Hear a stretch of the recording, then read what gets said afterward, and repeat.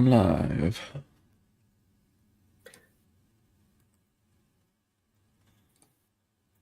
Why do I hear myself? Oh, that's why. Uh,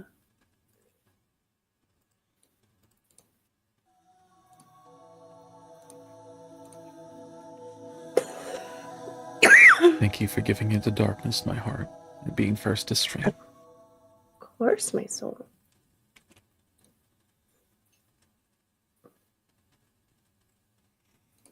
The fuck do you mean is Knock normal again? She's always normal.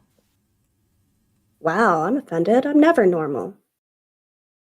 Also, thank you for the self-care check.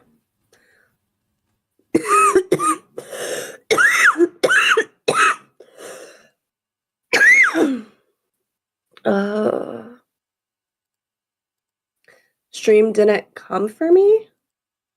Huh? What?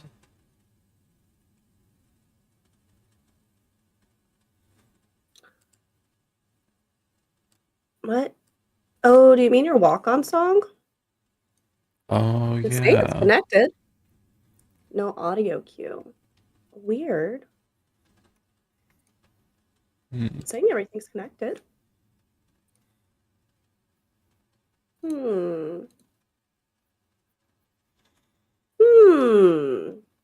Why is everything breaking? Good question. Maybe 40 seconds was too fast for Sevibot?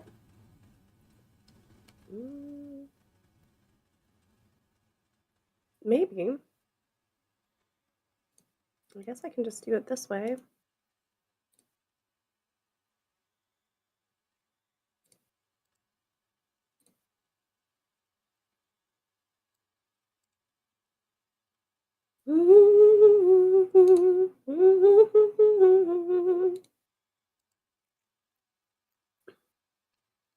Your stream says you're playing Super Bunny Man, my heart.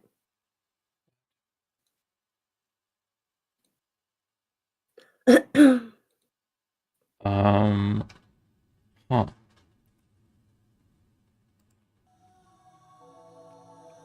I will be back.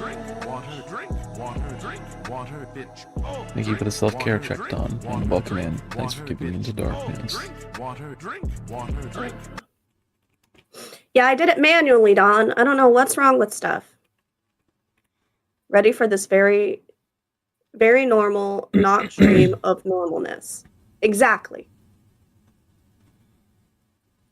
Wait, how Waiting am on I? dark knock. How am I seeing Are Dawn's you? messages in my chat if we're not sharing stream? I don't know. I see his messages in my chat, and I have your stream up. So. Oh. Sorry, I was fixing my stream You're good, baby. category. You are good, handsome. And you're Still fine. says Super Bunny Man. Why does it still say Super Bunny Man? Because I interrupted my changing of the thing to knock. Oh. There we Knock, go. knocking on the glass. Waving through window. Alrighty then. There we go. Hey, Hot Pants. Welcome in. Are we ready?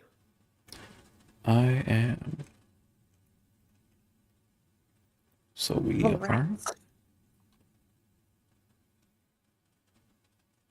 What? So we are.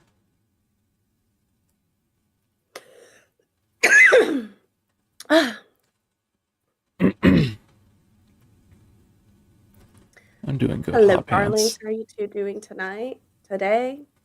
I'm sick. I like cold underwear. Bless you.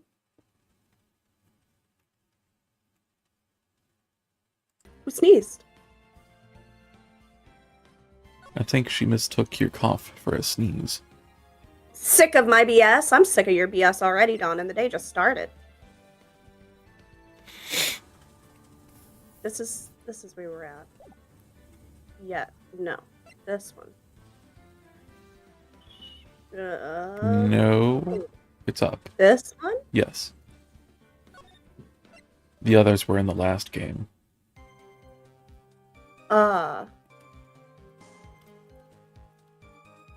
Yeah. We saved here at the start of his testimony. Okay. Yeah. Good, this gives me time to eat my ribs. I have to remember my voice for him.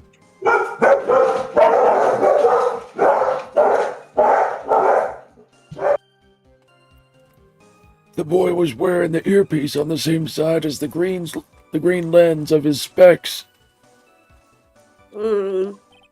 He kept fiddling with it all the time. He was fiddling with it just before he picked up the cup, too. I almost didn't see it because I was busy fiddling myself. And then he used the same hand to pick up the cup. His left hand. Puppies? Yeah, my dogs are going crazy.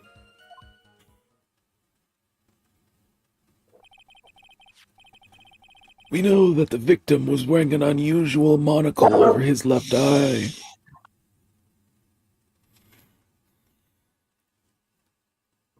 I'm dealing with things. Yep. It wasn't a monocle, Your Honor.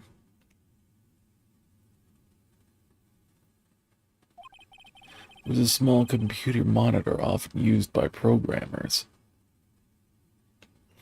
Then take your shoes off. I don't wear shoes often, and definitely not at home. A monitor. I'm a programmer. Give me one of those. Gimme. It looks super cool and like I can hack anything. Yeah. We're breaking into the mainframe! A monitor? You mean like a television screen? Socks? No, I don't wear socks either. The inside of the lens is a screen that... The inside of the lens is a screen that displays computer data.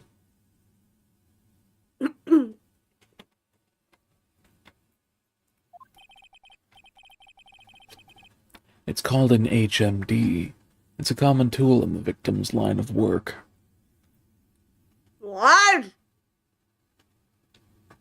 Knock may or may not work in IT. I'm super hacker.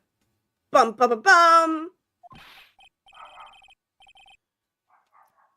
HD TV, DVD, CD. All these newfangled letters drive me mad, but they don't matter. Cyberpunk. I want to play that game. I know what I saw, and I'm telling the truth. Cyberpunk is very fun. It's true. He doesn't seem to be lying. And those are the facts, in good old black and white.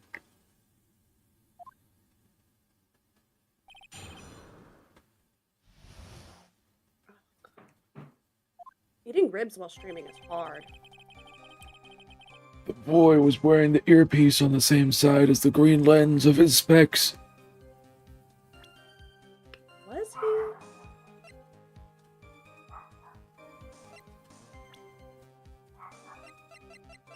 Okay, so his specs was on the left side, but his ear was fucked on the left side. I think I also saw the tiniest hint of the earpiece in his left ear. In that photo.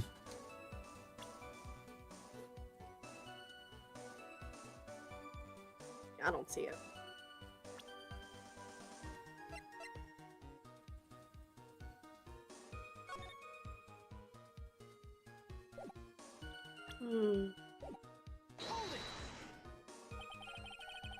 So the victim was wearing an HMD.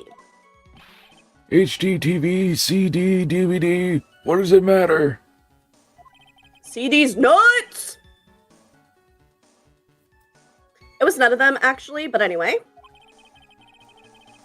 Let's play a sexy RPG while we watch ABC and eat a bowl of MSG, meaning that I'll really pound your groin as you achieve butt climax and make sexy gravy.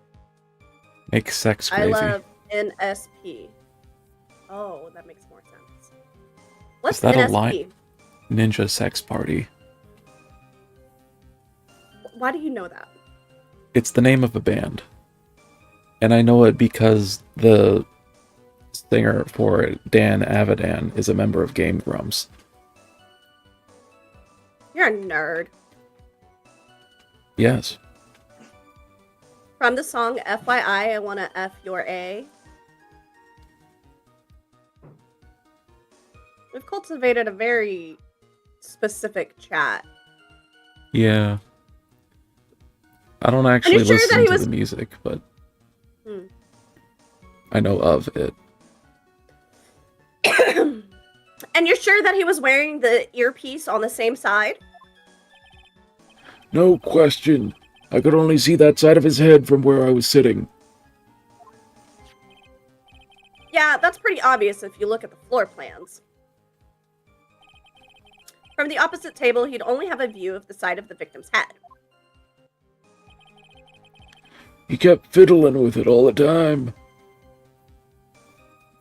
That's inappropriate. Saves up for Songrex and Dark's chat. I mean, it's not very expensive. You're not going to have to save for very long. If I'm honest, it was just a scheme to get music to add to my stream. Diabolical. It seems you kept an eye on Mr. Glenn Elg. He was getting on my nerves.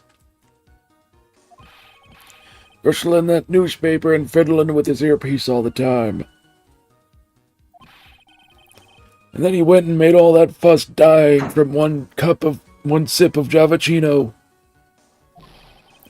I wanted to say to him, calm down, you young brat. Just looking at him made me suddenly speed up my seed eating. I could have choked. So I take it the victim was a walking ball of nervous energy. He was fiddling with it just before he picked up the cup, too. The earpiece you mentioned. Which hand did the victim touch it with? You're one of those people, aren't you? Whoa, Gramps. What you about to say? You're the type that uses your left hand to get things out of your right pocket. God, that sounds difficult. Well, fasten your left cuff with your right hand. You have to do it that way. What do you mean? Yeah, what?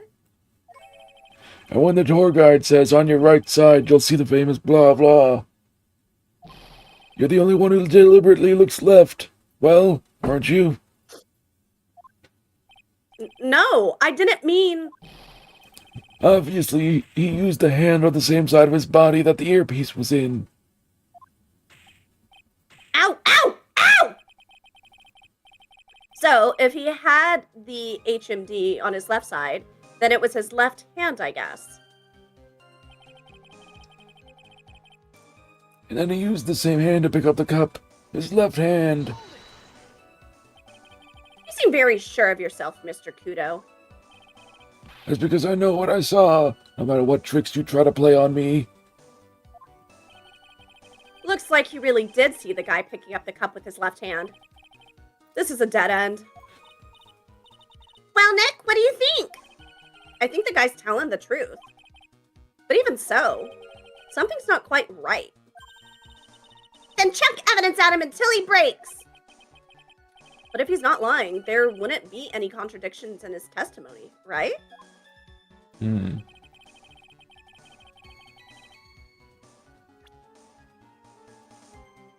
Is there like a picture of the crime scene?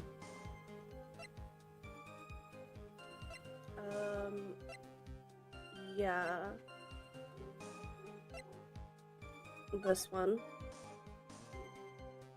Hmm.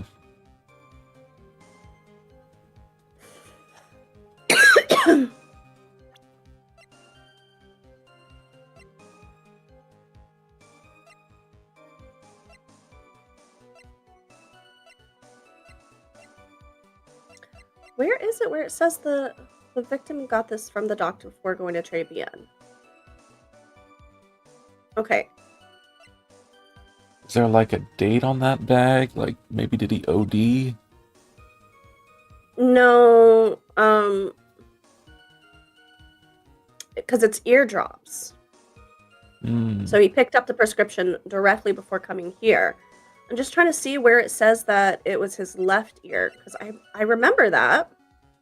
Yep, left eardrum was ruptured. Hmm.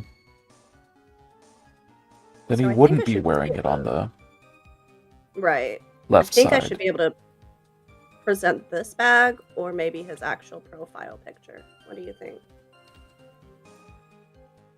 I think his profile picture. I'm not sure what the relevance of this is, but Mr. Kudo, there is something very strange about your observation of the victim. What? You said he was wearing the earpiece on the same side as the HMD. No question. You can lock me up if I'm wrong. It was his left ear, without a doubt. I could only see that side of his head from where I was sitting. I don't think so. What did you say? You're no doubt unaware of this fact, Mr. Kudo. But the victim couldn't hear with his left ear. His eardrum was ruptured! Huh?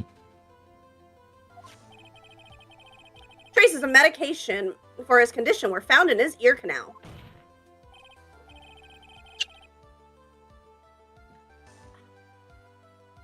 That's right! It's impossible that the victim was wearing his earpiece in his left ear. Because he couldn't even hear in that ear! Is that true, Captain?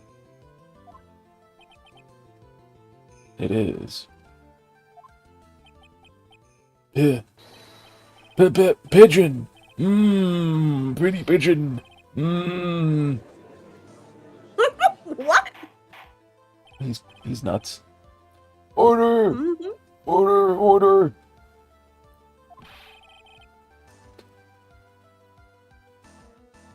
This witness's testimony is completely unreliable.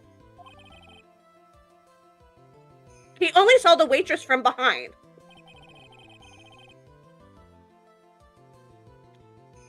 And he claims the victim was wearing an earpiece when we know his eardrum was ruptured.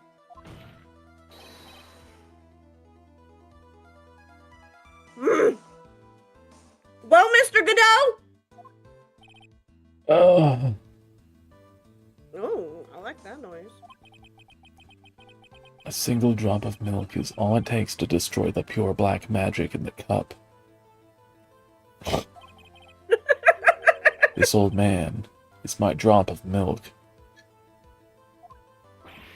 He wants to milk the old man? Captain, are you calling me a drip?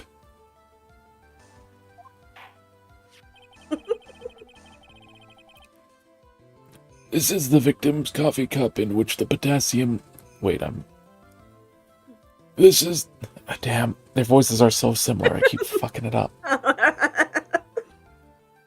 believe in you, baby. This is the victim's coffee cup in which the potassium cyanide was found. The mark on the rim clearly shows that the victim picked it up with his right hand. I'll never back down. I know I'm right.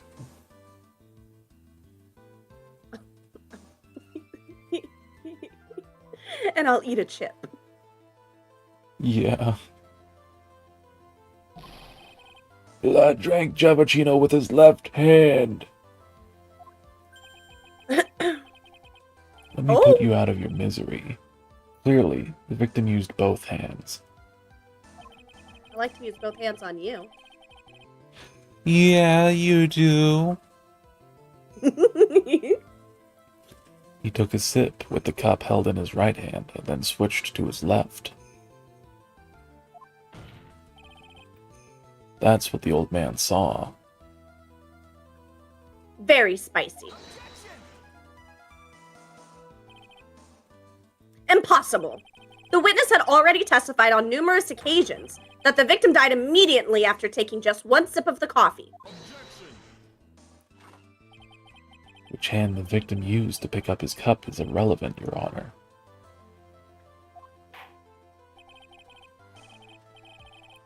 Facts still stand. With one hand or the other, Mr. L drank the poisoned coffee. Like this. Mr. Godot, stop guzzling! Sadly, Never. Mr. Godot, that doesn't wash. The point of this testimony was to establish whether the witness's memory is credible.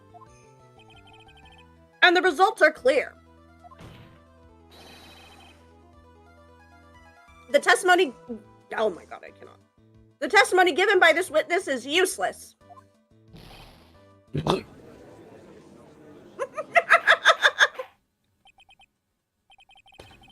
I believe it is time to conclude today's proceedings.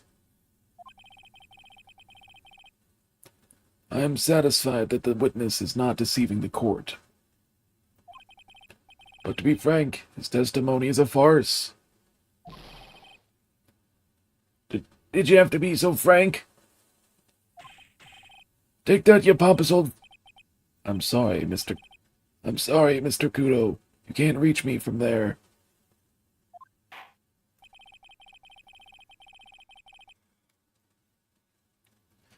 I'm ordering the defense and the prosecution to investigate this case further. What? Isn't that the detective's work? That is all for now. This court is adjourned. Did I stutter?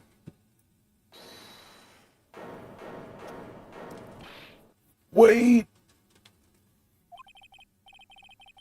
If we stop now, where does that leave me? Leave you, Mr. Kudo?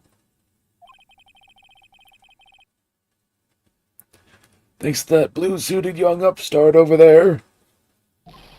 I'm just a bumbling old man who can't even dot his T's or cross his I's now. I don't think he knows how letters work. How is your bad memory my fault? I'm sorry, Mr. Kudo, but there's nothing I can do. I kept my mouth shut until now. But there's something else the court should know. What? There's more? To be perfectly honest, it might not be anything. But I want another chance. I want another crack at you, you young shark. Baby shark do do do do do do. Baby shark do do do do do do. Me? He's looking at me like I'm some sort of evil shogun.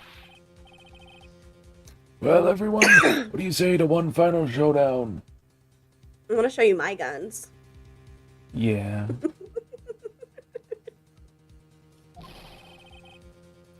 The final chapter in this eccentric old man's scrapbook. Sorry, Gramps. I've already had my 17th cup of coffee.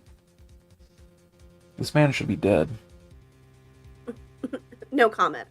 Panic. Yeah. That's a lot of coffee. I want coffee. What have you got to lose, Captain? Time. I'll give you all the Javicino you want if you come to my house after the trial. I may be 68 years old, but Victor Kudo is still a man. What? You gonna fuck? That's enough. Witness. I believe it will be quicker for the court to just hear your testimony. You bet. Much, much quicker.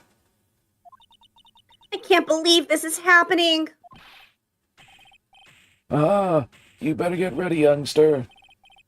I get the picture. Just quit throwing those seeds at me, would you? He's got to be using some sort of infinite ammo code with that box of seeds. You'll never get my cheat codes.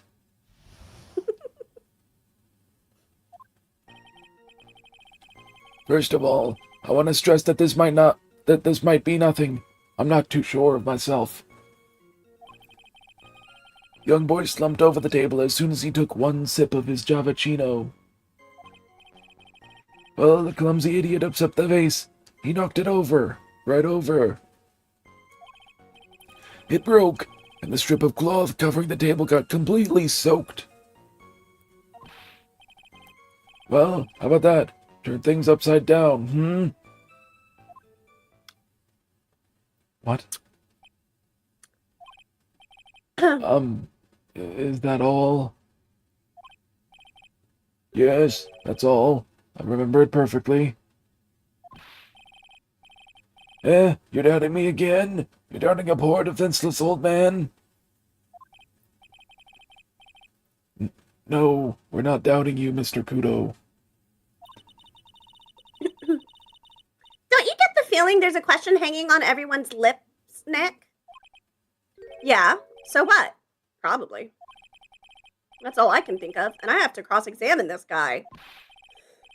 You're a bird brain, that's why that's all you can think of.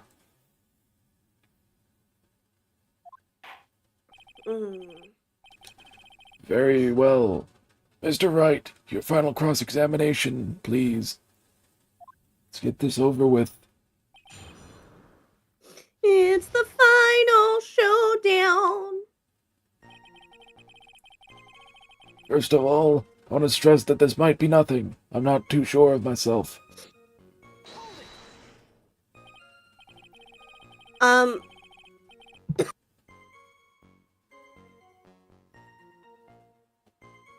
Oh, my lungs. The court generally prefers if witnesses are sure of themselves, Mr. Kudo. Noisy brat. I'm warning you. I'm more savage than a macho man right now. You won't beat me with this testimony. This is the final battle.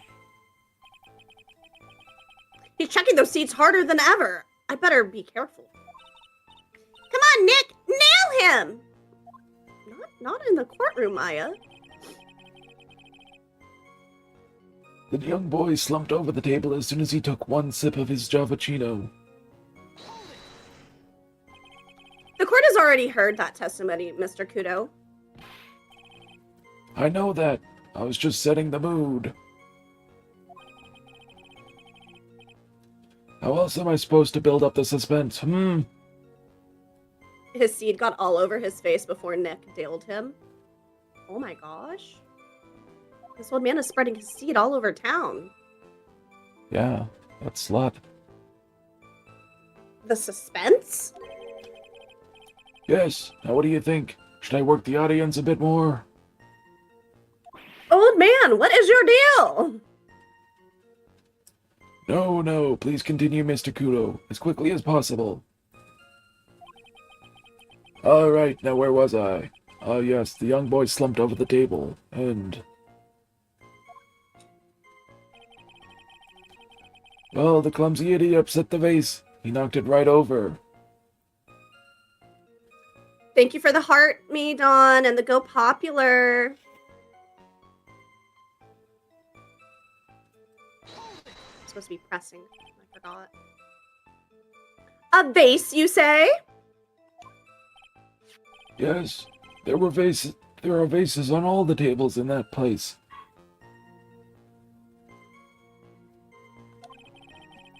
They're accidents, waiting to happen. They're practically begging to be knocked over.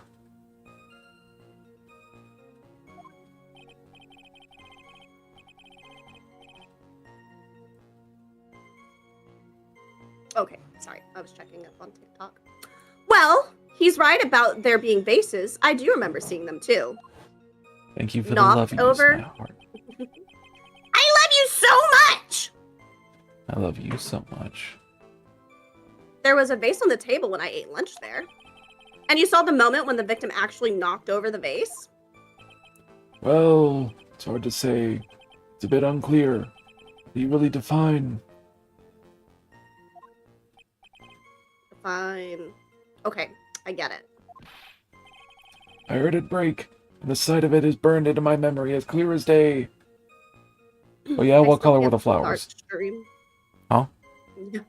I still can't see Dark Stream on mobile, and I do not know why. Huh. I don't know. That was weird.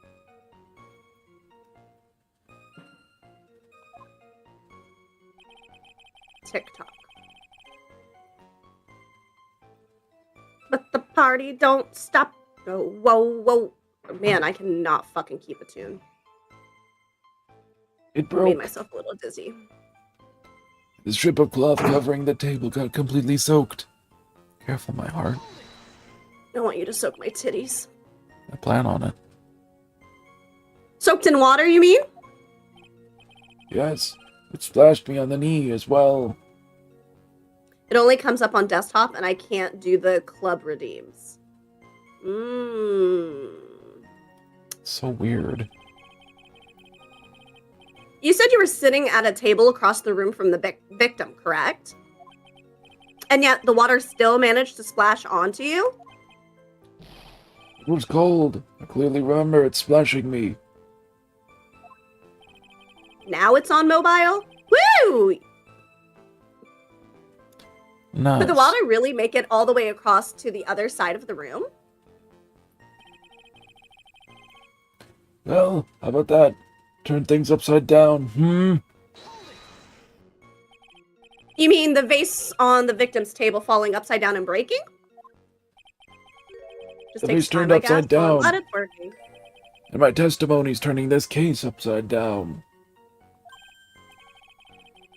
It's a joke. I just wanted everyone to hear it. This old man needs hobbies. What do you think, Captain? Old people, get hobbies. I'm impressed by your ability to waste time. Godot hasn't raised any objections for a while now. So you young show-off, with that scrap of information I'm throwing down the gauntlet. If I lose this one, I'll take it like a man and admit defeat. He's really giving you the evil eye, Maya. It's you he's looking at, Nick, not me. It's like he's saying, I triple dog dare you to find a contradiction, youngin'. I guess I'll just have to rise to the challenge then. I think I already know what it is. What is it? Thank you for the heart and the go popular, Don.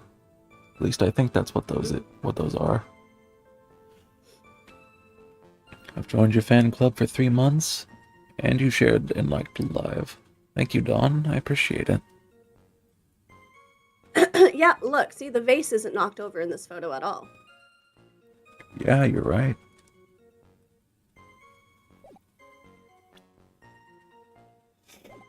Mm-hmm.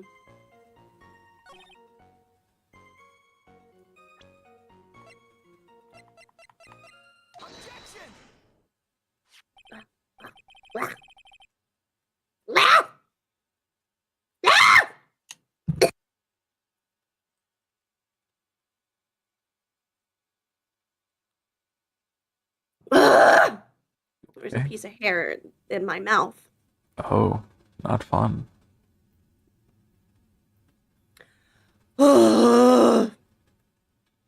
Mr. Kudo, this is a photograph of the crime scene. So what? Hang on, I'm hearing something. I'll be right back. I'll only Okay, be a my heart. minute. 1, 2, 3, 4, 5, 6, 7, 8, 9, 10. That's as high as I can count. Look carefully at the table. The vase is there, intact. Huh? Lost your tongue, Granddad? I'm no granddad of yours. Ow, ow! Enough. If you throw any more seeds in this courtroom, the cleaners will be here all night. Stop putting your seed on everything. Ah! What is it now? Fuck, I don't know how to do their voices as separate people. All old people sound the same to me. I just remembered something. Yes? Go on. The broken vase. It was on my table. I'm back. What? Welcome back, my heart. Thank you, my soul. Well, you see, it startled me when that young lad collapsed. So I stood up. That must have been when it fell over. The vase on my table, I mean. The vase on your table.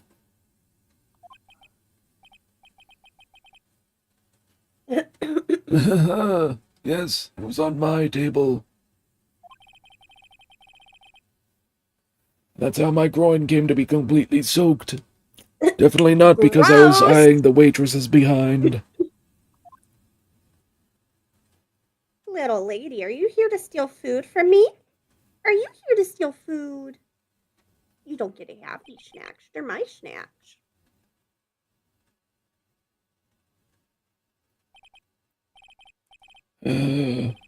Thank you, Mr. Kudo.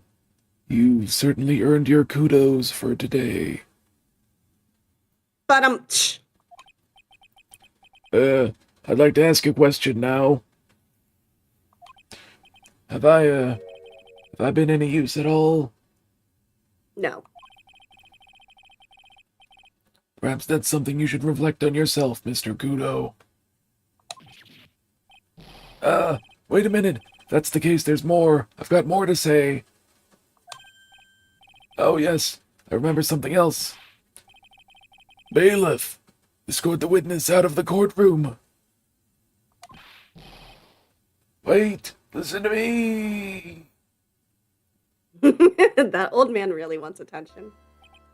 He's probably lonely. Yeah. Remember to go out and pet old people, you guys. Pet? Yes. Okay. Well, we seem to have been considerably sidetracked. And now I sound like Victor. Fuck.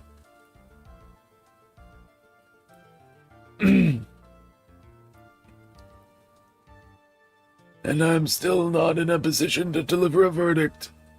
Damn it. I think I've merged the two permanently now. Damn it. The defendant has not been positively identified. Fuck. I'm still doing it. I want to do you. I want to do you too. Damn it. I can't do multiple old people at the same time. The defendant has not been positively identified as the waitress in question.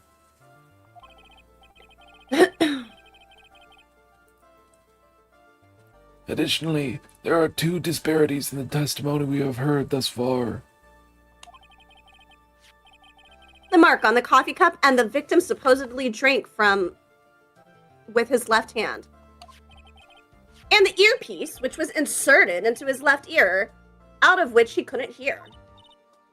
Wow, Nick, you did it! I therefore require both the defense and the prosecution to further investigate the facts. Yes, Your Honor. There's one more thing before I call today's session to an end.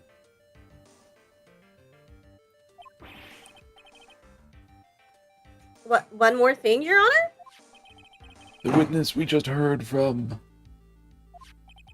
is most insistent that his testimony should be of use. So he summarized it accordingly into this statement. Okay. Imagine it's going to be very useful later. You may each have a copy of it if you wish. Whatever. Prosecution doesn't need props like that. Kiddo's really mad, huh? Yeah, I would be too. Very well. Here you are then, Mr. Wright. There are 3 copies. My own, yours, and Mr. Godot's. Yes, Your Honor.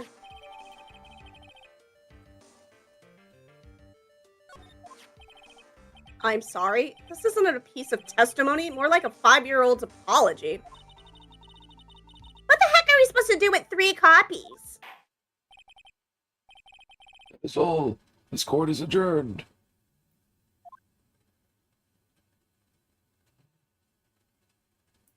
Did it!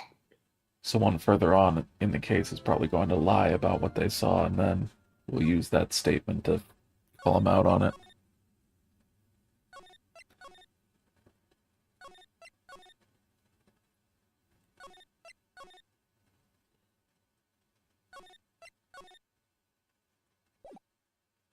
Perfect.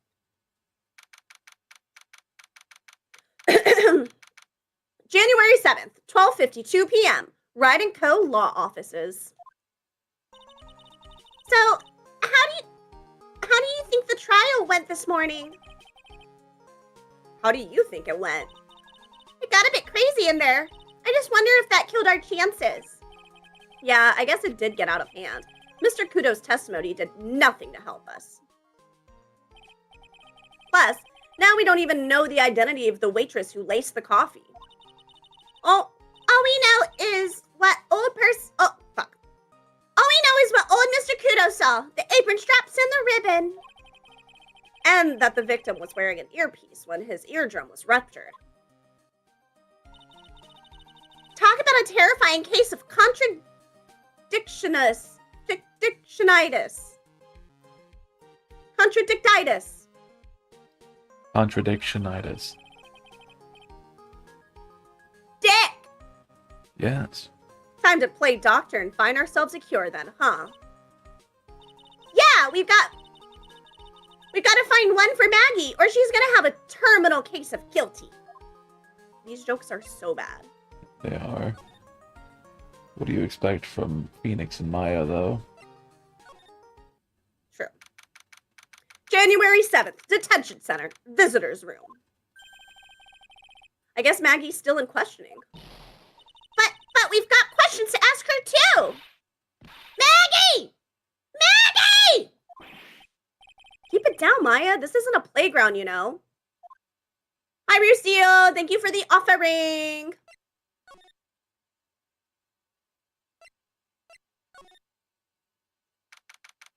January 7th, Très bien. Empty as usual. Yeah, and it's lunchtime too.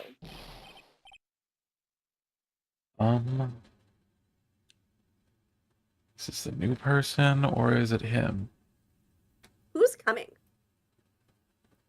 Good question. I'm trying to remember the voice I did for him.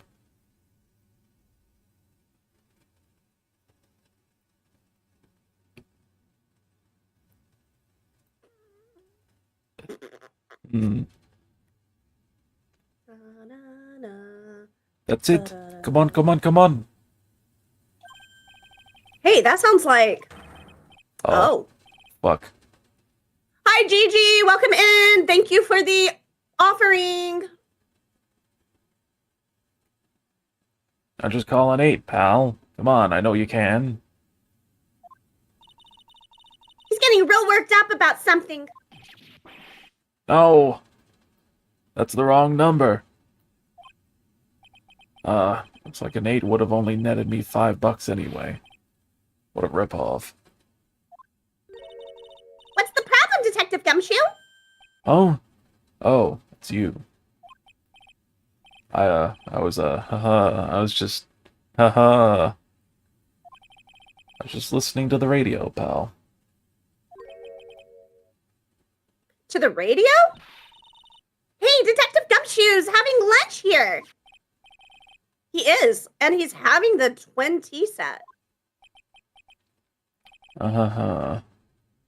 What can I say? That this stuff is gross?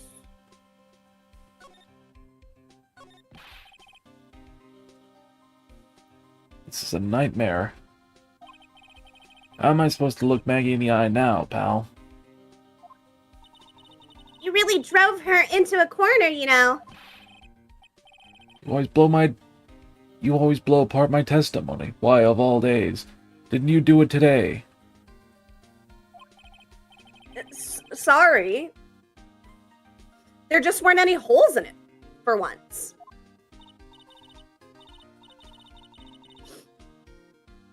Yeah, what happened? Usually your testimonies are like Swiss cheese. Swiss cheese? Would you have preferred crumbling like aged Parmesan? Anyways, this case has already been ruled on. There shouldn't be any holes left to find. So, did Maggie say anything to you? About me? I mean? Well, how did she put it again? I can't believe Detective Gumshoe. I hate him, sir. I mean it. I don't ever want to see him again. Something like that. What? Whoa! Please, Detective Gumshoe, I didn't mean... Why? Why is this happening? He's banging his head against the wall, Nick. Oh man, poor Gumshoe. The poor wall, more like it. His head is so dense it would bust right through. Yeah. So, do you like the twin tea set? I've never paid that much money for lunch before. I was so nervous my hands were shaking. So, how did it taste? Well, for 20 It bucks, I tasted- guess. I don't know how to describe it, really. It was delicate. Delicate? You mean you liked it? It didn't taste bad to you? Hey, Lucille. Thanks for giving into darkness. Welcome in. What's the matter with him? Looks like he's thinking. That's it. I've been trying to think of the right word to describe the taste. And I just realized, it's bad. That's it. It tasted bad.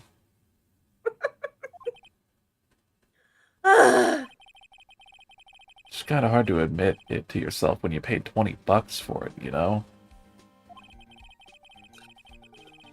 I feel like most meals when you eat out are like 20 bucks on average. I get to eat out for free when you're around. Oh. I think the most I ever paid for one meal was $1,000. It was Damn. okay. Was it fancy? Maybe he It was at this really nice restaurant in downtown. They gave you champagne when you go on the elevator. Damn. Yeah. The food was okay. I mean I enjoyed it. I've eaten at better places that were less money though, so no. I am a sucker for steak tartare though. That's like one of my favorite things to get whenever I eat out, so I'm always happy whenever I get some of that. I see. Maybe he should have found out about the price after he had finished eating it. Why are you always licking things, Lucille? Hey, Nick, maybe that's why Glenn L came here. Maybe he heard about the super fierce twin tea set. If by fierce you mean fearsome. Speaking of Glenn Elg, that reminds me. We still hardly know anything about the guy. Why don't we ask Detective Gumshoe what he knows, seeing as he seeing as he's here.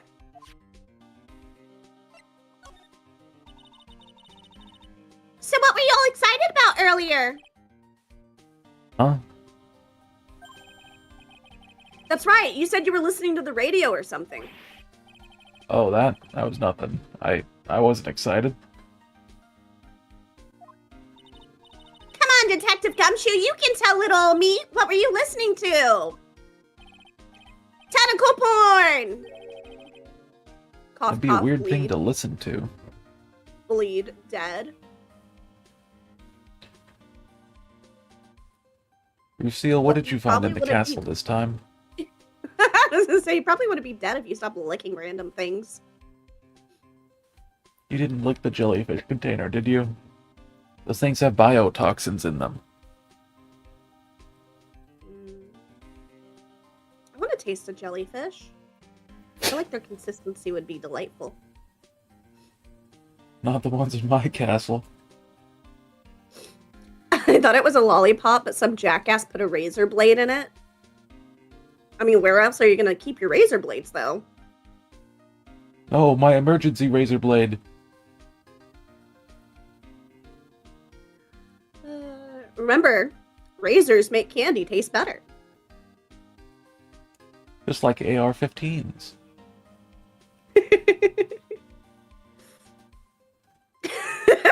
Gigi sent me a photo of the wind in their area, and I guess it collapsed the roof of a school. And I was like, oh, it's nice. The kids don't have to get shot anymore. Yeah. Nothing, America. really. It was just the, daily exercise show. You liar! What the? A psyche lock? This lunch of special lobster sure is great. Then why are there tears in your eyes?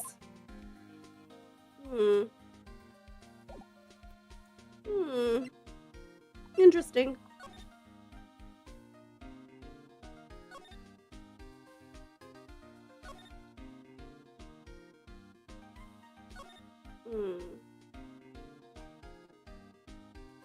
I don't think there's anything new. Yeah, that's from last time. That's the same one from last time. Okay. I was hoping that we would be able to see, like, the table with the broken vase to, like, determine where the old man was sitting, but I guess not.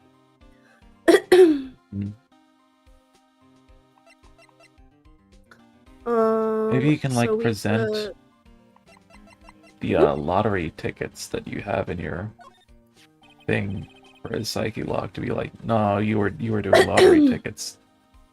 Yeah, that makes sense. I'll do that after this one. This guy was a real programming genius. They called him the walking computer at the place where he worked. What happened when he crashes, though? Does he just stop moving all of a sudden? He wasn't literally a computer, Maya. Well, he definitely isn't booting up anymore, that's for sure. Womp womp. Anyway, it's nothing between Maggie and the victim. Yeah, that's what we found out yesterday, too. Hey, Detective Gumshoe, do you have any information that's a bit more fun? Fun. Oh, I know. So have you paid a visit to where Mr. Elk worked yet? You might as well. It's your job. Wait, hold on. Nocturno, maybe you should stop letting me lick things. It's your job to take care of your children. Wait, why is that? Your father! Your father should take care of you. It's his castle. Well, what doesn't kill you makes you stronger. Lick away. He'll learn His eventually. workplace? Where's that? Computer firm called Blue Screens Inc. or something like that. I take the approach of raising children that the gods do, in which I ignore them until I need to send them on a quest to find a lightning thief. Son, I've got a most important quest for you. You must go to the kitchen and fetch me the beer of Olympus. And then, when on your way back, you must grab the TV remote. Oh, man. man, I used to fucking hate when my mom would do that. I'm like, the remote is right next to you. I'm in the whole different other part of the house. This is wild.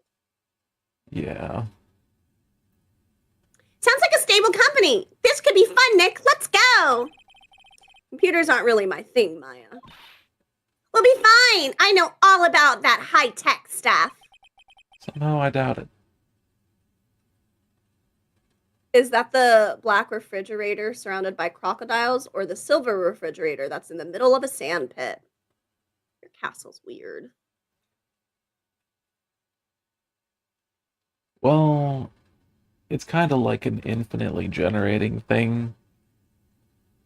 Like the castle kind of just puts concepts together on its own and then generates a room every time you try and go into a new one, so...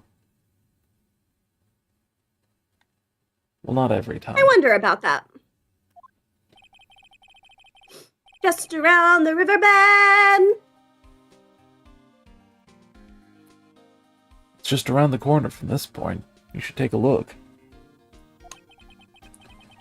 A computer firm called Blue Screens Inc., huh? Alright, so you said to present the lottery ticket. Okay.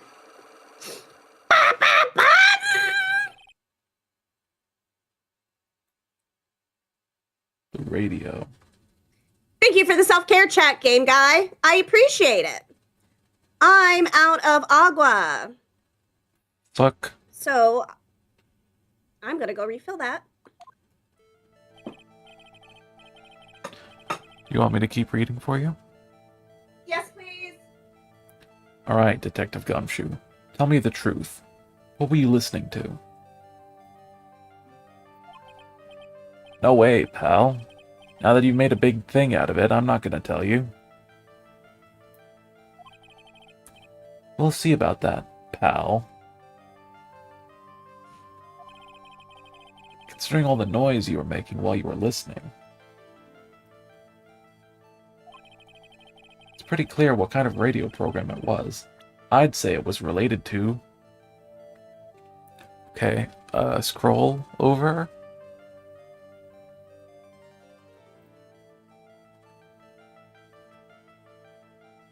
I can see again! Welcome back, my heart. Thank you, my soul. I also got myself a cough drop. My Nice. lungs are on fire! Also, I'm not looking for a remote in an infinite castle. That's fair.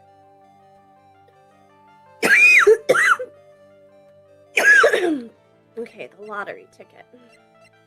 But if you've been in the room before, you can just teleport to it when you walk through a door. I'm right, aren't I? I'm always right. That's why they call me nocturnal.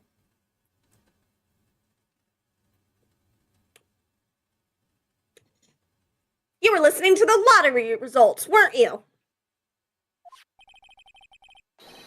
You thought you'd try to win big, just like Glenn Elg did. It's like you can see right through me. Huh? I've cracked him already? See, pal? That's why I said it was nothing.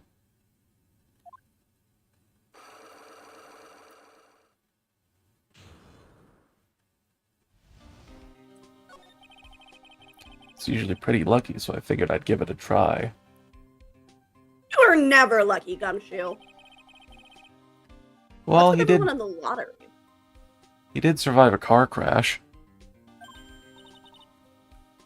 I wouldn't call that luck. Yeah, it's really Also unlucky that crap. he's still alive.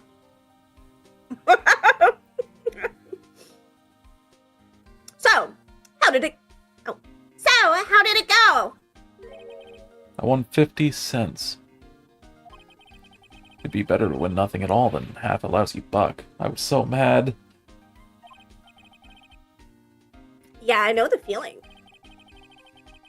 I bought the same kind of ticket as Mr. Elg, see? And they've got the special radio show where they announce the winning numbers. They even do the drawings live on the air. It's intense, pal. Actually, it's in a Radio Shack. I bet that's what listening to on the day he was killed. Yeah. Now, what time is it now? Shit. It's just after 1:30. And are the lottery results always broadcast at the same time?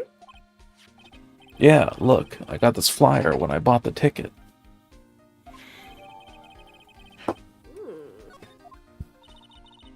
Millionaire radio. That sounds cool.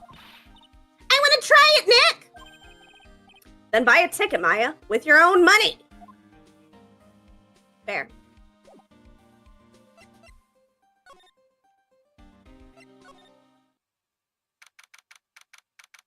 Oh, January 7th, Trabian Kitchen.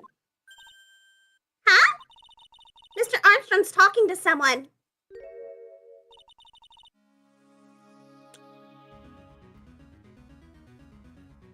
I don't remember if, do you want me to voice them? I'm voicing 1, 2, 3, Buckle my shoe. 4. Close the door.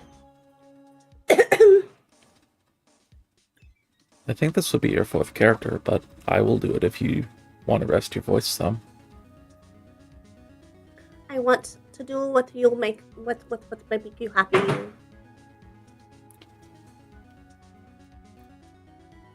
I'll take this one. I'll be back next month. Oui, naturalmente. Naturalmente. Word. I will be waiting for you. I don't know if you noticed, but I named my stream Omelette du Fromage. I did. If you haven't got it by then, I'm afraid it might get a little hot around here. None. I will have everything ready, I promise. I love fire, you know. I love the way it crackles. Non, stop it, I beg you. Then don't let me down. I'll be watching you. Mais, non, this is not necessary. You can trust me, mademoiselle. Talk to anyone, and I'll drive a knife right through your heart. Bless you, my heart. I totally forgot. And now I remember who this chick is. I'm like, oh, uh-huh. All right. Oh, non, you do not have to worry. You know, you worry far too much. Maybe this will help you relax. It is the oil of sandalwood. I do love raw meat from time to time. Like taking Dark's meat raw. Yeah, you do. Ah! I'll be taking my leave. Goodbye. For now.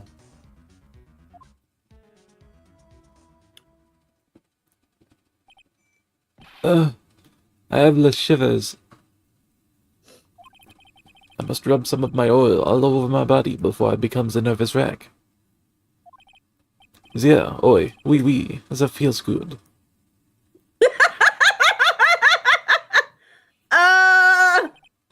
Ooh la la, excusez-moi, monsieur. My eyes! My eyes! Your eyes? If you have trouble with your eyes, you need this. The oil of sandalwood. Isn't this just the leftovers of what you were just using? You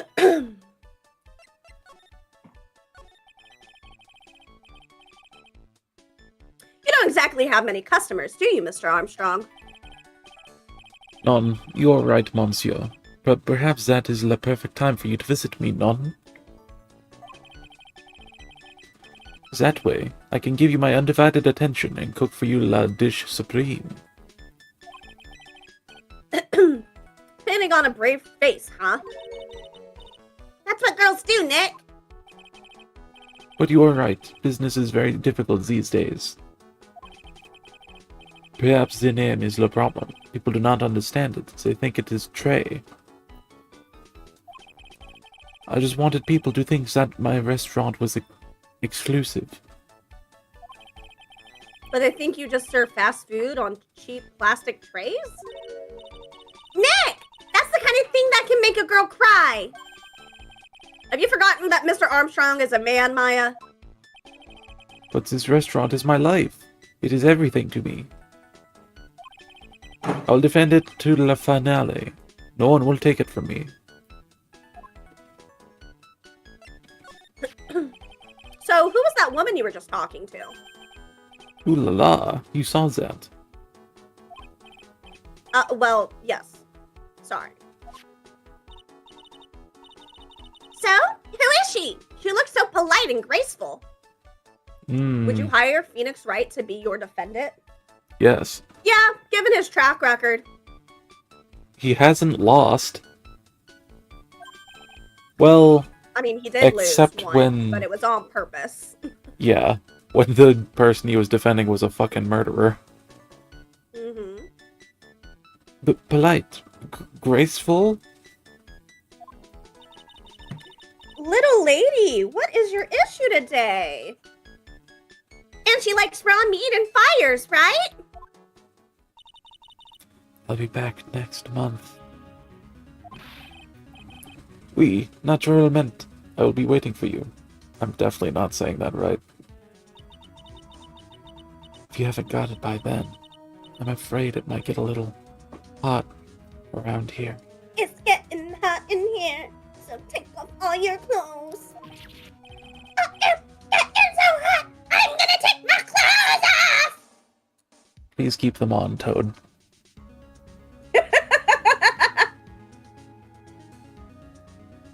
None. I will have everything ready, I promise.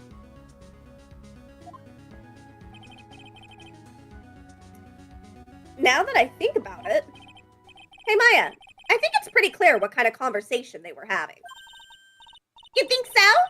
Well, then let's show him that piece of evidence and see what happens. That piece of evidence. Could you be a bit more specific, Maya? This, maybe? Yeah, that's what I'm thinking.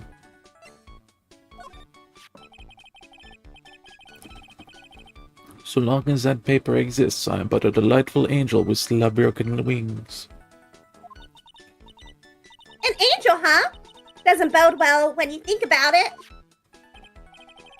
Oui, they kept harassing me month after month.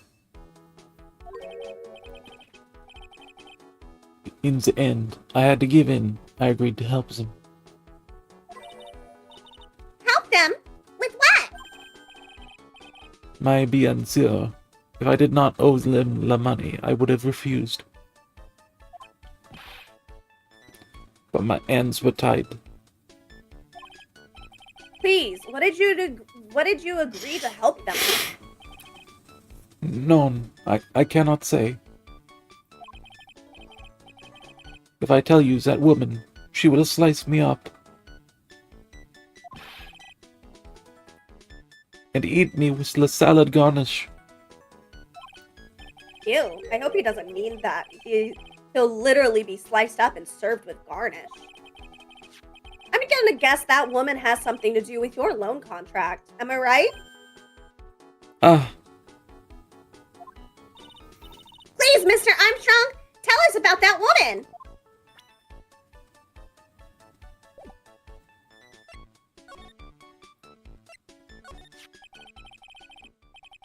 Hey, Dallas, I'm done petting you. No!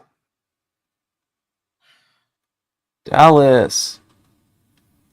She needs so much attention. 24/7.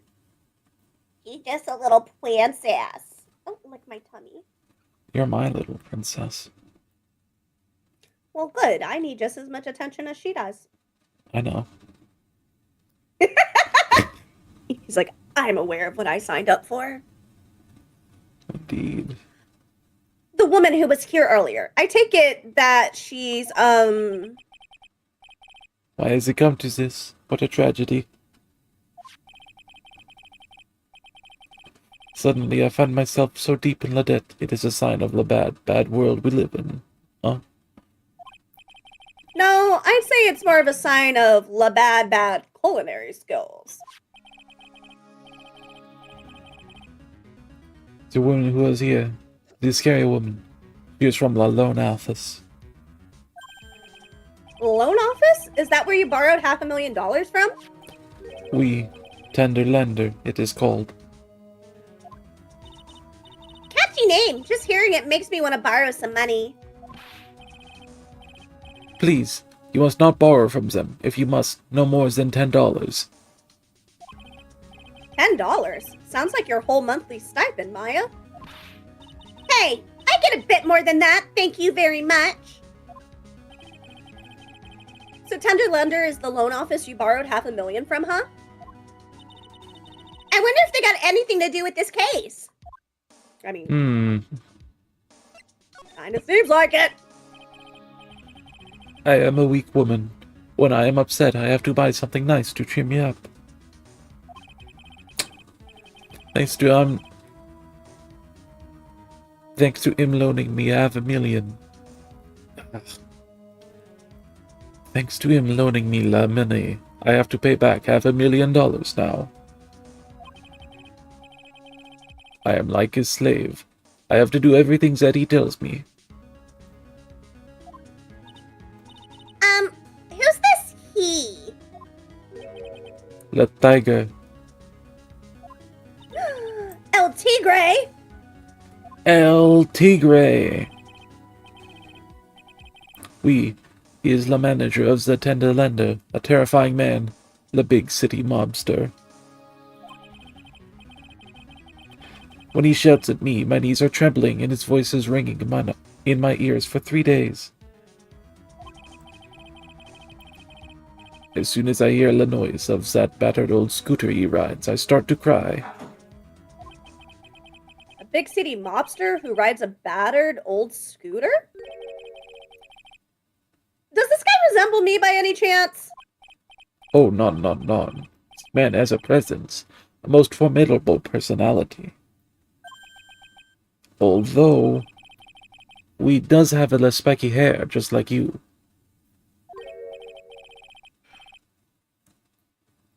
There is a resemblance here, I suppose. Sounds like this loan office is worth checking out after all. If you want to visit Le Tender Lender, it is just beyond Vitamin Square. Hey, Nick. If you need money, I can loan you some. As long as it's less than $3. Thanks for the offer. It would probably help if they, got paid for their cases.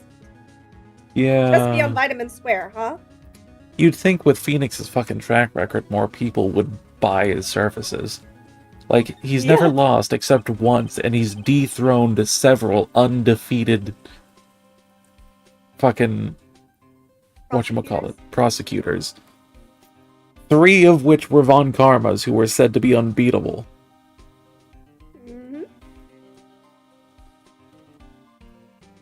Well, I'm gonna head back to the precinct now. Got a big meeting starting in a bit. About Maggie's case, you mean? No, that's pretty much wrapped up now. There's another big case going down at the moment, so she's been pushed aside. Okay, well, see you later then. Bye. Toodaloo, motherfucker! See you later, bitch. Oh, that reminded me of something that I saw. Oh, fuck, what was it? My titties. I would like to see those. That's not what you were remembering? No, I was remembering something I saw on either Twitter or TikTok earlier. It was a long text string that was something like... Ooh, I like that. A long text string that was something like... There was something like, "Excuse me, Oh. my fine bitch. What the actual fuck?" Or something like that. I can't remember the whole thing. It was pretty long. Actually, I accidentally hit the button. oh, My whoops. bad. I've kind of got a favor to ask. It's a big one. A favor? Yeah, it's for, Maggie, actually. I was kind of hoping you'd give this to her for me. Aww. What is it? Can I eat it? It's a lunchbox. I got up early so I could make it. I've been real worried about her. She looked like she'd lost a lot of weight. Detective Gumshoe! How many weenies are in here? There's not a person on Earth who could down this much meat. I beg to differ. You think? I love weenies. I can't just get enough of their tender juiciness. Especially Edgeworth's. Hey! Edgeworth is with Phoenix! So will you give it to her? It took me ages to make, so please say you will, pal.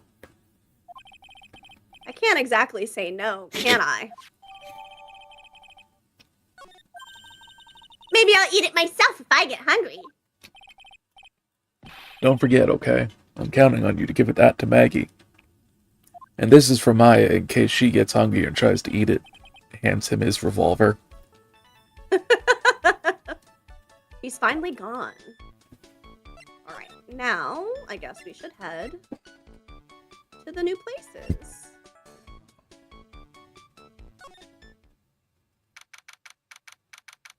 Nerds. Oh, a horse. Do you think they're a fan of the one hot? That What's one that horse racing anime? Ume Mm. Masa...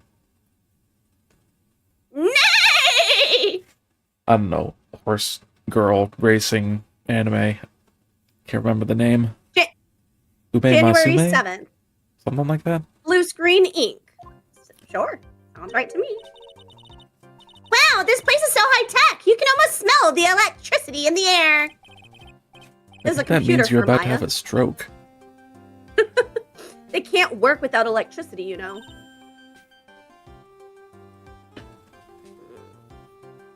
Who are you? Oh. Oh, I don't remember her. Oh, hello. I was expecting a nerd. Can I do the voice? Yes. I am sorry. Access is restricted to authorized personnel only. This is a computer programming laboratory. There are far too many trade secrets that could be leaked. Wow! What secrets?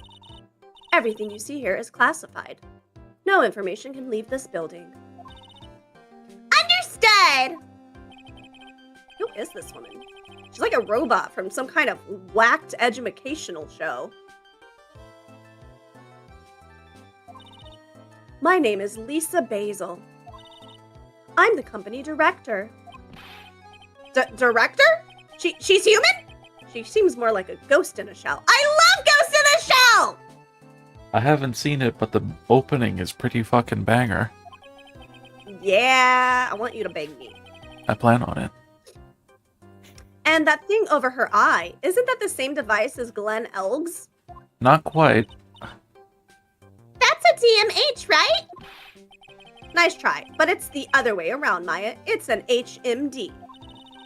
All of my programmers here at Blue Screens Inc. are supplied with HMDs. Then do you write programs too? No, I just enjoy wearing this. I would too. They are pretty cool. I I wouldn't mind one. Like, if there was a Google Glass that was just a scouter, I would want that so fucking badly. Yeah. Nerd. I saw a guy who made one that was kind of like that. Mm. Oh. I'm gonna add it to my list of things to maybe mess around with, I guess, because I like you.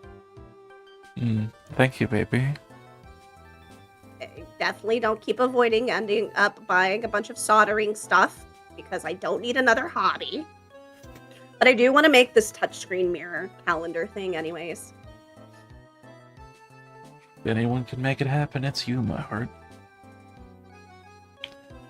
So, what exactly is this firm's business? I will try to simplify it so that you can understand. We analyze the data management systems required by certain branches of industry, and then deliver optimum operating systems and source-level components to them. Huh? You lost me on the corner of analyzing management. It doesn't matter. They analyze stuff. You got that much, right? The software we produce is distributed on CDs. CD's nuts. CDs? Yes, compact disc, digital optical storage media. Of course, CDs are used for software as well as music. It is a small firm, but all of my employees are first-class programmers. Let's ask one of them what they are doing. Excuse me, what are you working on right now?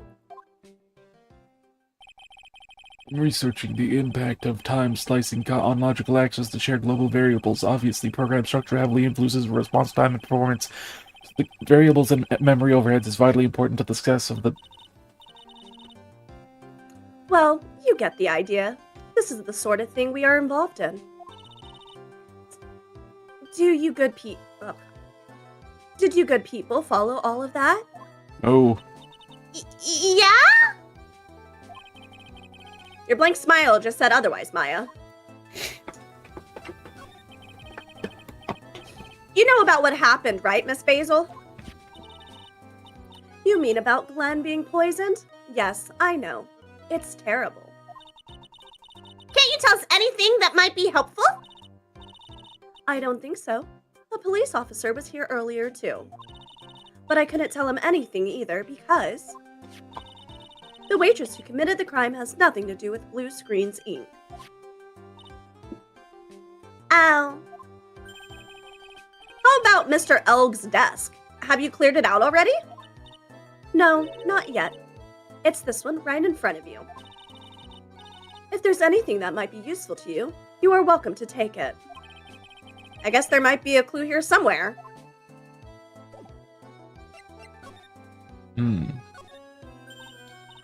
Whoa, look at the desk, Nick! What a mess! Looks pretty average to me. But you can't get any work done with everything all over the place like this. You think? Real whiz kids can work under any conditions, you know. Just trying to hint that I should tidy my desk more. I'll clean out my desk when Maya stops asking silly questions. No hurry, then. Hey, this calendar! What about it? If this is another hint about tidying, you can forget it. Someone's marked December 3rd in red pen. December 3rd? That's the day Mr. Elg was murdered! Is there anything else? Yeah, it says, meet with the tiger. Ooh. The tiger?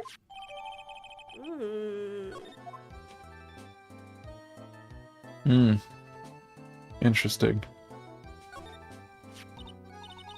Wow, look at this mess! Looks like they're all betting tickets. What kind of betting tickets? For betting on which horses will win a given race. They're horse racing tickets. He was a horse girl. Oh wow, his drawers are stuffed full of these. He really does watch Looks like- Musume, something like that. Looks like they're all losing tickets though. Over 500. This many tickets would get you, what, $1 down at the recycling center? But I didn't know you were so hard up that you tried to profit from the dead, Nick. I'm just taking them as evidence, Maya. Also, you're one to talk. You're a spirit medium. Yeah, and she's always stealing. Yeah. Really not one to talk. Those pillars almost look like they're moving. It's kind of unsettling. Nah, they're just a bit twisted or warped or whatever word I'm looking for. This office was designed with a futuristic feel in mind. Futuristic? Yes, we try to imagine what things might look like in the future when we designed it. It helps to soothe and calm the soul. I wouldn't mind being in a room like that. On second thought, I agree with you, Nick. This place is really, really unsettling. It's not that weird. I would probably get bored of it. But short periods of time would be fine. Better than a cubicle. True. Hey, look, Nick! It's a supercomputer! It looks like it's really smart and wise, doesn't it? Computers are only as smart as the humans who use them, Maya. That explains why you don't use the computer in our office. You work there too, Maya. Yeah, but at least I'm... Please, don't argue about something that's so trivial. Otherwise, the computer will laugh at you. She said she'd laugh at us, Nick! She's a human, Maya, not a computer. Well, I wanted to say something, but I forgot. Oh, right. Oh, wise supercomputer, tell us, what are the winning lottery numbers for tomorrow?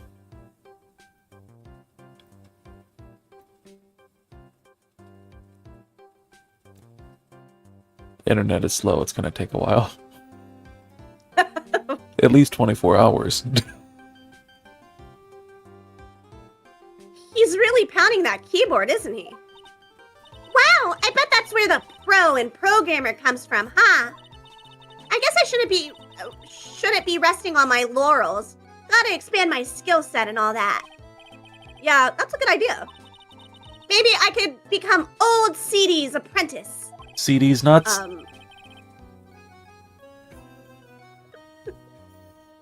What about your spirit medium training? Alright, that looks to be everything. Twice in the same room. Is there anything we want to present to her before leaving?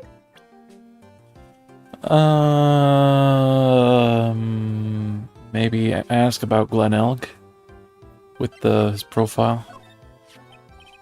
About Mr. Elg. He was a top programmer. I would even say he was a genius. But he did suffer from 1 or 2 bugs in his personality. Oh? Like what? He was a bit of a loser. Perhaps that would be the best way to describe it. That's what got him into trouble. What's the matter? He was a top programmer. I would even say he was a genius. So he was really no trouble at all. A model employee. Hey, wait a minute! Just now you said something about him being in trouble. Gotta find out what this trouble was exactly. Financial troubles, probably. That's Yeah. why I was seeing a loan shark and getting scratch tickets. About Mr. Elg. Was he in some kind of trouble? I'm sorry? Why would you think that? I thought you said something about it just now. You said he got himself into trouble because he was a bit of a loser? 3 psyche locks? I guess Mr. Elg is like every other man with his own piles of secrets. What is a man? Just a miserable pile of secrets. I think But we should enough go talk. visit Tiger first and then come back. Because we might Yeah. get something that we can present to her. Makes sense. Man, I can't wait until the Ace Attorney games stop making it so you have to go to different locations just to access different ones. Yeah! January 7, Vitamin Square. I don't see any sign of Mr. Kudo, do you? Maybe he went to buy another ton of bird seeds. I was kind of hoping he wouldn't be here anyway. At least, not for now. Besides, any more seeds today, and I'm liable to turn into a real phoenix.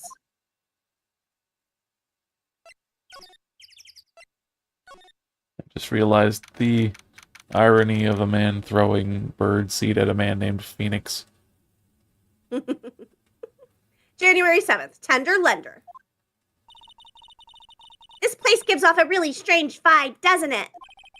Looks like the tiger isn't in his lair. And that is, as they say, a very good thing.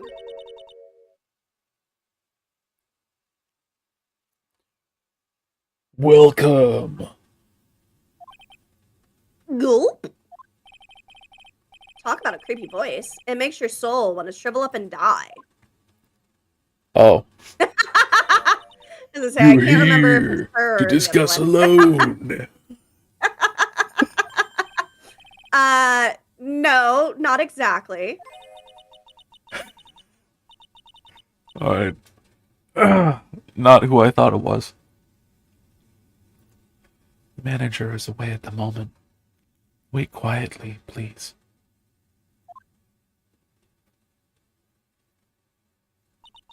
She's gone! Just like that! I guess we'll just have to come back another time. But this is the perfect opportunity, Nick! This place reeks of suspicion. Come on, Nick! Let's take a look around, okay? You think it'd be okay? Of course! No one will ever know. Coffee? Ah! I'll leave it here for you to enjoy. Quietly. Yes, thank you.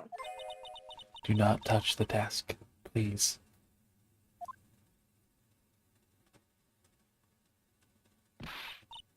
Nick! Let's get out of here! Now she wants to get out of here? A coward and a thief. There's a CD player on the desk, but the desk is so loud. It's a wonder you can hear it. CD's nuts. The lid's open. I wonder what kind of music the tiger's into. Have you finished the coffee? Ah! Yes, thanks. It was lovely. So, you drank it all? What did you put in my drink? Salt.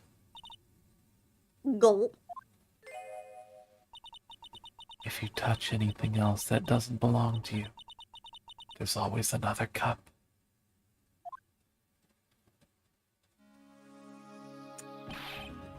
That coffee. It was laced with something. I'm almost sure of it. Nick, my stomach. It's killing me. Oh, wait. Maybe it was just the burger I ate for breakfast. I sure hope so. We better take a look at that CD while we're still alive and have the chance. What the? What? It's not the Rocco soundtrack, is it? Claw of the Tiger? Oh my god. It's a demo CD. The artist's name has been handwritten on the disc in pen. MC Bomber. What? This must be the CD Maggie told us about. Let's listen to it. I bet it's heavy metal. No way. That woman will make us drink more coffee if we do. This time it'll be poisoned for sure.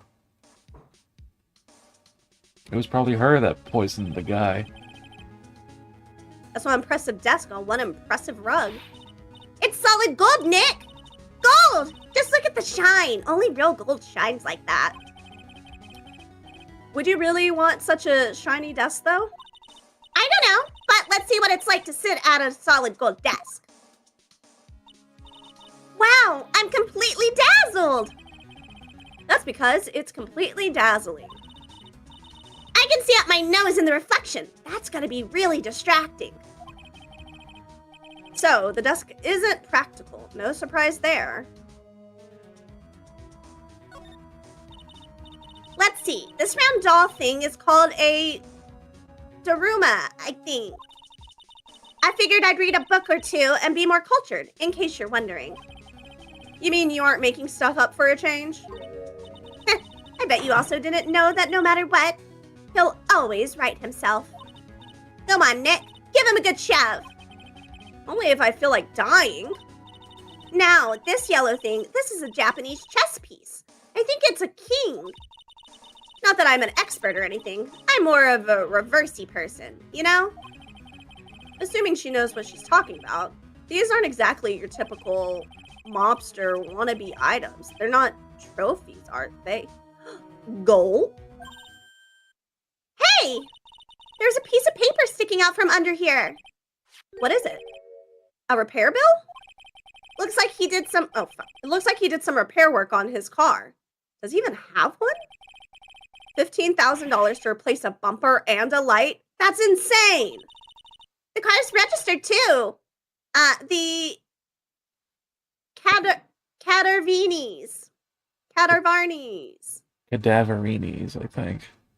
Cadaverinis! Presto! Huh? So it's not even the tiger's car? Why would someone else's repair bill be in the tiger's office? Paid by the tiger to what?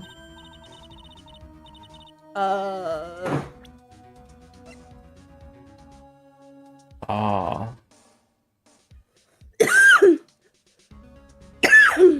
Hey, look at this style, this Parisian style coat.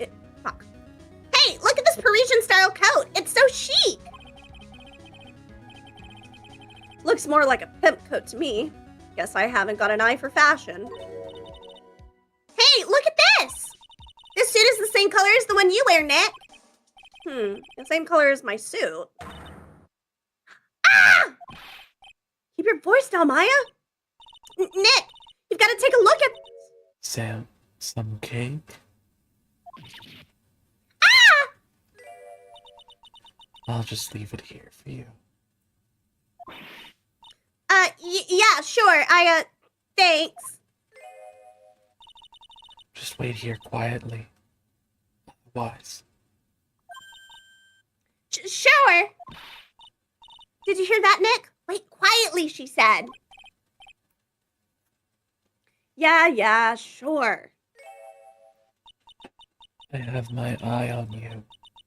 Only so I can take care of you. Understand?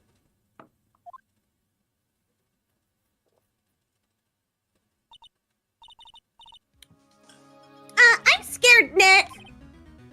So, what were you getting so excited about before? Look at the lapel on this suit. That's an attorney's badge. I mean, clearly it's not. It's so clearly a cardboard fake. Is the tiger a lawyer? No way, look at this thing. It's made of paper. For some reason, your badge suddenly looks really cheap to me, Nick. Why doesn't anyone recognize an obviously fake badge when they see one?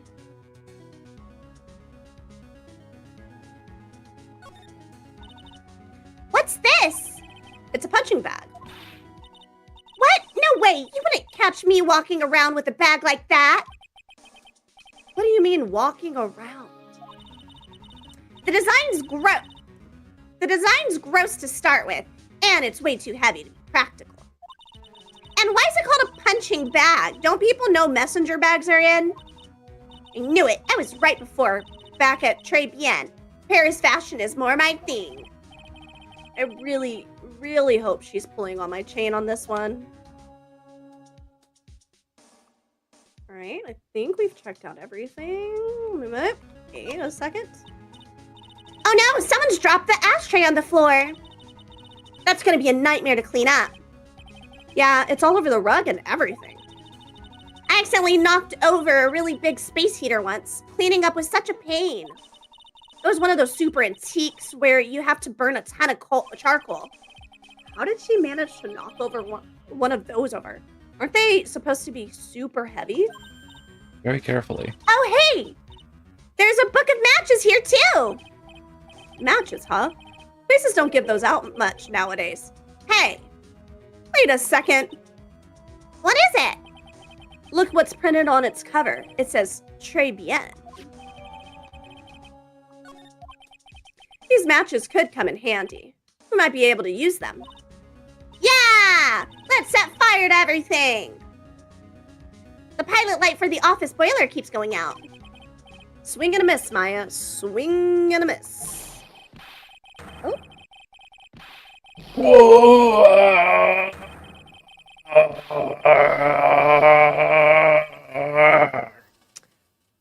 uh-huh. Come out from under the desk, Maya.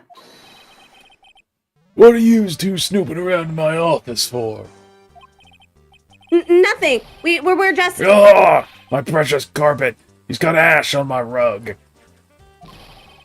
You're gonna wish your ugly feet never came through my door. It wasn't us. It was already like You this. just wanna argue with me? Is that what you're doing? You think yous can take me on?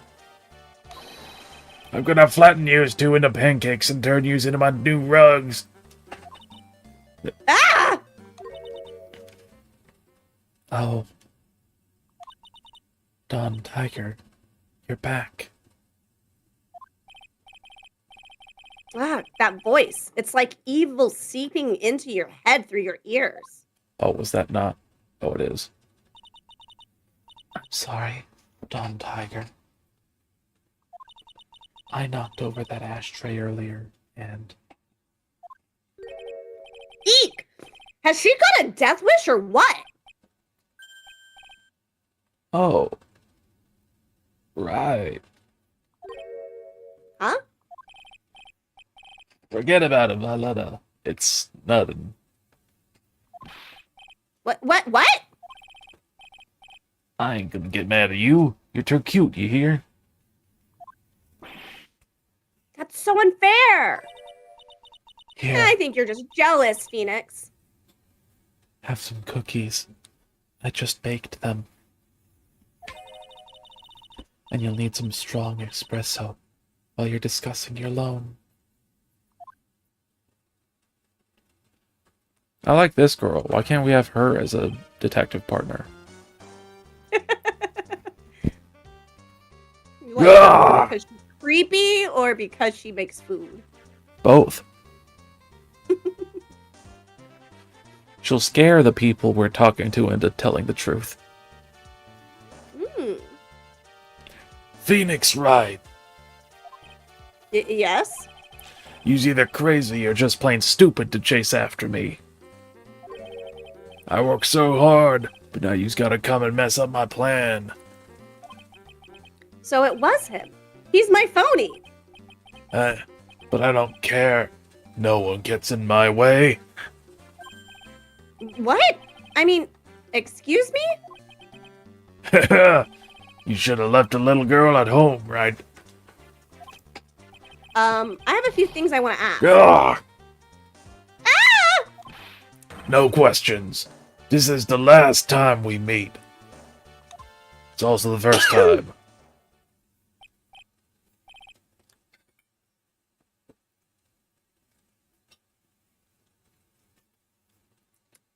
You good, baby? Yeah, I was a little worried that my stream went down because I looked and it's saying the time is like less than 2 hours, but then I'm like, okay, but my blessings were from over 2 hours ago. I confoozled. Aw. Hmm. Okay, it's whatever. It's all good on my end. We started around 5:30 my time, so yeah, okay. Maybe there's just like a weird like discrepancy with like the time change and stuff, and so it's being wonky. Probably. Ack! Wait! Please! That was pretty weak, Nick. You went and stated he was out of earshot before you shouted after him. Like you want to talk? I didn't hear you scream, hold it either. The espresso.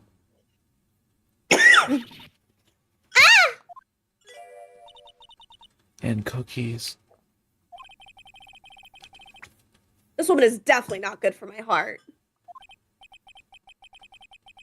Yep, a goth girl will ruin your life. Not mine. Now, what was it the tiger called her? Violetta? Because she's violent? Because she's vile, Just a and you letter? gotta let her have her way. So, I'm kind of curious about your company, Tender Lender. With the warm and friendly atmosphere you'd expect from a family-sized business. A conscientious rate of interest, and an attractive repayment policy. Why do I get the feeling the sentence is not going to end well? We will tenderly lend you that little bit extra here at Tender Lender. Hey, Nick, things are a bit tight for Ride & Co. at the moment, aren't they? I mean, there's that $500 you owe me from our card game for starters. Why don't you take out a loan? Would I like to take out a loan from a place like this? Not so much. Tender Lender is on your side. So, let's say I'm late with my repayment. What happens then? We'd give you more coffee. Strong. That's a terrible business practice. Everybody knows dead people can't pay debts. Right. I think I'd rather skip town. Hey, just remember, I can make strong coffee too, Nick. Strong tea as well. You're more likely to poison yourself. I wouldn't be surprised given your track record. So, do you know about the incident we're investigating? What incident? Well, a man was poisoned in a restaurant just near here. That incident. Let me see. I was here that day with the manager. That manager being the tiger? Furio Tigre. Furio? So, Tigre. So that's where the tiger thing comes from. Sin... Yeah. Real Nick... Got a real Nick! God damn it. Nick, hurry up and find out more about him.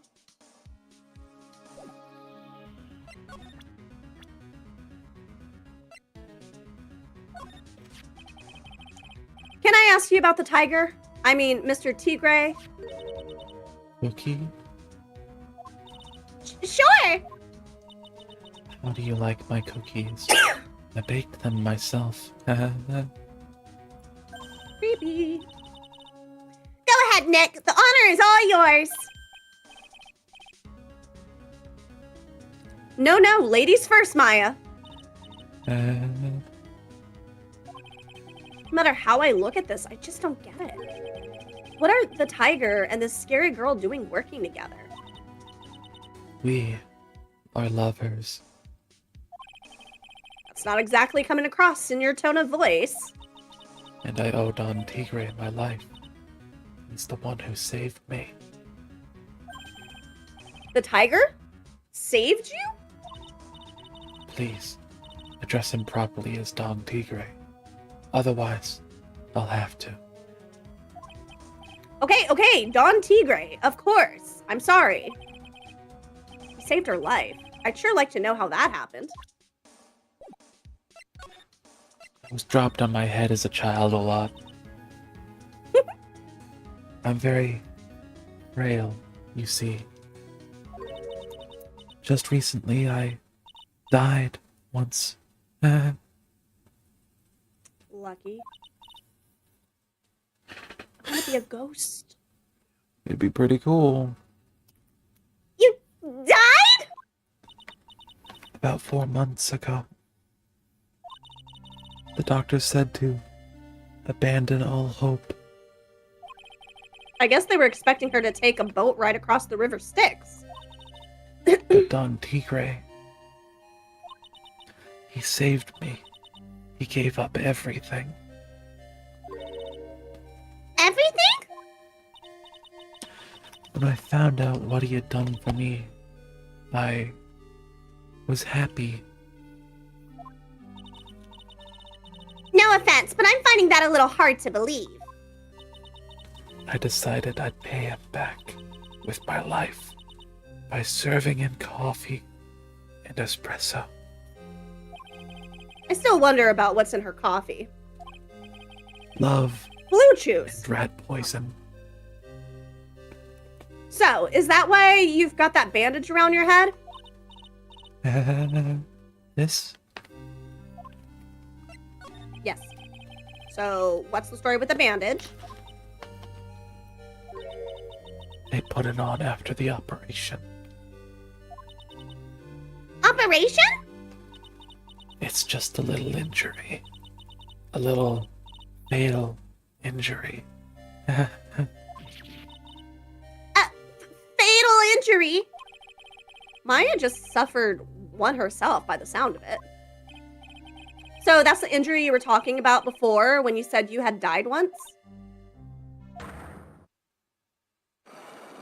Hmm. Jesus. Ooh. She really creeps me out, Nick. Same here. But we've got to find out the truth. I don't know if we have enough to find out the truth. It's pretty much here or the tech place.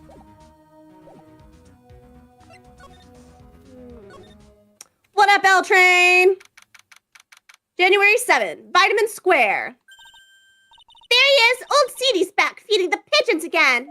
Look. There. Take this, and get out of my park. Like I thought, he's really mad. Come on, Maya, just keep your head down and let's sneak away while we still can. What? Why? Hello, old man! What are you doing, Maya? Huh? Cough. Hey, he just turned his back on us. I'm not surprised. I bet I really hurt his pride in court this morning. Hey, Mr. Kudo! Pigeon, Look, we really need to talk to you, all right? out with the demons, in with good fortune. Ow, ow, ow! Seeds! Shell splinters! Painful. I always knew you were a demon, Maya.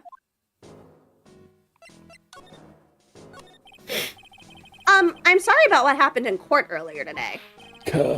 Everyone will be talking about me behind my back now. The dirty old man who was so busy looking at the serving girl's backside that he can't remember her face. A filthy, depraved animal. I mean, if the shoe fits, buddy. Not at all. I keep forgetting to mention, but when he's facing his face up like that, his nose reminds me of the clown. Yeah, I can see that. Are you listening to me, boy? I don't care what you say. I saw that waitress put it in. What? Oh, she put some white powder into the young lad's Javachino. What did you think that they meant? You were being a dirty bird over there, too? I was confused for a second. I was like, wait, what? We hear you. And another thing, the young layabout was wearing an earpiece. Let's say, on the same side as the lens of his broken spectacles. We're really sorry. So I made a little mistake about the vase. So what? I know what I saw. I tell you. Okay, take it easy, please, Mr. Kudo. Don't tell me to take it easy, you spiky-haired brat. Take this. Yeah, now his nose looks like the clown. You said you were a craftsman, right? Modern world casts honest craftsmen like me aside in droves. Ain't that the truth? Surely it's not that.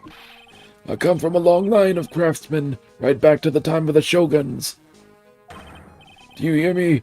I didn't become an embroiderer. I was born one. Actually, I'm kind of in the same situation myself. I wanted to stick my fingers up that dribbling old judge's nose.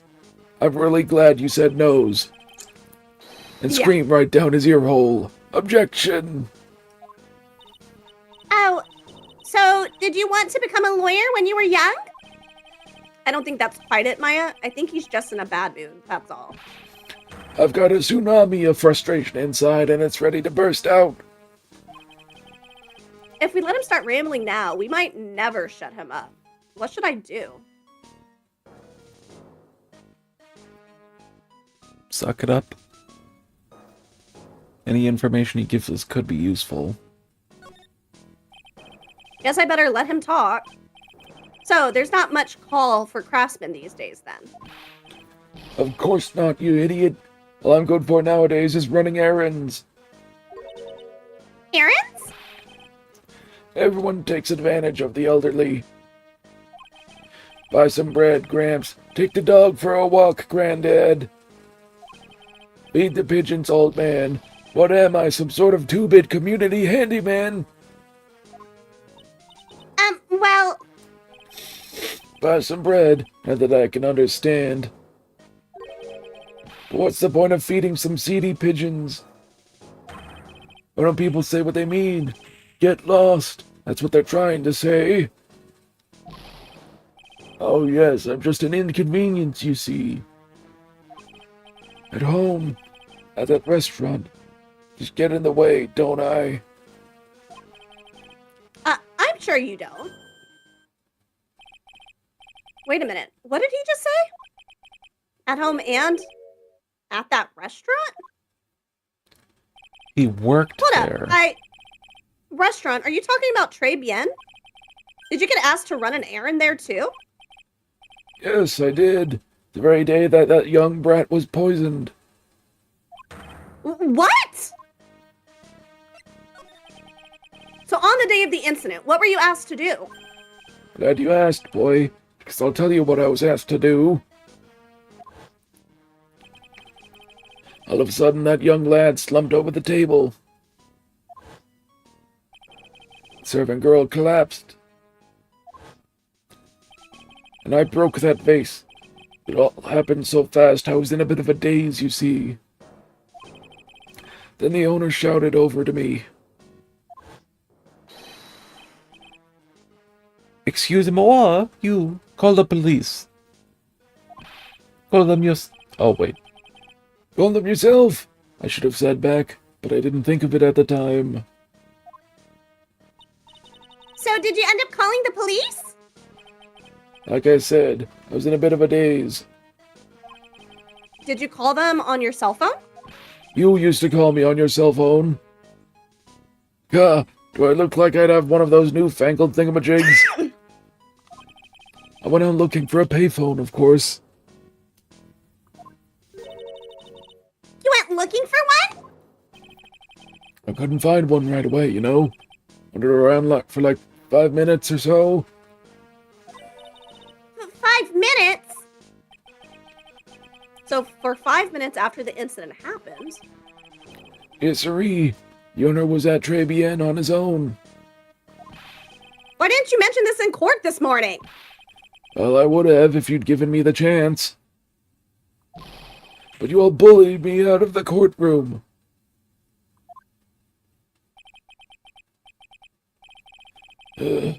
Thank you, Miss... Fuck.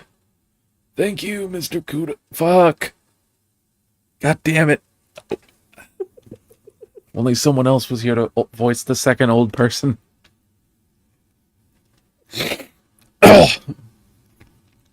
Thank you. Fuck. Thank you. They're the same thing! I believe in you! Thank you, Mr. Kudo. Certainly earned your kudos for today. Whatever. Wait a minute.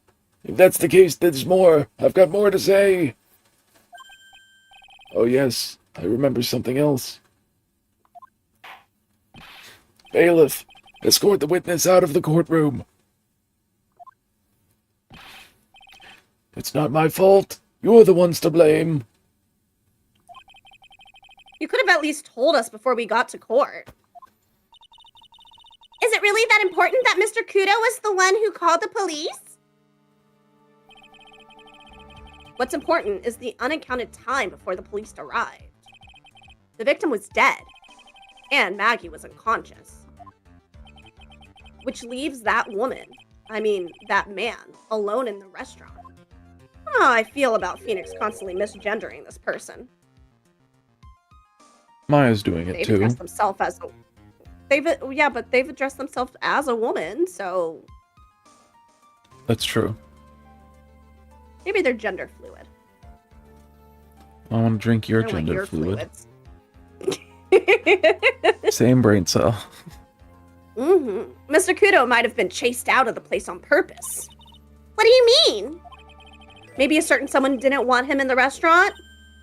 Ah! Oh, sure. You go ahead and say I was in the way as usual.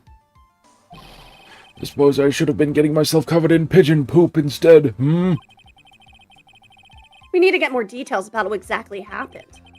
From Maggie and from Mr. Armstrong.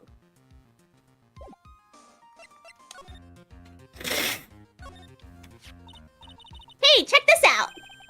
I wouldn't get too close to that if I were you. Otherwise, you might be in for a shock. My phony must be lurking someplace nearby. Just imagine a tiger loose in the city. Meanwhile, the real Phoenix is like an abandoned chick, lost in a vast urban jungle. Huh? Don't worry, someday you'll grow up and become a ferocious tiger too. Don't lose hope. Why is she trying to pep talk me into becoming my phony? Well, if you did hit the gym, people would stop being so wishy-washy with you.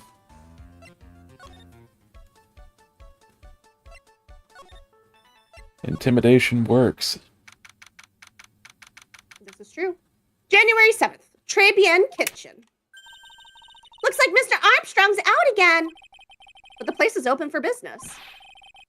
You can't have an open restaurant without a chef. Hey, it's not my fault, Nick. Don't take it out on me.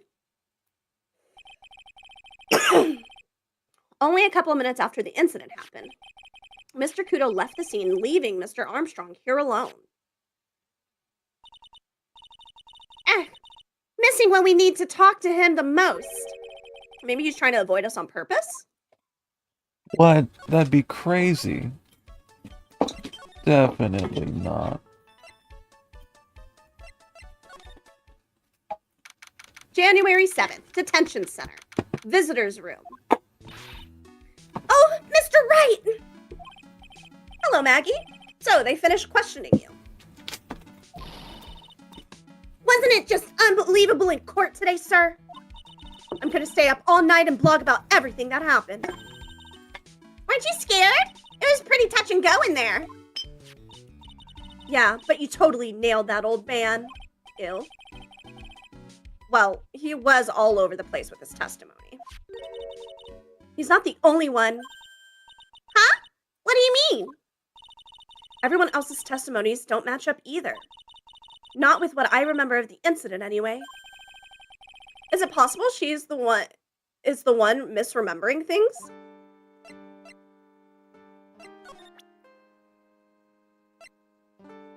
Judging by how sad the music is right now, I'm guessing that's a strong possibility.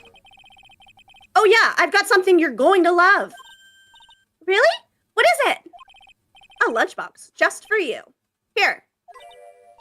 Wow, a lunchbox. Weenies, too. I can't believe it. Thank you, sir. Did you make this just for me, Mr. Wright? Nah, it was Detective Gumshoe. Who else would make such a nice lunchbox for you?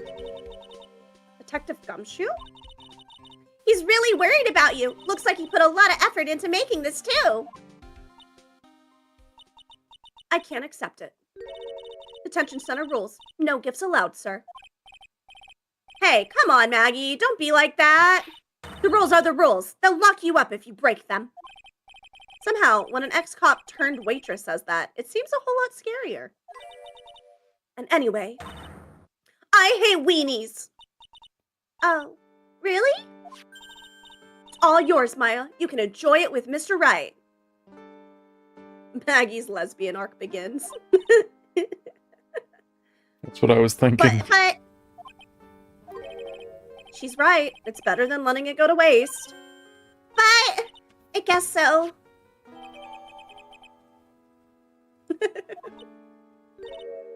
Well, how was it? That hit the spot. I love weenies. We know. Oh, good. I'm glad I gave it to you then, sir.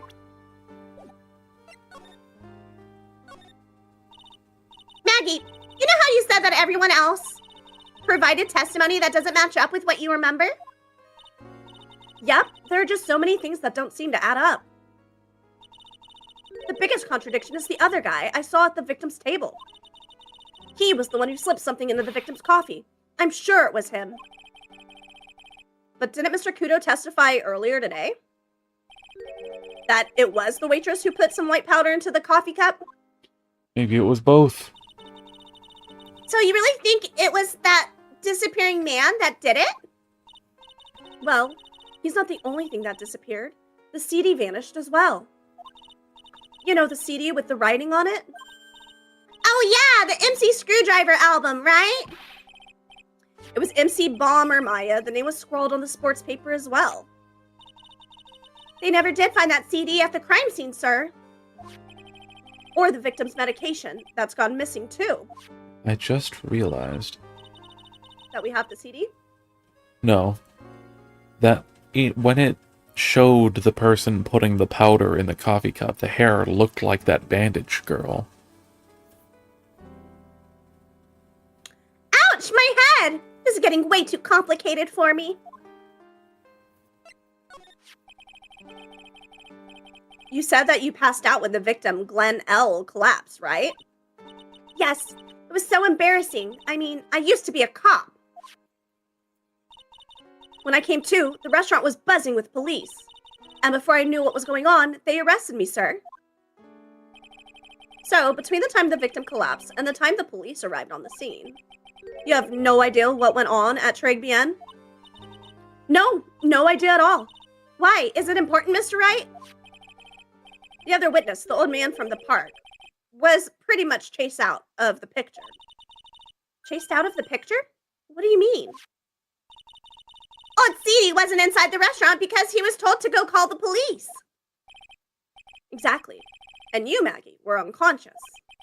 That means Mr. Armstrong was alone in the restaurant for a brief period of time. No! You don't think Mr. Armstrong set me up, do you? When you consider the facts, it's hard to imagine that Mr. Armstrong isn't involved in this at all. Grr, it's like the master biting the paw of the dog that it feeds. Are you sure about this, Mr. Wright? Well, the old man said as much when we spoke to him earlier. I don't know. The things that man says don't add up for some reason, sir. Maggie looks like she's trying to figure something out. Maybe we should ask Maggie exactly what she knows about old CD.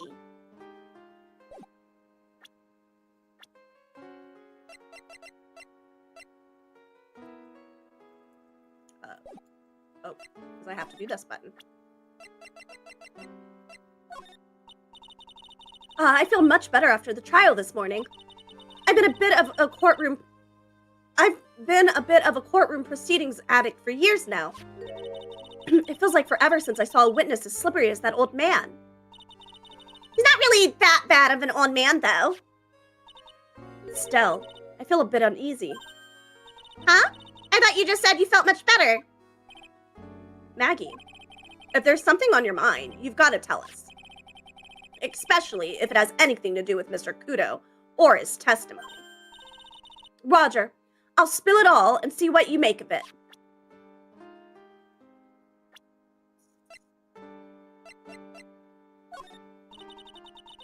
I know I used to be on the police force, but I'm incarcerated now. I don't pick up much information in here. All I can help you out with now is the menu at Tregbien. Hey, come on, Maggie. Don't let your spirits fall. Alright, well, I guess you ain't got no info on that. Is there anything about Mr. Kudo's testimony that stood out as odd to you? Actually, Yes. The fact that he was even testifying to begin with doesn't quite. Doesn't quite what? Well, when I took the coffee over to the victim's table, it's true, there was another customer in the restaurant. Yeah, we know that already. It was Victor Kudo. But I can't really say. It was an old man. Okay, then how about calling him a really old middle-aged man? No, age isn't the issue. The other customer was a woman. A woman? Are you sure, Maggie? Well, I'm not 100% sure, but I think so. So, what did this woman look like? She was sort of creepy? And she had a kind of cackling laugh. Creepy. Cackling? Why do I get the feeling I've come across a woman like that recently? Hmm. Hmm. And Hmm. a little strange that that same woman also threatened to stab and burn things. Yeah.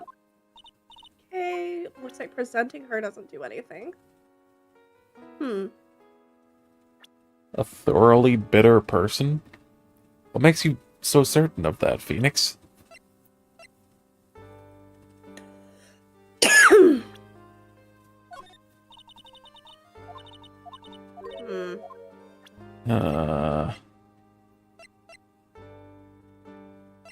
What about showing her the fake lawyer badge?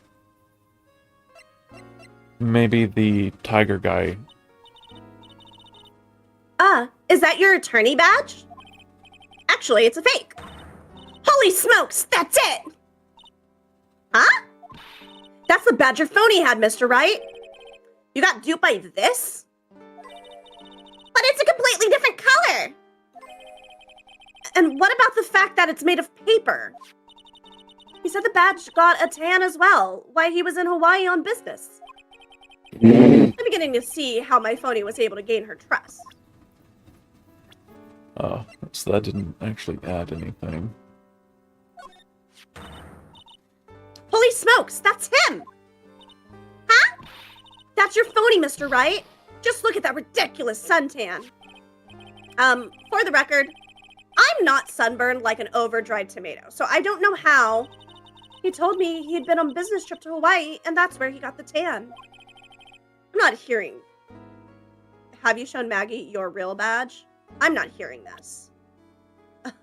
Like, do you know this is what it looks like? That badge! Is it real?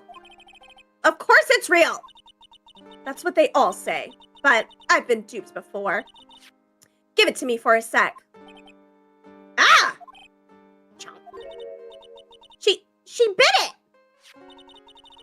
And I left a few teeth marks, too. I can see that. I just wish I remembered if that means it's real or fake. I said it was real. So you Right, bit it I for don't- no reason. Got it. I don't know if we have anything else to present.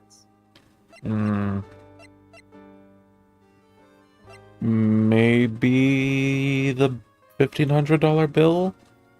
Maybe she knows the cadaver... whatchamacallit? Cadaverini family? Nope. Damn.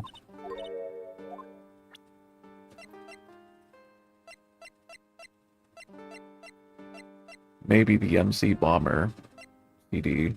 I already presented it and she didn't react. Oh, okay. I feel much better after the trial this morning. I've been a bit of a Okay, wait, what? Hmm. Why is it... Okay. Interesting. Alright. That was weird. Yeah! Well, let's maybe see if there's anything up here. Ah, look! The blue badger now has a pink one! And they're handcuffed together. Kinky. January 7th, Police Station, Criminal Affairs Department.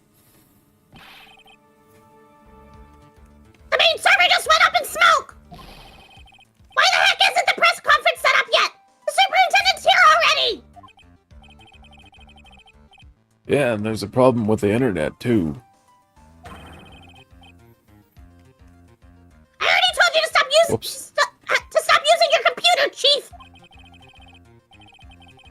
But I'm watching videos online, catching up on my Asian soap operas. It's gonna have to wait, Chief. I'm throwing the switch. No! Just when some young guy was about to confess to his soon hot-to-trot girlfriend. Some young guy. Some young guy. I see you notice the blue badger and his partner. The dialogue is gold for that part. Wow, this place is really buzzing. Something must be going down. Something really big. Oh, what are you doing here, pal? Detective Gumshoe! You can't be here right now. They'll be roped into the briefing if you stay. Huh? We've got big problems here today. Why? What's going on? It's a virus. A virus. A virus? There's a virus ripping through the precinct's computer system. But I really need to ask you some questions.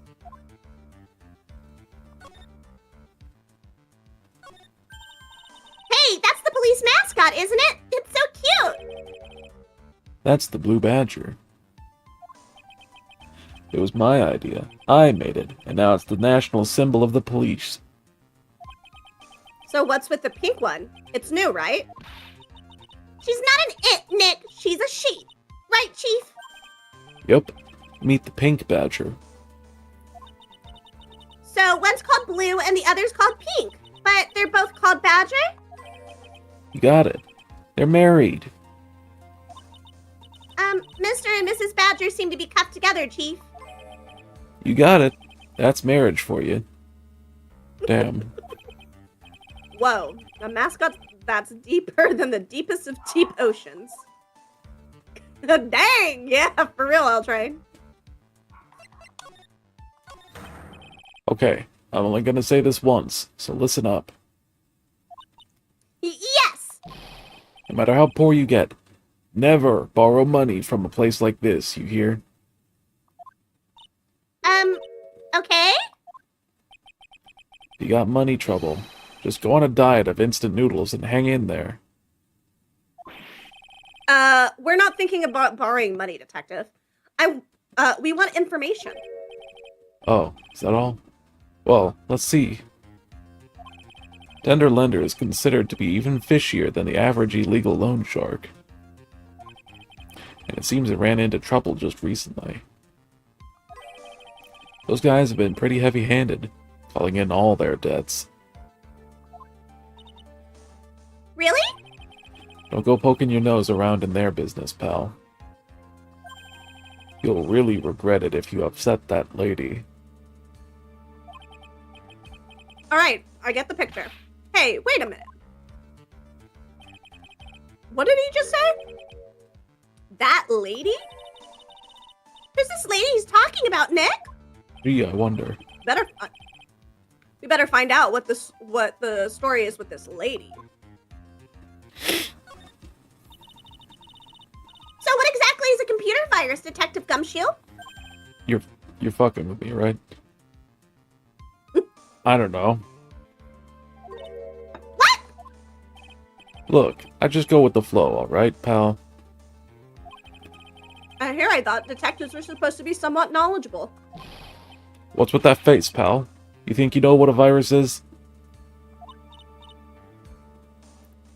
Well, Nick, do you? A computer virus? Sure. I mean, only in simple terms, of course. Do you think Gumshoe and Maya can afford computers? That's true. You think they're smart enough to use one even if they had one? There's a computer at the Really? office and Maya doesn't use it. This is true.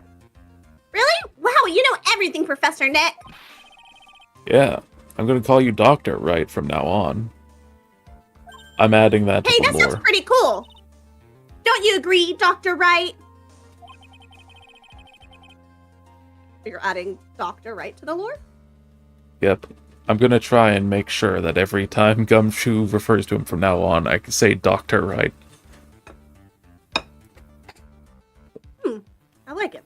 I like you. I like One you date? too. Yes. Why do I get the feeling they're making fun of me? Okay, fine. I'm no expert, but at least I can at least explain the basics to the two of you.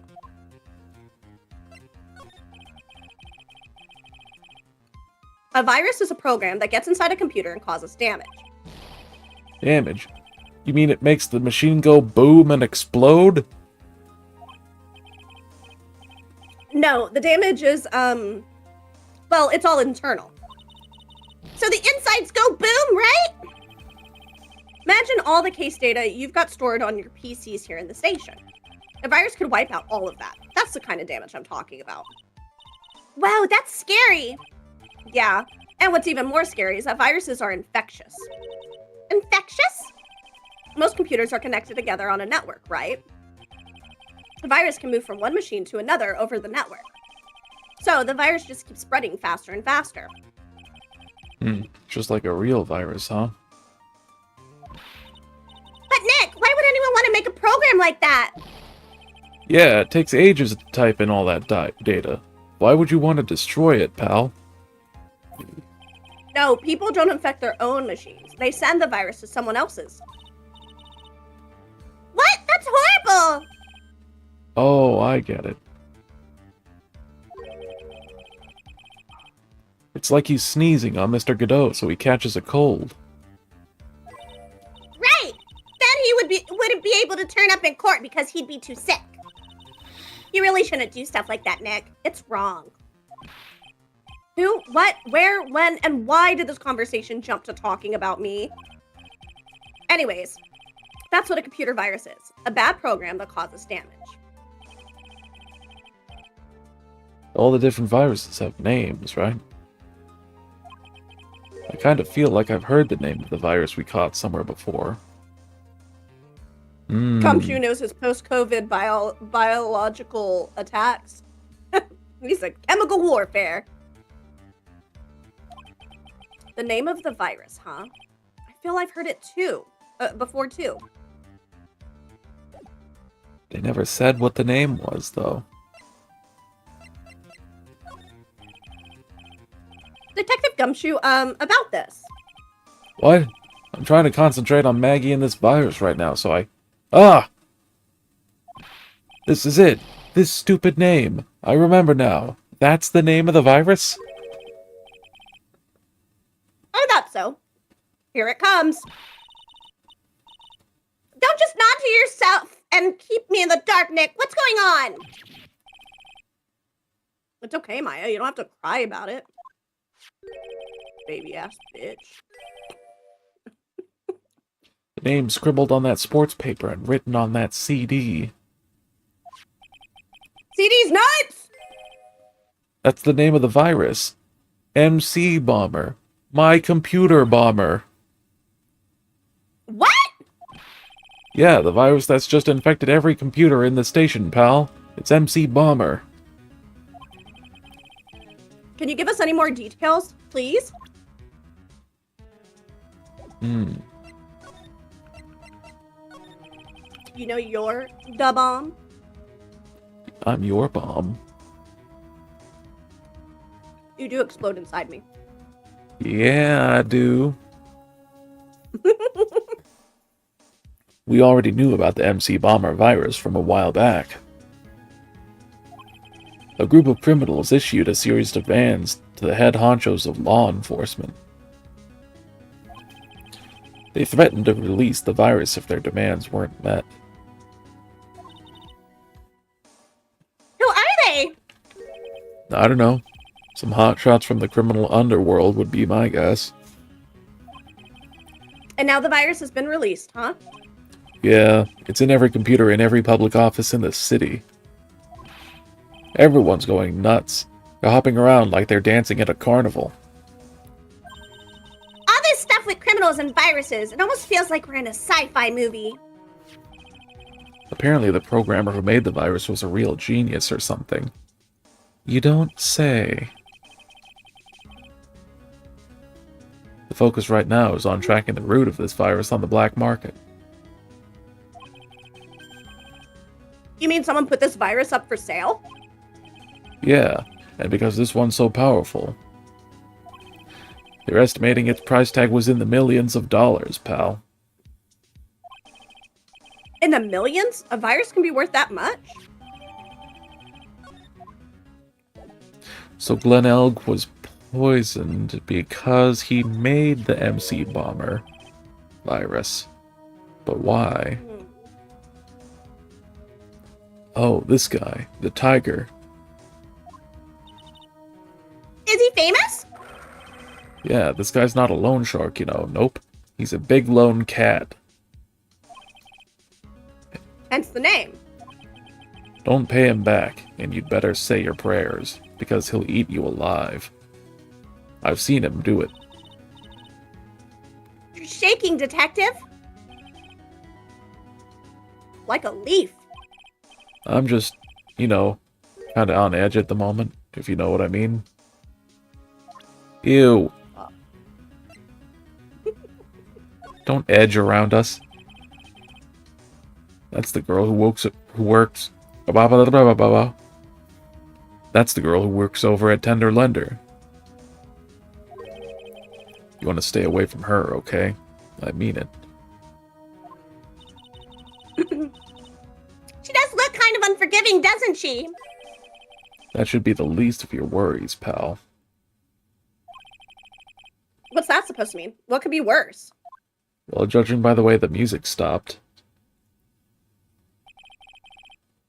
Her name's Viola Cadaverini.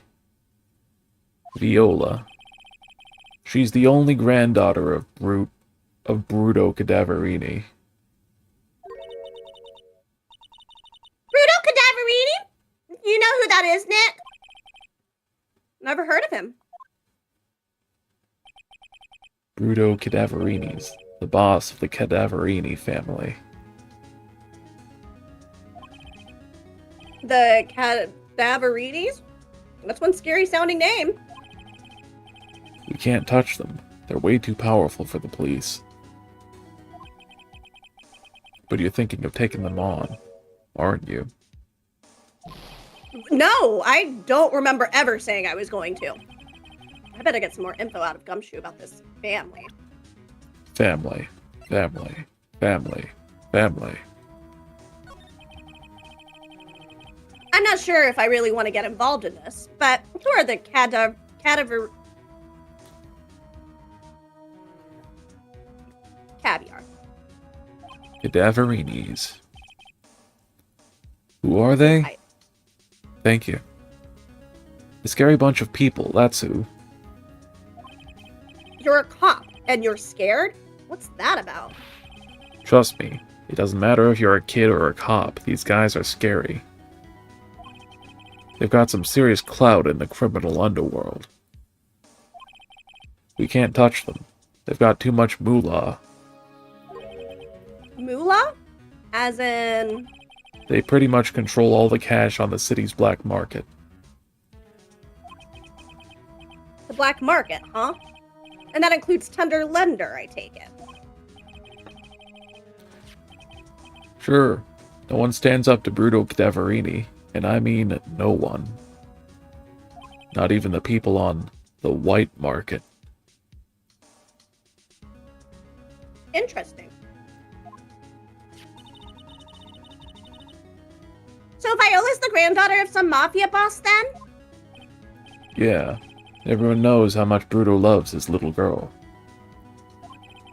She means everything to him. So, how did she end up at Tender Lender? I don't know, pal. But I heard she and the boss of Tender Lender are pretty tight. Tight? Like a tiger? That's what it said in a file I read related to Maggie's case. That's like a pretty important clue. I can't believe it. I almost forgot the most important... important thing. The weenies! And that is? You know, the lunchbox. How did everything go? Lunchbox? You remember the weenies? I hate weenies. Oh, yeah, those weenies.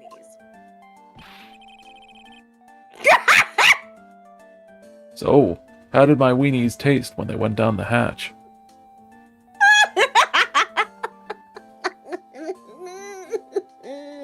Gross. Well, it was delicious. Your meat was very delicious. I don't want to hear that coming out of your mouth, Maya. Yeah, that's what she said? Really? Well, not exactly. Don't worry about it, pal. I figured something would happen, so I came prepared.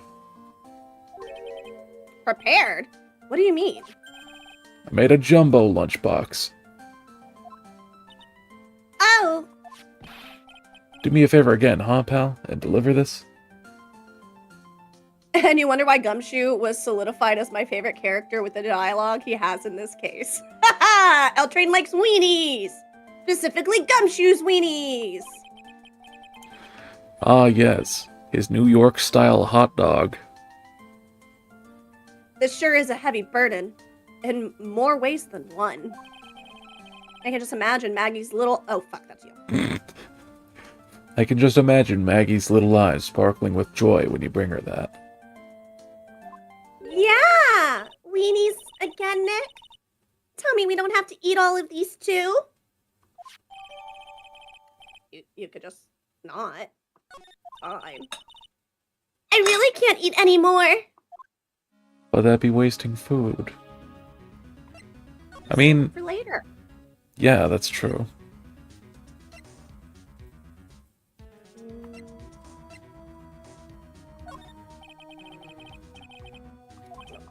Yeah, I figured. Okay. Alright. Well.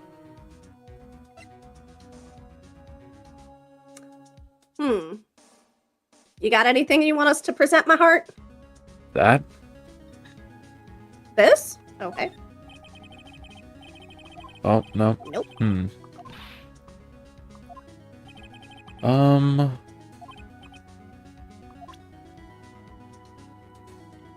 Scroll to the right? To the right, to the right. No. Okay. Maybe the matches? But I doubt it. Yeah. Nope. No idea. All right. To the detention center. Oh, okay. Well, Maggie's not even here to give her the food. So,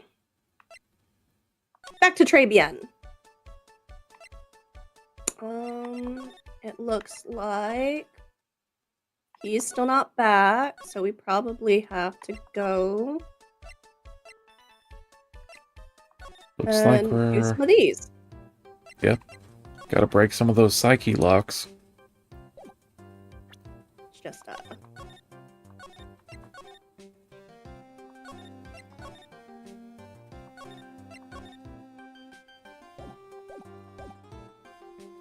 all right.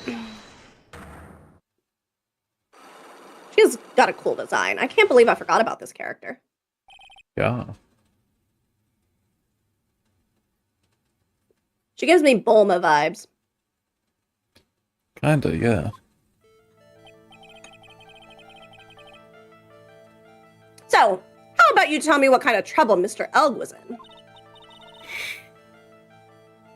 I'm sorry, sir, but we do not deal with troubleshooting here. Perhaps you'd like to speak with someone in customer service. He'll be in real trouble when I talking shoot gun, yes. I guess I'd better take a shot and see where it gets me.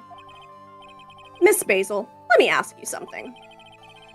Did Mr. Elk's trouble have something to do with this? Thank you for the offering. L Train, all the blessings. I'm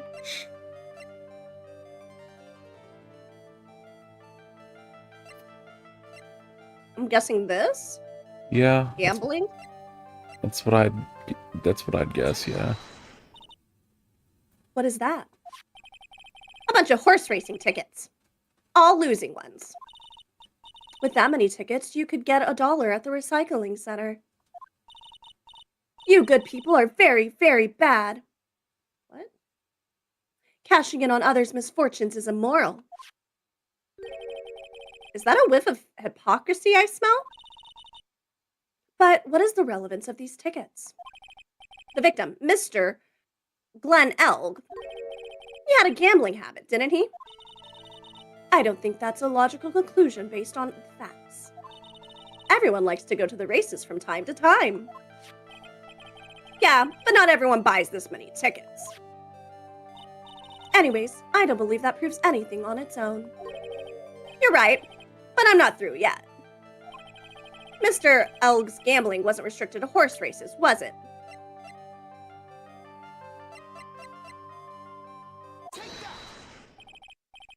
The lottery, horse racing, he bought a lot of tickets and lost a lot of times. That's gotta have hurt his wallet pretty bad, don't you think? Maybe bad enough to be the cause of some pretty serious trouble, perhaps? No! You are right. Glenn did have a gambling. Hello, I am a robot. Glenn did have a gambling habit. You good people must not follow his example. Do you understand? Trust me, even if I wanted to, I don't exactly have the money to buy any. But if you win, there's no problem, is there? And Glenn had a winning ticket, didn't he? For $500,000. Yeah, but it's hard to imagine how he could have been in trouble then, isn't it? It's true that Mr. Elg won $500,000 in the end. But that was his first stroke of good luck. He was in deep trouble before that. Deep trouble? What do you mean? Mr. Elg's real problem was with someone or something more terrifying and ferocious.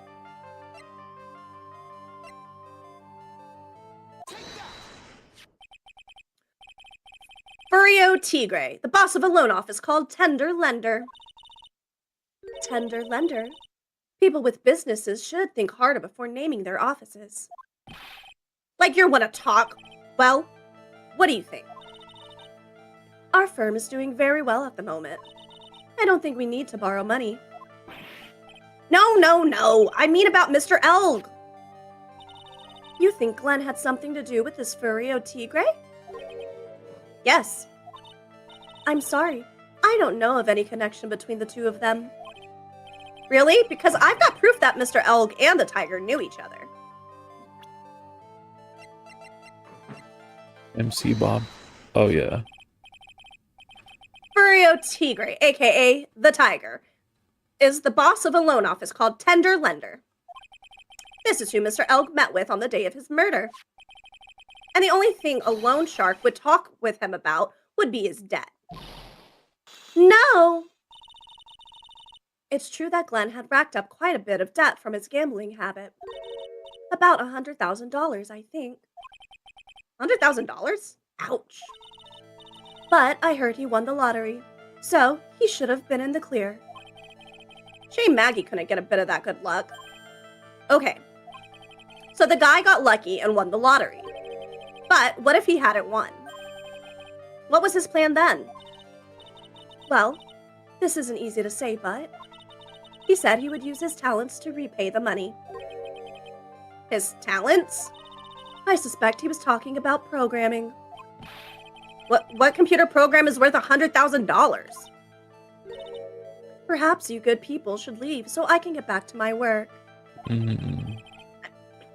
There is no war in Ba Sing Se. I'm so close to cracking her. The program in question, was it by chance this?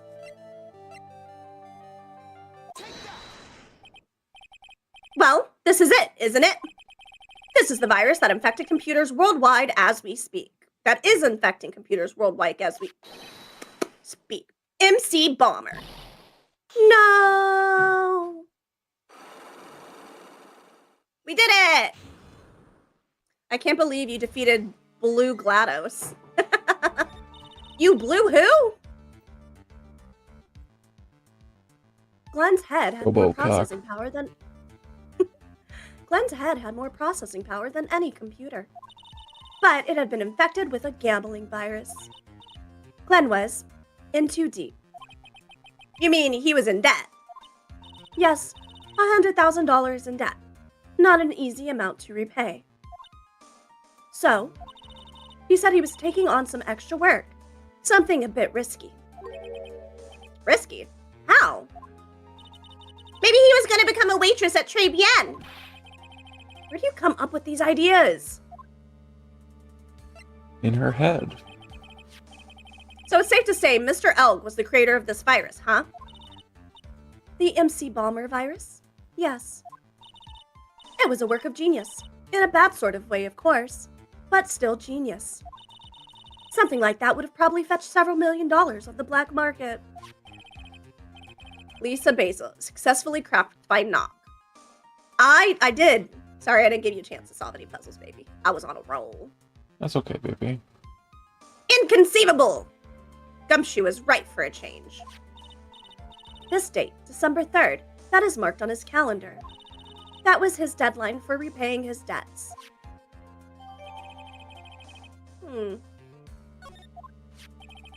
I guess we won't be needing these horse racing tickets anymore. Use the trash can, Nick! You just Right, dumped I them think we're all done on the here. floor. Unless you think there's anything else we should present. I can't think of anything. Then onward!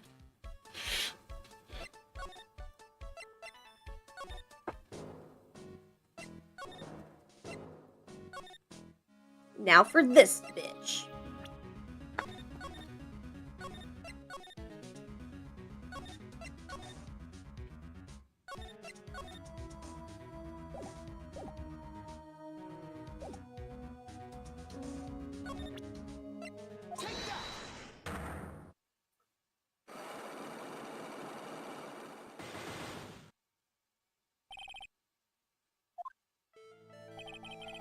You said that bandage around your head was from an operation. You also said you suffered a fatal injury to the head, correct? Yes. The operation was very difficult, apparently. Now, by fatal injury, you mean you were hurt very badly somehow, right? Yeah.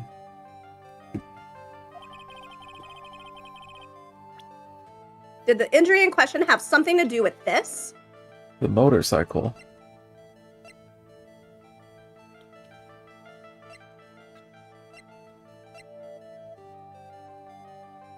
Thank you for the self-care check, L Train. The motorcycle. Or maybe the car, Bill. I think she was hit by a vehicle. And I'm thinking it was the tiger who hit her. Oh, big stretch. Oh, that was a good crack. You have a good crack. You made water go up my nose. Sorry, baby. At least it was water. I've been bamboozled. You've been speckled I've been speckledorfed. I have a car repair bill. From this, it seems pretty obvious that this car was involved in an accident. Let me see that. This bill is made out to the Cadaverinis. Yes, it is. I don't think I ever introduced myself. Tell me, what do the Cadaverinis have to do with me? Something tells me she's not about to say hi and introduce herself. All right, then. Your relationship with the Cadaverinis is very strong, and this is why. Because your You came out grandfather. of this man's balls. Oh, You came out of this man's son's balls. yeah, take that. Ah, I know speaking of exactly. balls, I just sat on mine. Ow. I know. God, are you okay, baby? Yeah, I'll be okay. I know exactly who you are. Viola Cadaverini. Cadaverini. Cadaverini. You sustained that injury in a traffic accident, didn't you? It happened about 4 months ago. I was driving in one of our family's cars when someone pulled out in front of me. Oh. It was a motorbike or something like that. I don't remember it much. Anyway, I swerved to try and avoid it, but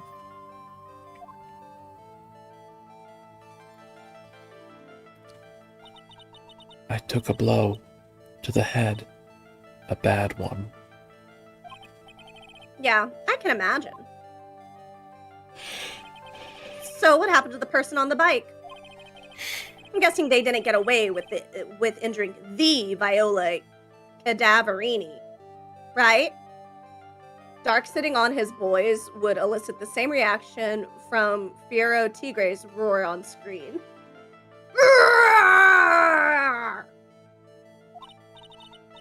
Glad you think I'm so ferocious.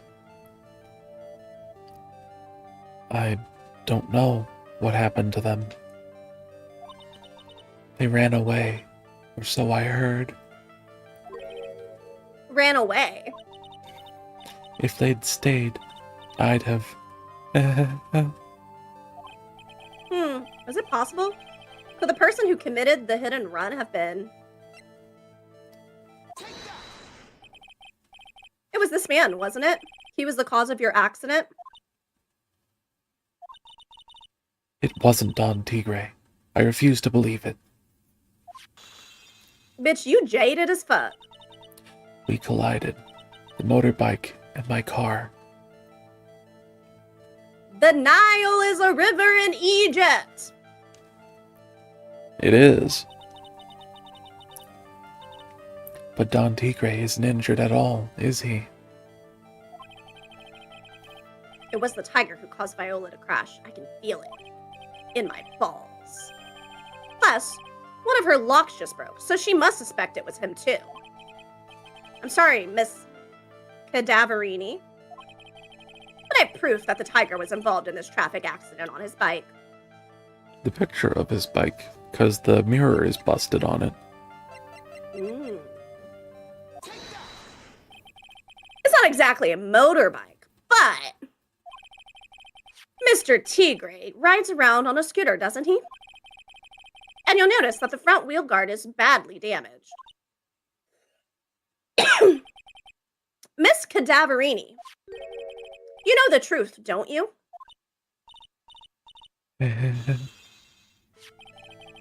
This repair bill was paid by Fiero Tigre. The Cadaverinis have no... Why is it so hard for me to say their name? The Cadaverinis have known for ages who caused the accident, haven't they? It's possible, isn't it? Perhaps. Somewhere inside me, I know that may be true. I knew it. But Don Tigre still saved my life. The operation was very complicated. It was very, very expensive. How much are we talking? Very, very, very expensive. She seems kind of hesitant about giving me an actual figure. I should back off. Well, anyways, it was the tiger who paid for it, right? After I recovered, Don Tigre told me. He said he paid for the operation because he cared about me. I believe him. Really? But do you honestly believe that to be true? Do you want to know what I think? I think the reason he paid for the operation wasn't because of you, but someone else. The grandfather. Perhaps I should be saying this. I shouldn't be saying this, but your grandfather, Bruto Cadaverini, controls a lot of dubious cash, right? And you are his beloved pride and joy. Sure, I don't know exactly how much the operation cost, but if you weren't the granddaughter of Mr. Cadaverini, do you think Mr. Tigre would have paid the money? $1 million. Damn, I guess you went to the hospitals here in the US. Yeah.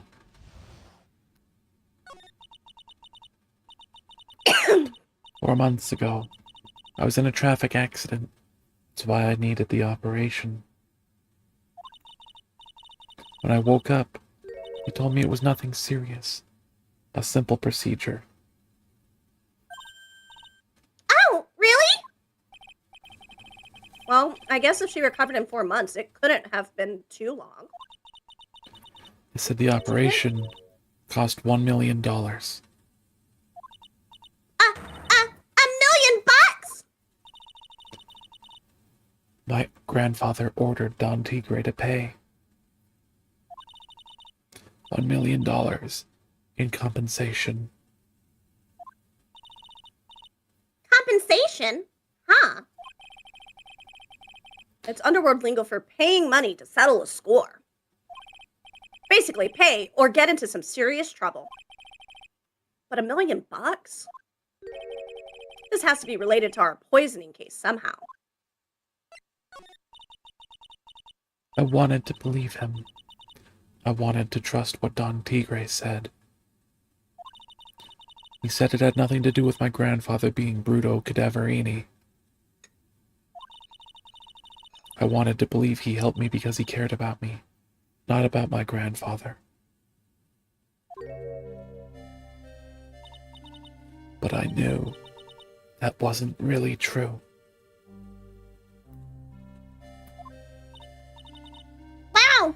I can't believe they had me feeling sorry for your crazy ass! What he did to get the money it was evil.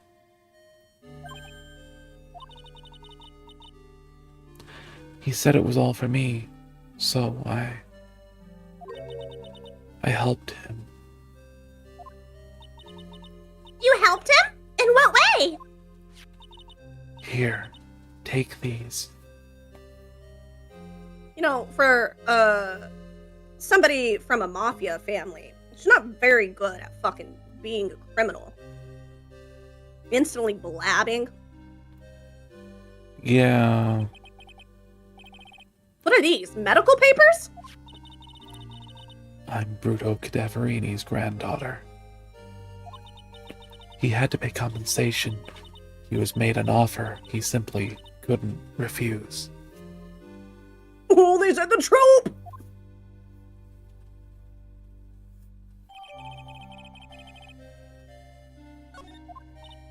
A year ago. Wait. Wow, I feel so bad for Viola. It's inexcusable. Huh? There are two things that I consider inexcusable. Poisoning and betrayal. You want to just umbrella, like, the whole murder thing in general? Only a coward would hurt people using either of these tactics. So beating the shit out of someone with your bare hands is perfectly fine. But poisoning? Oh, it does. No. Payment was due last year. Wait, if her accident was 4 months ago. Yeah. That's weird. That's why I was shocked when I said last year. Thanks, Dahlia. Our boy has PTSD.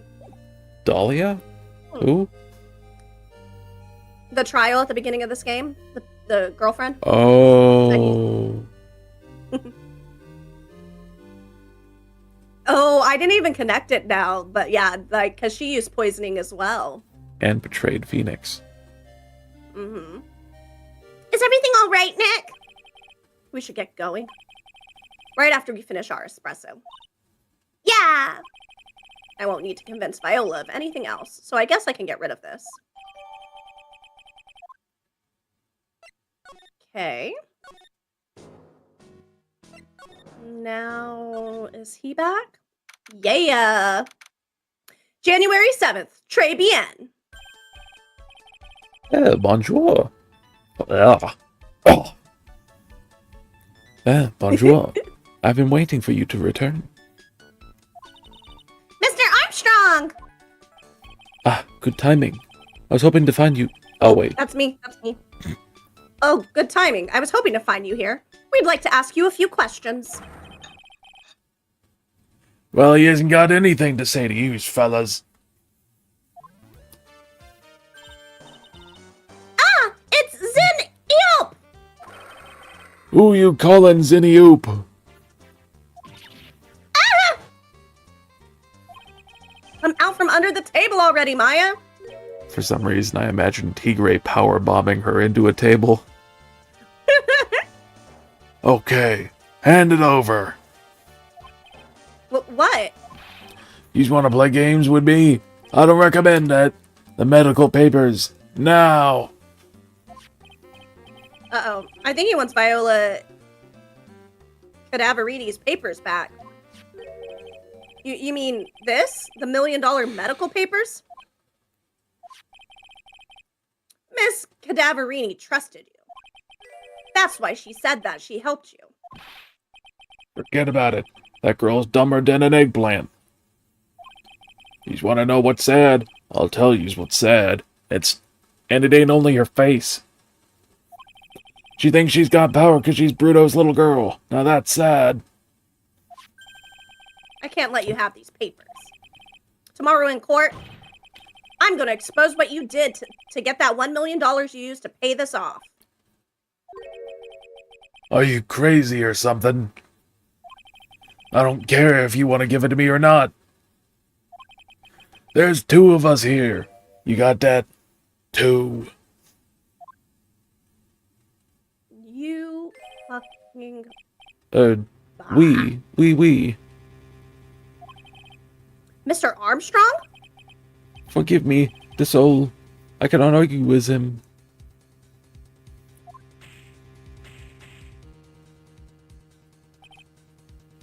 Ugh! That really hurt! Is that all you's got? I'll be taking those papers now.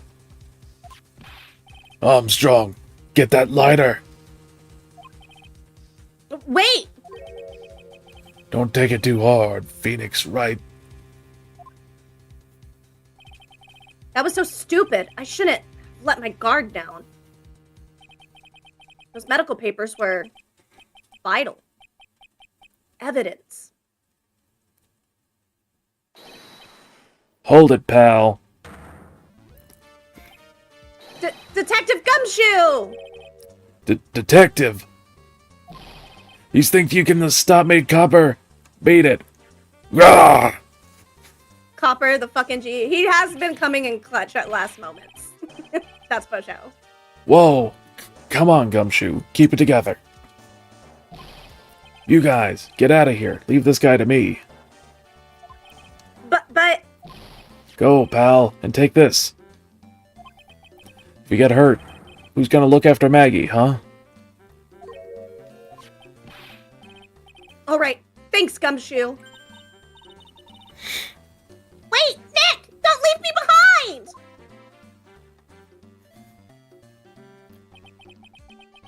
I'll get even with that guy tomorrow. In court! Tender Lender is going down.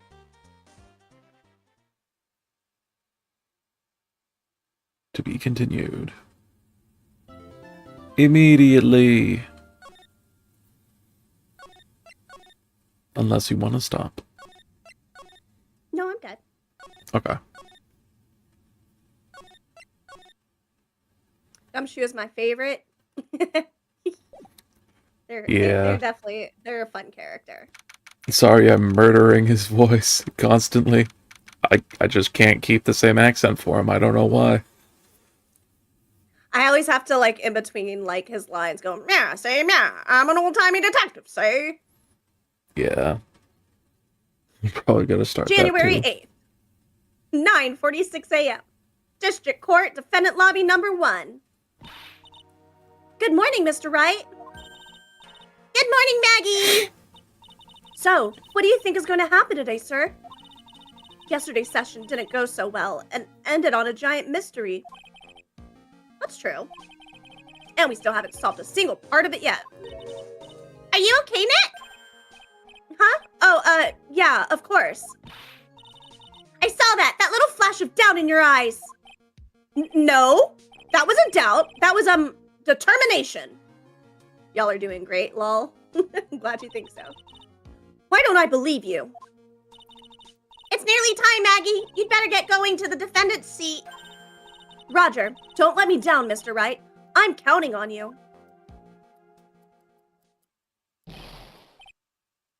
Hey, pal. Hey, Detective Gumshoe. Quit stressing Maggie out. She doesn't need that. How do you know she was stressed? I was watching through the doorway. Oh, You look like you lost the case already. Show a bit of confidence, will you, pal? Here, maybe this'll help. huh? Have you taken up aromatherapy too? Not in a million years, pal. Don't tell me that you don't remember this thing.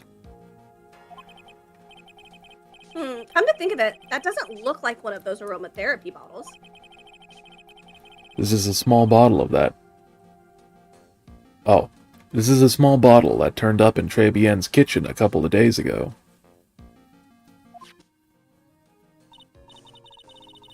Wow, look at these little bottles.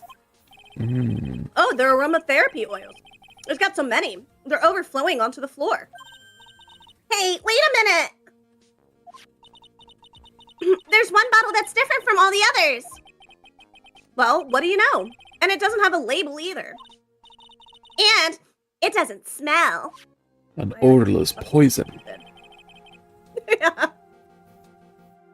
We finally got the analysis results.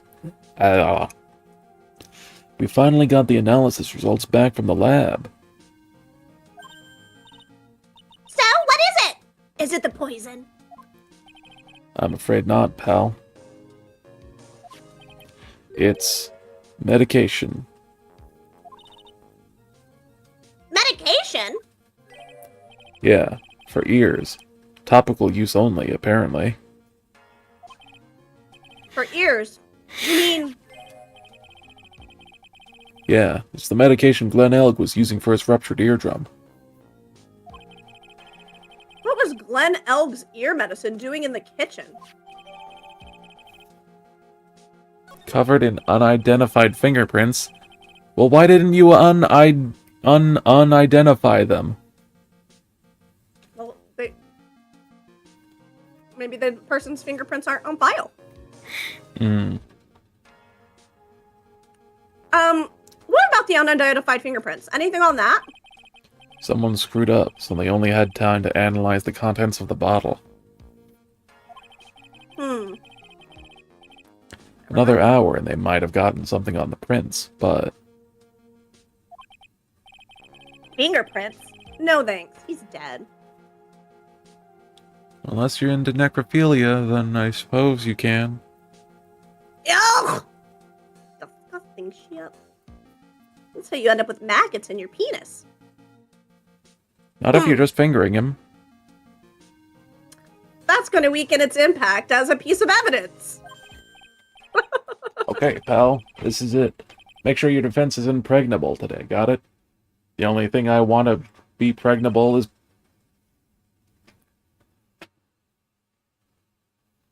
He faded away. We'll never know what he was about to say. I want to impregnate you. No kids. Fine, I'll just continue to eat them. As will I. I'm gonna expose that guy for what he's done. Or my name isn't Phoenix Wright. And it's not. No, wait, it is. I was thinking of Courage the Cowardly Dog. You know, I saw like a clip of like all of the times where he goes, or my name isn't Shirley. And he's like, and it's not. Yeah, Doggo sent me a compilation of them. That's funny. I'm gonna expose that guy for what he's done. Oh wait, I already read this. I'll expose him in court if my name isn't Stinky Lulu. And thank goodness it's not.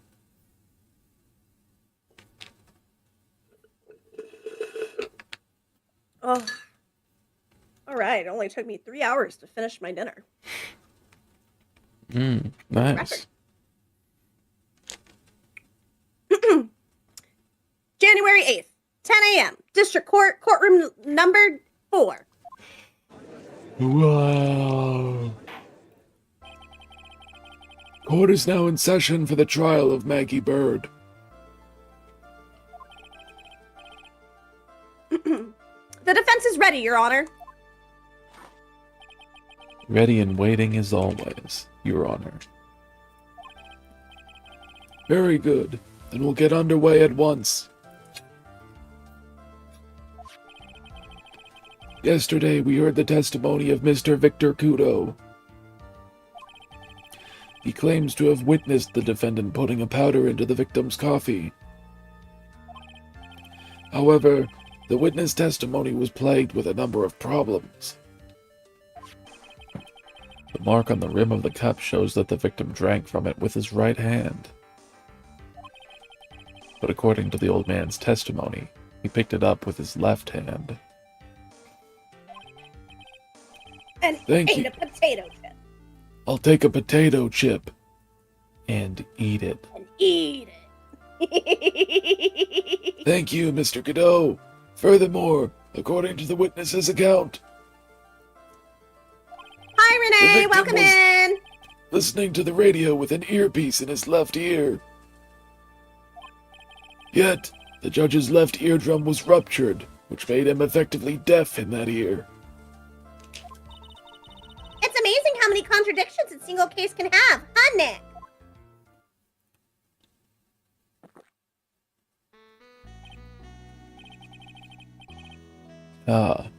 Allow me to enlighten you, Your Honor. I have coffee. I'm gonna take a drink every time he does. Get into character.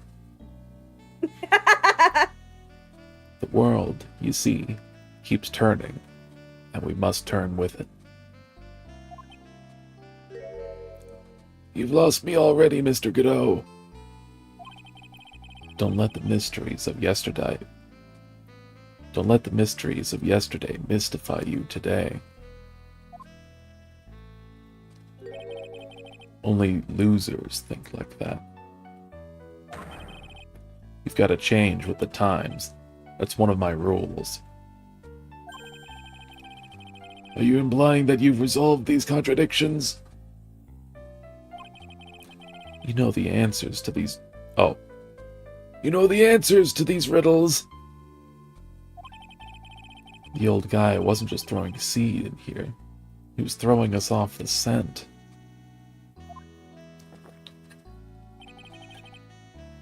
And today I'll prove it.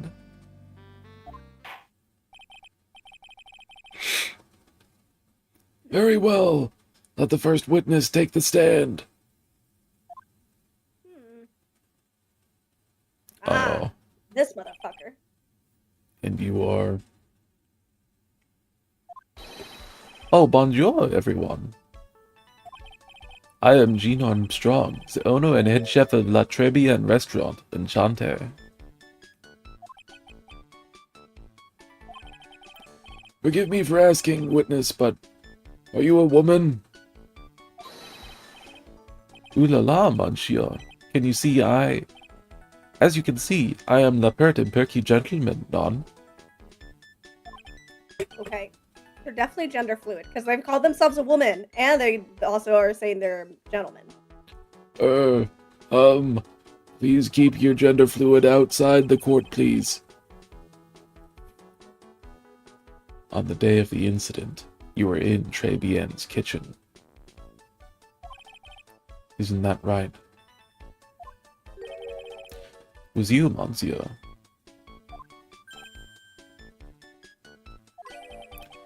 Everything feels right. Ah!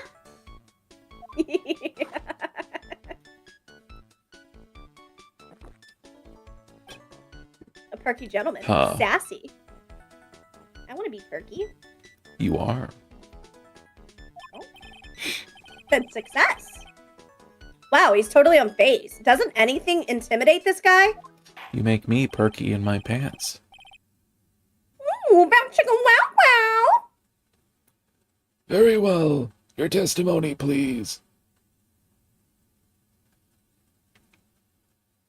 Witness. Bless you, baby. Thank you. I forgot that last line. Bless you, baby. Thank you, my heart. Please tell the court what happened that day at Très Bien. Bless you, baby. Thank you, Habibi. We volunteers.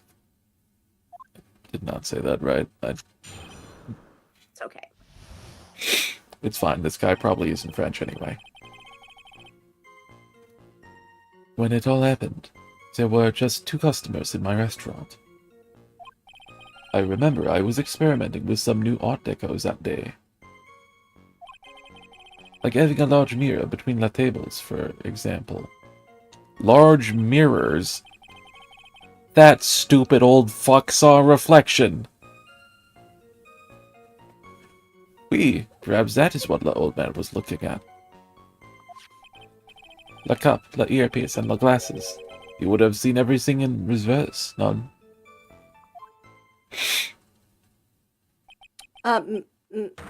Mirror? Oui, un grand mirror.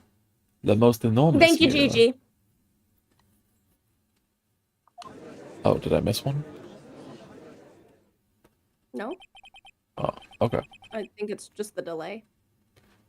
Yeah, you're right. And suddenly the mystery disappears.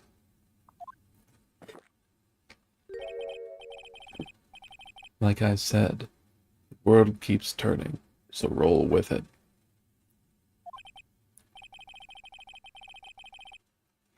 That would explain the coffee cup and the earpiece conundrum. The mirror would have made everything appear back to front. What the heck? It's way too early in the morning for this to be happening to me. Me, whenever my alarm goes off. Also, a fun fact. Whenever I'm taking a sip of coffee and then immediately talking like Godot is, I can smell the coffee on my breath without having to smell. That means so does Godot. I want to taste your coffee breath. Mm. Wait, this is your line. Now then, Mr. Wright, you may begin your cross-examination.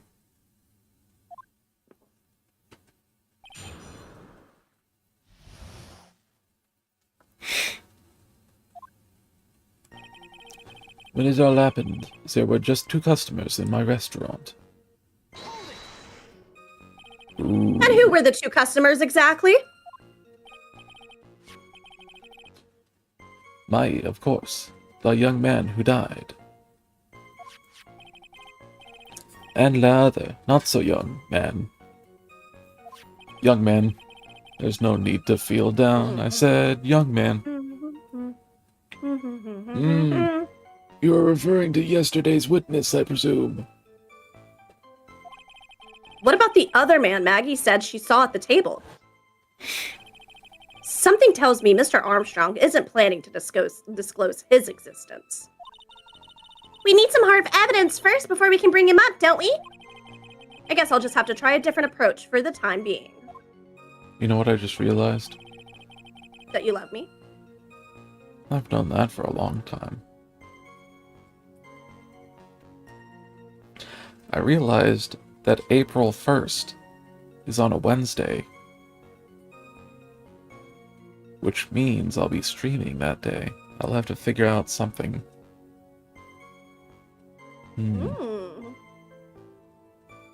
Well, we could do the suggestion that Dawn keeps throwing out there. That's true.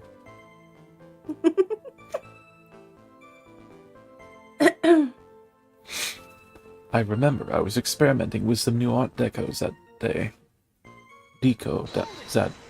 Fuck. You were experimenting with Art Deco? How come I never heard about that before today? You are not familiar with the language of interior design, monsieur. Please stay on topic. Now, why didn't you tell the court about this before? But I did, just a few moments ago. You frustrate me. Excuse me, Mr. Armstrong. This deco you mentioned. Are you referring to some sort of decoction? No, Art Deco. It is a style of design, Your Honor. Oh, I He's thought he talking ripped his about cock interior off. design. Walls, ceilings, carpets, that kind of thing. Yes, of course. That deco. Deco. I was trying to achieve a more feminine look for my restaurant. I was planning the most bold remodeling of la decor. Like having a large mirror between the tables, for example. How big of a mirror are we talking about here? Both. Something about 4 meters wide and, about 2 meters high. Let's see. If 1 meter is about 1 yard. Holy glass in a frame, Batman! That dick is huge! Oh, is my apron in?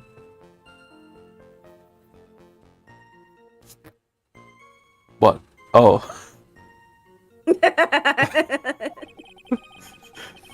I knew you'd catch up eventually.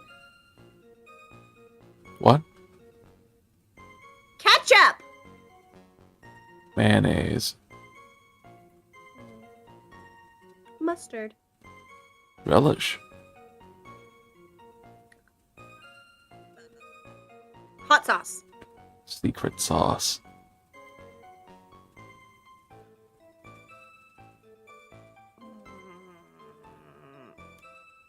I can't think of any more sauces. Barbecue. Damn it! And I was just eating ribs too! Yeah, I'm surprised you didn't mention that one. 'Cause I am not a big fan of barbecue sauce, honestly. I do like it on ribs, but... And like with hot links, like barbecue hot links. That's it. I never choose it like when people get it as a dipping sauce.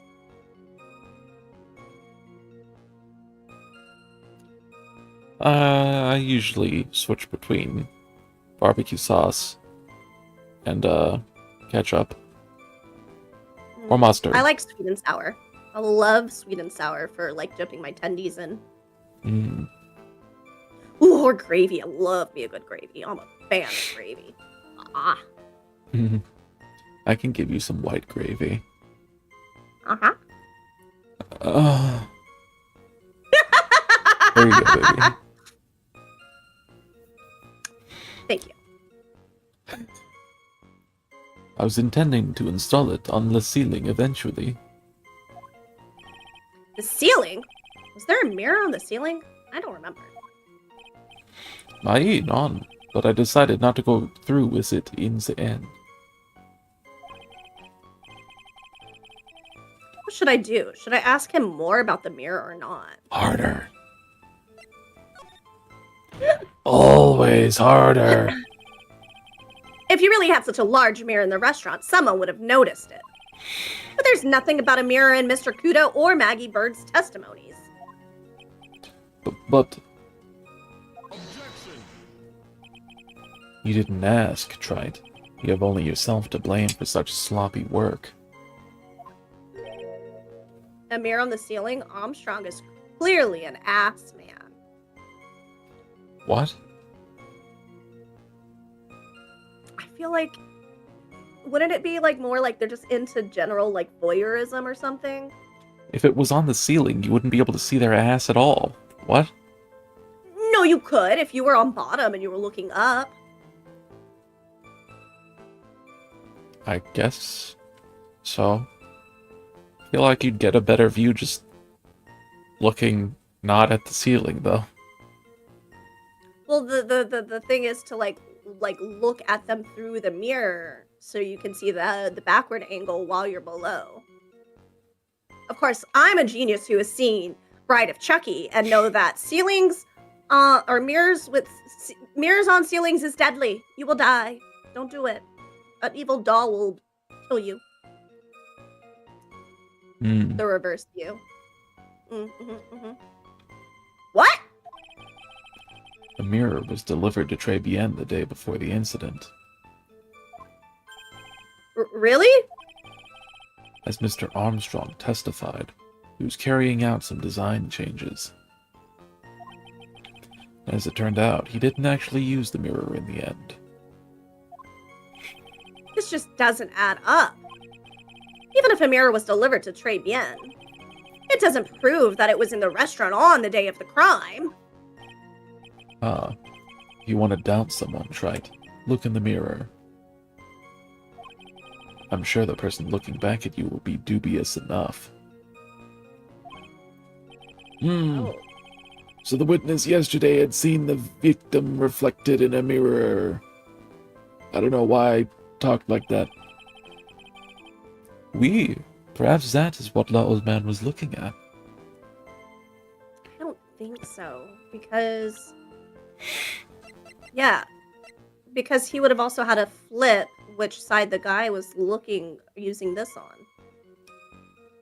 Right?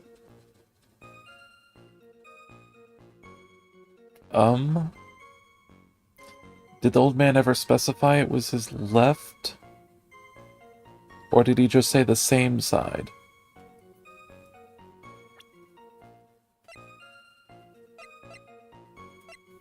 Mm.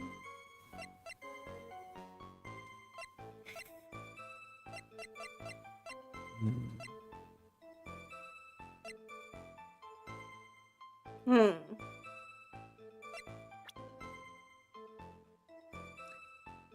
He said the same side. And he said...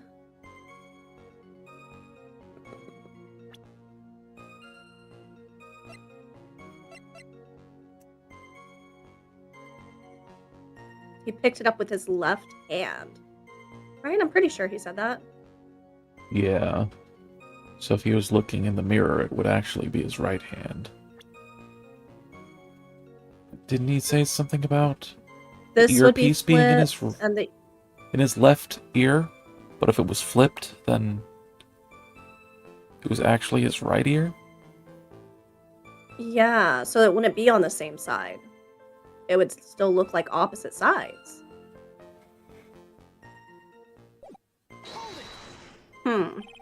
Normally, I'd expect people to know the difference between a reflection and a real object. Normally? How does normality come into this? That's lame, Trite. Even for you. Huh? Are you trying to say that if something isn't normal, it isn't possible? Is that it? Where does that leave the porky? Oh, fuck, that's you. Where does that leave the porky-headed lawyer and the top-knot chick over there? And the ungodly cool guy with the mask over here? Well, Trite, Ah! Not the hair! I do not have a top knot! I mean, you do, in fact, have a top knot. Mr. Godot is correct. A lack of normality is no basis for discounting an argument. bien, logic has won the day. The cup, the earpiece, and the glasses. We would have seen everything in reverse, non? See? Everything. He would have seen everything in reverse. We. Hey, Nick, we should take a sec and think about what old CD said in his testimony. How did he phrase it again? The boy was wearing the earpiece on the same side as the green lens of his specs. No question. You can lock me up if I'm wrong. It was his left ear, without a doubt. And then he used the same hand to pick up the cup. His left hand. If he saw everything he described reflected in a mirror, then everything he said he saw on the left was actually on the right, huh? That clears up all the problems with his testimony, I guess. Or does it? Huh. It's kind of hard to believe everything's the fault of a mirror, but... Do you think old CD saw everything through a reflection? If he did, it would explain all the contradictions in this testimony. But that just makes the situation worse for Maggie. There's gotta be something in that old man's testimony. We've gotta dig deeper. Start digging in your So... Say it. butt, twin.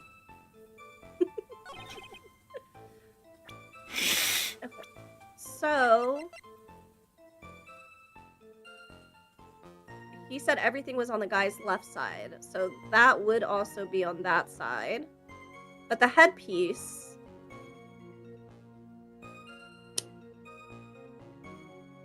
Okay, yeah, alright, so it would be his right ear.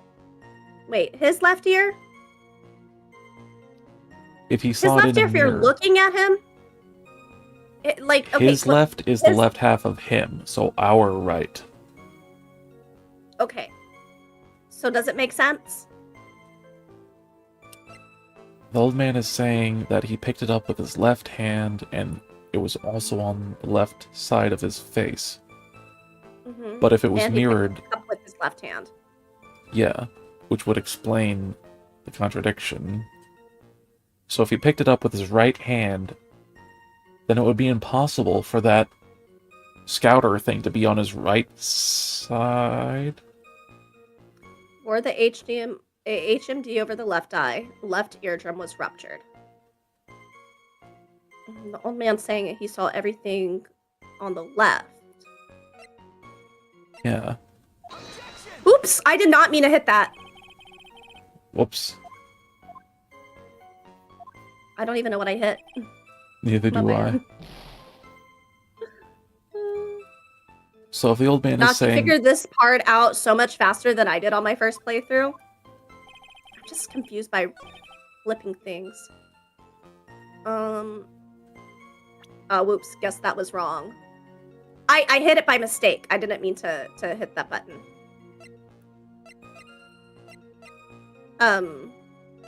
so the old I don't man even know says what I hit. that the HD, whatever the fuck, was on his left side, Mm-hmm. which is true, and he used the same hand. So there's no way he saw what he saw through a mirror, because the HD thing physically cannot be on his right ear. Yeah. I'm gonna present his profile.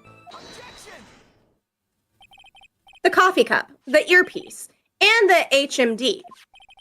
Let's think back over Mr. Kudo's testimony for a second, shall we? The boy was wearing the earpiece on the same side as the green lens of his specs. No question. You can lock me up if I'm wrong. It was his left ear, without a doubt. So, to summarize, we were told both the HMD and the earpiece were on the victim's left side. Now, if Mr. Kudo saw all that as a reflection in a mirror, it means both the HMD and the earpiece were actually on the victim's right side. Exactament. You see, monsieur, now that you think about it, it is not so hard, no? I was having so much trouble at this part back then when it was so obvious. I just have to think about it extra hard because I'd be getting confused with like the whole flipped image thing. I can't conceptualize things in my head. Unfortunately, that's where we run into a monumental contradiction with the facts. If Mr. Kudo really did see everything in a mirror, why is it that the HMD is now on the wrong side of his head? Order! Order! Mr. Wright is correct. If the witness genuinely observed the victim reflected in a mirror, then we would expect the victim's eyepiece to have been over his right eye.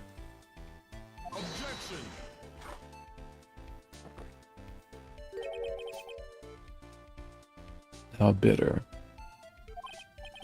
Try it. You should have a taste of this bitterness. It'll calm you down in no time. Are we talking about your coffee? Or something completely different? Brown sugar, wow, wow. Come.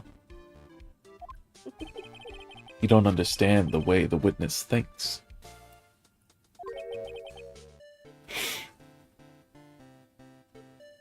Oh. How he thinks. You remember this, I presume. The I broke the vase, sorry apology letter. I mean, Mr. Kudo's sworn testimony. Exactly. The old man has one very grievous habit, other than throwing seeds. More of an impression something makes, the more muddled his mind makes it. And what's the most striking thing about Mr. Elg? Clearly, it's the victim's eyepiece. And that's my point. The old man strikes again. Mr. Elg's HMD made a big impression on the old man.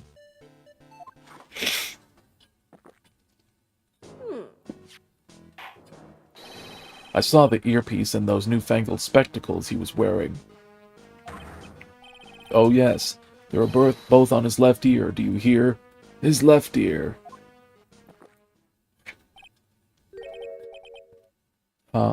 Well, tried. That's the worst, but best impression of Kudo ever. Wow, I really thought he was old Stevie for a minute there. Kudo's good. Enough! I must agree that yesterday's witness was irresponsibly rash in much of his testimony. That black neck looks like the boil of a contradiction you found is just a rash. A mirror can't be beaten by a handful of seeds, nor can it lie. So, what exactly was the old man looking at? Fill us in, Mr. Armstrong. Go on, tell the court. We're all ears. I can explain. Please, if you will look at the plans of the restaurant.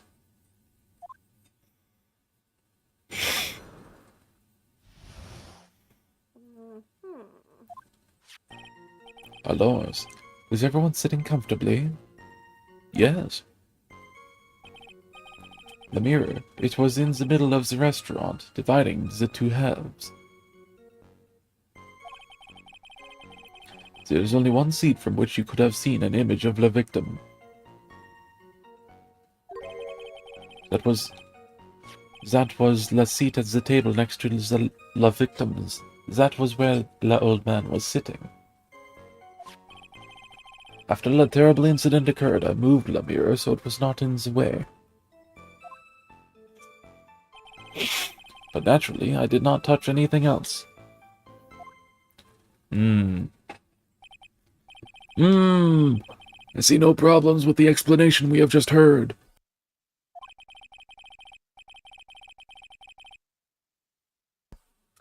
From the table next to the victims, Mr. Kudo could have seen the victim in the mirror.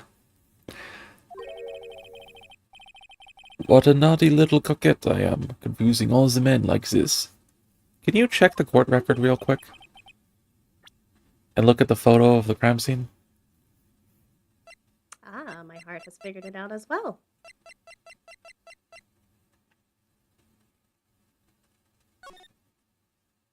Bullshit. He knocked over his shit. He was sitting across, not next to him. Don't worry about it. Damn it, I just put my coffee down. We can Gotta keep keep your up. coffee with you. Yeah. He actually holds coffee cups like I do. With 2 fingers? Yeah, it's because my hand is big as fuck. Mm.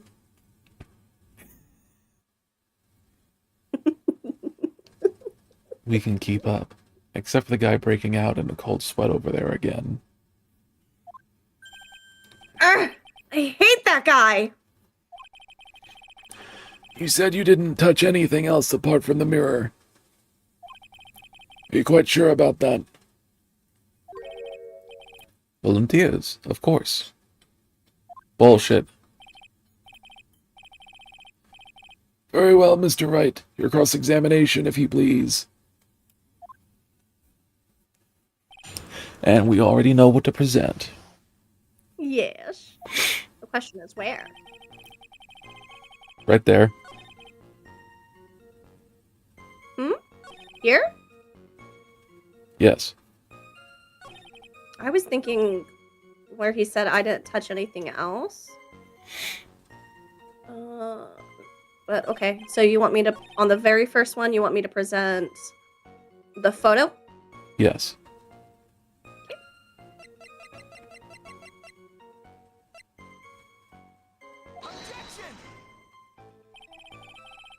Shit. Okay, so not there. Yeah, I'm thinking it's the he didn't touch anything else. And we present the photo and like with the vase. He knocked over the vase and you didn't. There's a vase standing up here. Yeah, you're right. I was too hasty. That's how I always fuck up in this game. Is like I piece it together, but then I'm like, okay, but where do I present the correct thing?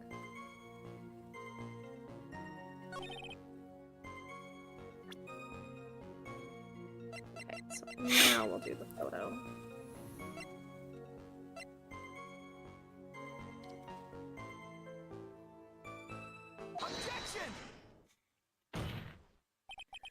This piece of evidence contradicts with the testimony we have heard, Your Honor. The crime photo? Yes, this photo clearly shows something that theoretically should not exist.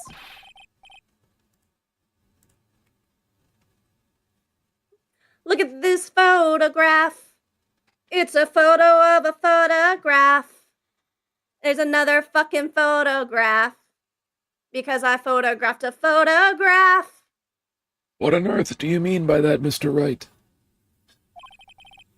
Should not exist. Huh. Sounds like you're describing yourself, Tride. Now then, if the defense would please clarify its statement.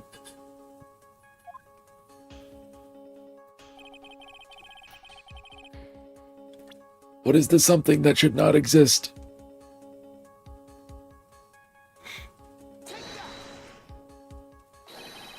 I think it's pretty obvious that this is what should not be in the picture. The vase?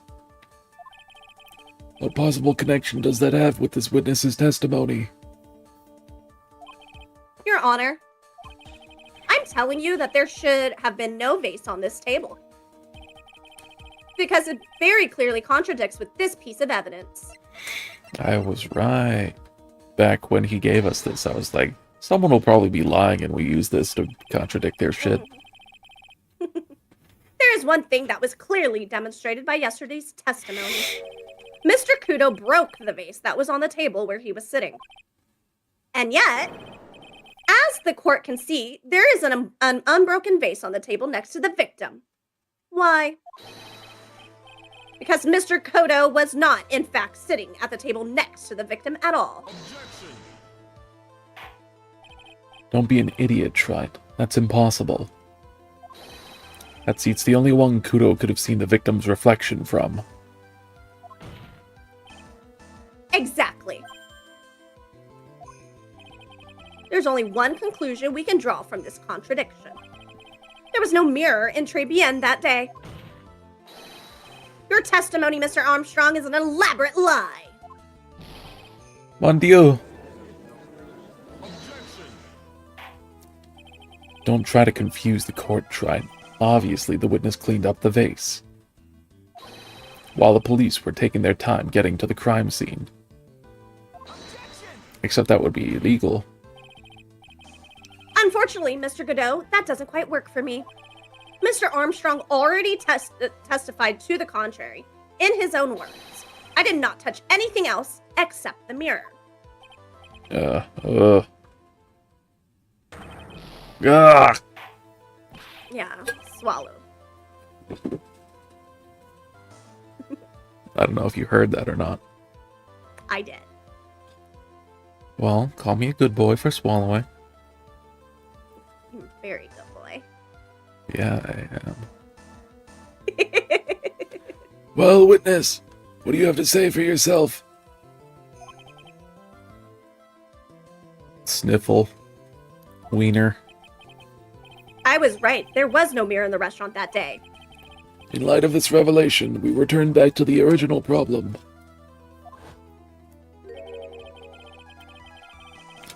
Why did the victim have an earpiece in an ear in which he couldn't hear? Hey, that rhymes. You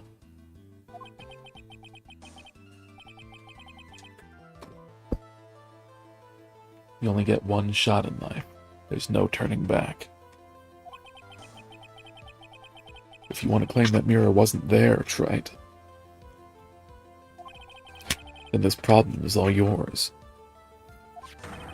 How do you explain what the old man saw? If I can answer this, then I'll be that much closer to the truth. I can feel it. Are you gonna be okay? Can you really solve this contradiction, Nick? There's more than just this one contradiction, Maya. What do you mean? Remember what Maggie told us? There was another man at the victim's table. And there was a sample CD on the victim's table. It all flies in the face of Mr. Kudo's testimony. And I think I know the reason why nothing in this case is adding up. Well, Mr. Wright, let's hear your answer. Yes, Your Honor. Was it Mr. Blue in the kitchen with the knife? The reason behind all of the contradictions in Mr. Kudo's testimony is simple. The victim was a phony. Your doctor made a mistake. Mr. Kudo made a mistake.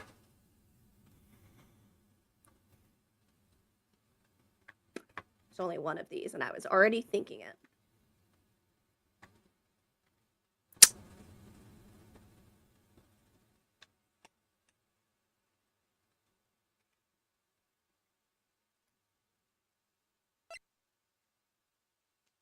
I don't know.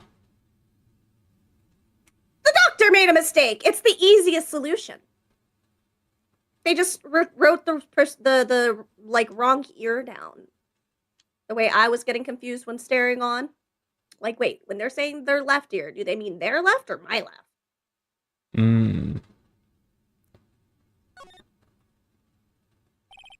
I believe we're looking at this the wrong way. It's actually the doctor's mistake. What? Yes, the doctor got the wrong ear.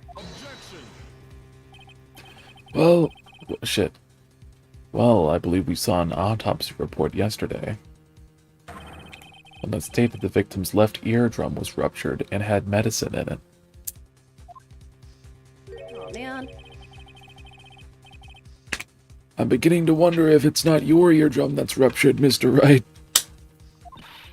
This is no time to be playing with people's Damn it. I was so sure that was it. Damn it! I forgot about the fucking autopsy. I'm sorry, Your Honor. I was the one who made a mistake. I should say. I was thinking it was the victim was a phony. But I don't... But we don't have anything to validate that. I'll give you one more chance, Mr. Wright. Think carefully before you answer this time. Yeah, but I don't Yes, Your Honor. think Kudo made a mistake. I don't think so either. So it has to be the third one.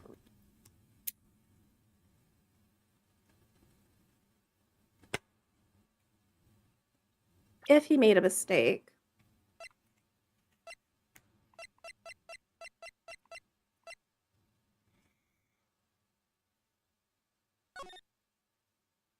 Hmm.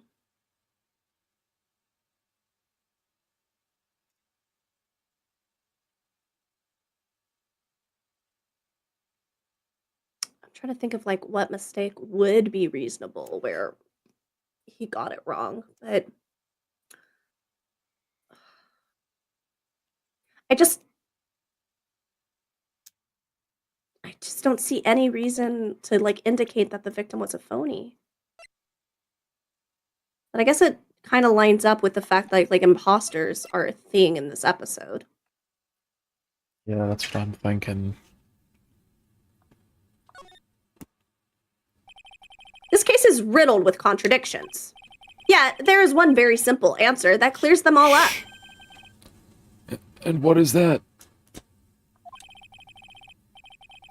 The incident Mr. Kudo witnessed and the incident the victim experienced were two completely different events. What? Yes, the victim that Mr. Kudo saw wasn't Mr. Glenn Elg at all. It was an imposter, a phony pretending to be Mr. Elg.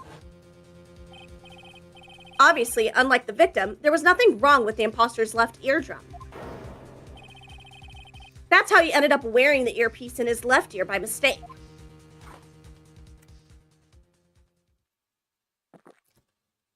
He's gonna spit that out. Yep. He's a quitter, huh? Order! Order in the court! Settle down or I'll clear the courtroom. Quiet, Gramps. Why don't you clear out of here, huh? What did you say? Try it. Are you saying that what Mr. Kudo saw was a setup? Yes. Someone pretended to be Glenn Elg and acted out the whole coffee poisoning. All for the express purpose of creating a witness out of one Mr. Victor Kudo. Get real, Trite. Why would anyone want to do that? Isn't it obvious? The thing Mr. Kudo was most insistent about is his testimony was The serving girl brought him a Javachino, but she put something in it. That's the serving girl. Right there in the defendant's chair. I remember her well. It's so hard to believe, but come back, baby, please, 'cause we belong together. There was one and only one reason to show Mr. Kudo this fake poisoning. To show Maggie Bird in the act of poisoning the coffee. Are you insinuating that the waitress in the old man's story was a fake as well? It's true that there were no other customers in the restaurant at the time, but it's also true that the chef was there. He would have noticed what was happening. But he couldn't say shit because he's in debt.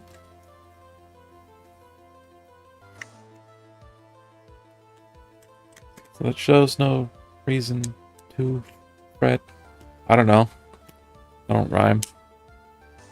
that's right. Well, witness, if your restaurant really was the scene of such theatrics, you would have known about it, correct? Ooh la la. This is most difficult for me. No, it's quite simple. All you have to do is testify. You are under oath, after all. Was there, in fact, a phony at Très Bien that day? The defense demands Mr. Armstrong tell the people, tell the whole truth about what happened. The defense's request for additional testimony is accepted. You will accurately explain in detail the events in the restaurant that day. We.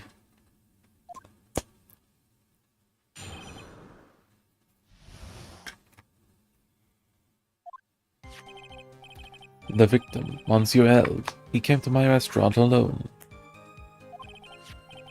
Bullshit. He met the tiger that day. I remember the old man arrived not long after him. There was no other customers. When he got word, When he got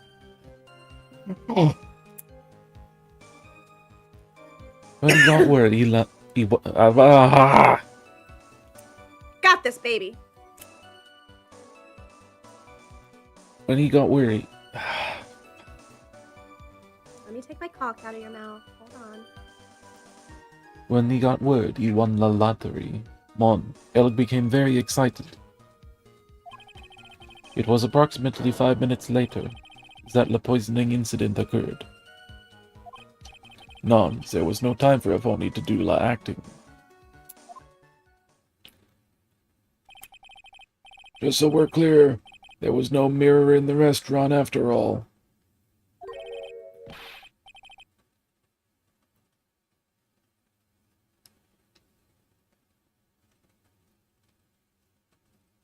Je vous demande pardon. Forgive me, Your Honor. I lied because I wanted this mess to be cleared up quickly. Lying under oath, you piece of shit. What you have just done is... Oh.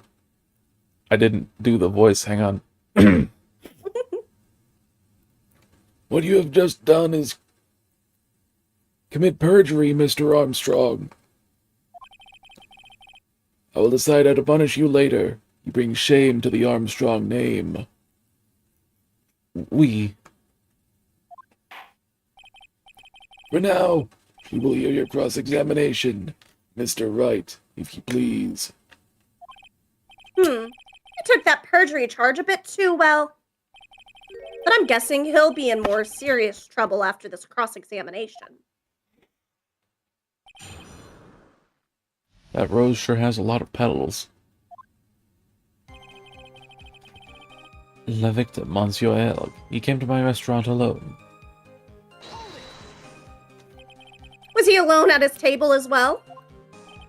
I saw him from the kitchen. Yet the defendant, Miss Bird, remembers it differently. She swears there was another man at the victim's table. Perjury, the ability that has been in the Jesus, I can't read. Perjury, the ability that's been in the Armstrong family for generations. See, now I'm just going to say this is for sure Armstrong in a different timeline. This is what he was doing on the other side of the door.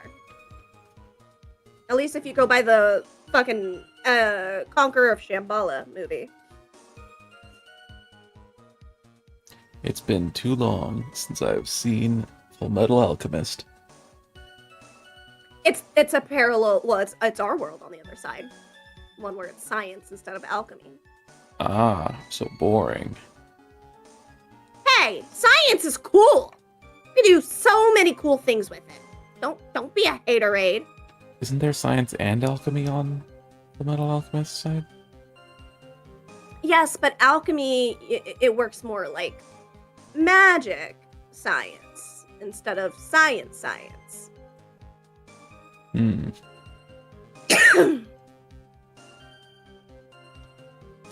She swears there was another man at the victim's table. Unfortunately for you, Trite. Yesterday's witness also testified that the victim was alone. You know, seeing you squirm like that reminds me of a certain coffee's bittersweet bite. You know, just because you're used to things doesn't make it not whimsical or magical or amazing. shouldn't disparage our world just because you're used to it. You know? That's how people lose their whimsy. This is true. What kind of coffee has he been drinking? I'll have to It's take. not coffee. Go ahead. It's not coffee. It's love. It's love that's bittersweet.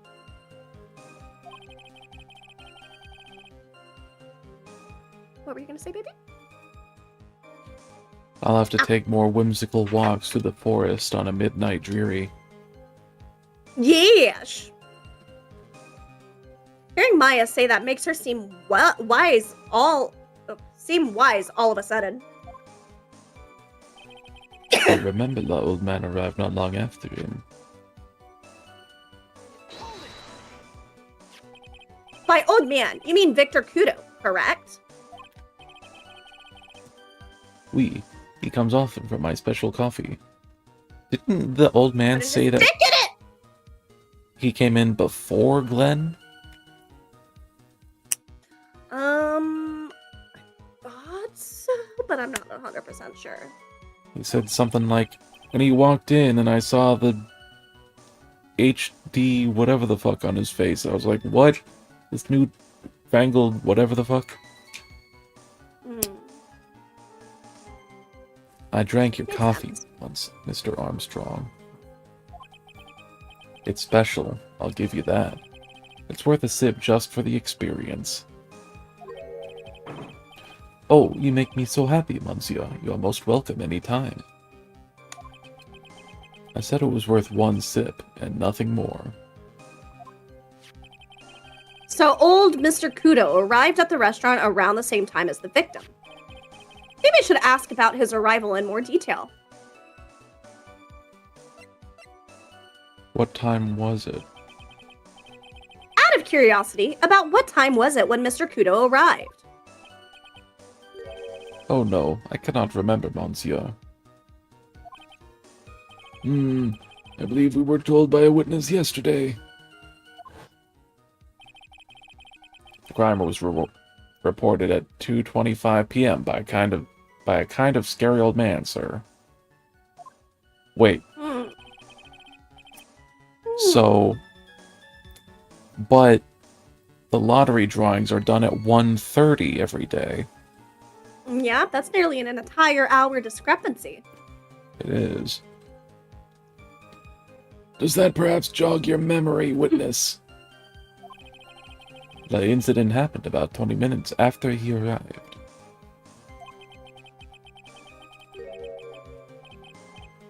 So, the victim must have arrived between 2 p.m. and 2:10 p.m., non? Just after 2, huh? Thank you for your help in jogging my memory, Monsieur. You are wonderful. His animations crack me up. I can't sit here all the time and do nothing, can I? The answer is yes. The time of day will be added to the witness's testimony. Oui, Monsieur Judge. Everything I do it for you. Ugh. Just like wagging my titties at you. Merci bien. That's French, isn't it? I'm glad at least one person is in a good mood. He's even humming a song to himself. I remember the old man arrived not long after him, just after 2 p.m. Bullshit. That doesn't line up with the drawing for the lottery. Yeah. Do we have evidence of that? Yes. We can present the flyer.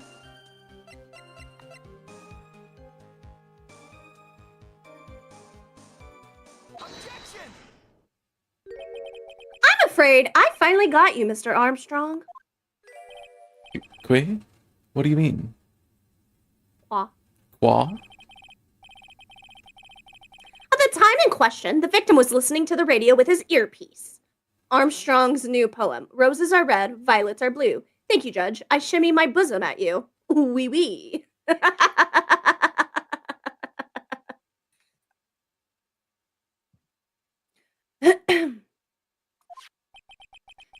was listening to was Millionaire Radio.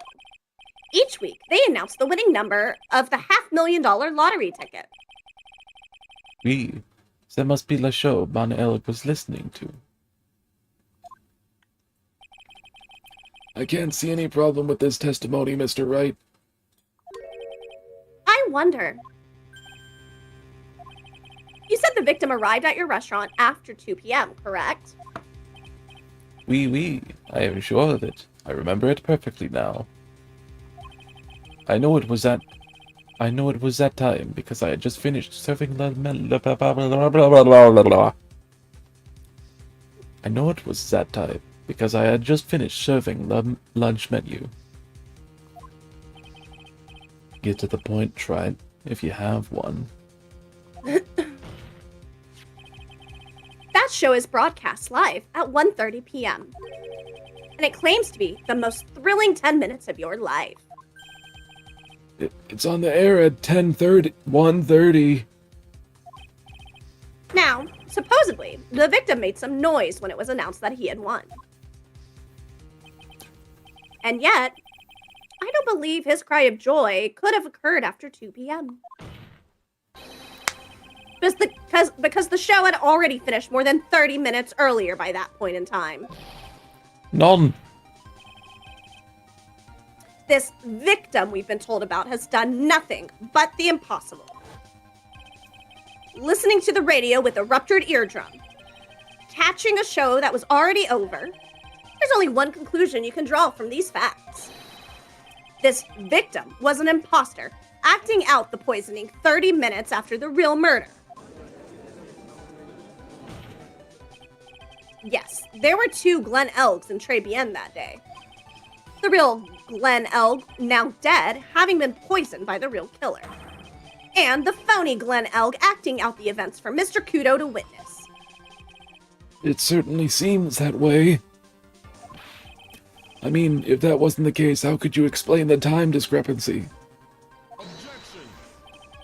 Quite a performance, Tribe. You were almost on a roll. But sadly, you lack the rock-hard foundation of rhythm to build your song. I have a rock-hard song in my heart for you, baby. And I can't wait to grab that mic and sing my heart out. What is this, Music Theory 101? Let's recap. According to your imaginative theory, it's now just after 2 p.m.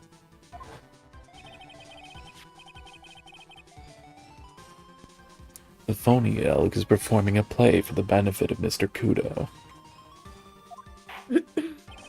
How do you explain, then, where the real Glen Elg is? I don't believe I have to spell this out for the court. However, at that time, the real Glen Elg was already dead. That's certainly the obvious conclusion.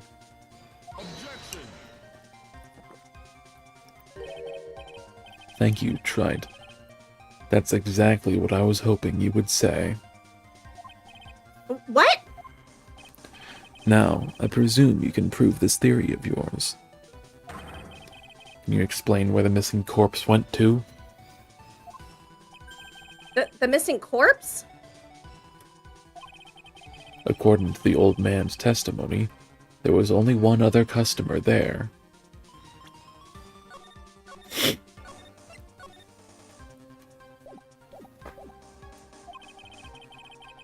If that customer was the phony Glen Elg. And where did the killer hide the body of the real victim? Nah. The prosecution has a valid point, Mr. Wright. If your theory is to stand up to examination by the court, you must provide us with proof by answering the prosecution's question. Where did the killer hide the body? Yes, Your Honor. No conjecture, Tripe. Let's hear some facts for once. Show the court a piece of evidence that proves where the body was hidden. Evidence? here all of a sudden? I thought I had him with that contradiction.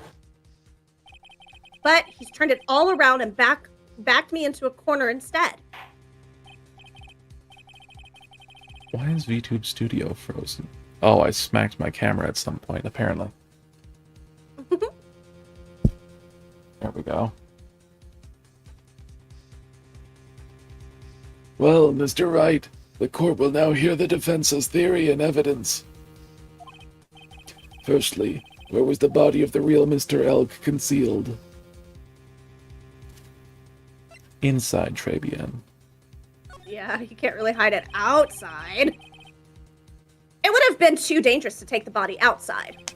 Obviously, the body must have been hidden somewhere inside Trebian. Interesting. But where could a body have been hidden inside a restaurant? Perhaps you could care to show the court all these plans, Mr. Wright. Yes, Your Honor.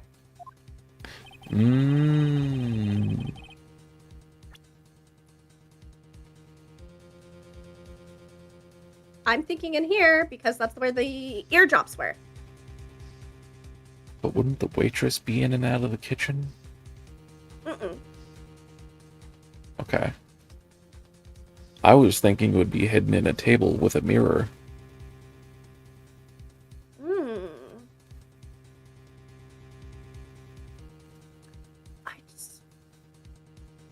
Well, I guess one of us will figure out where we're right. I'm going to go with the kitchen one because of the dropper. As I said, pick the location and present evidence. Yeah. The body was hidden here. I see. Nice supposition. But the real question is, can you back it up? I can back it up on you, baby. Yeah. Yeah, you can.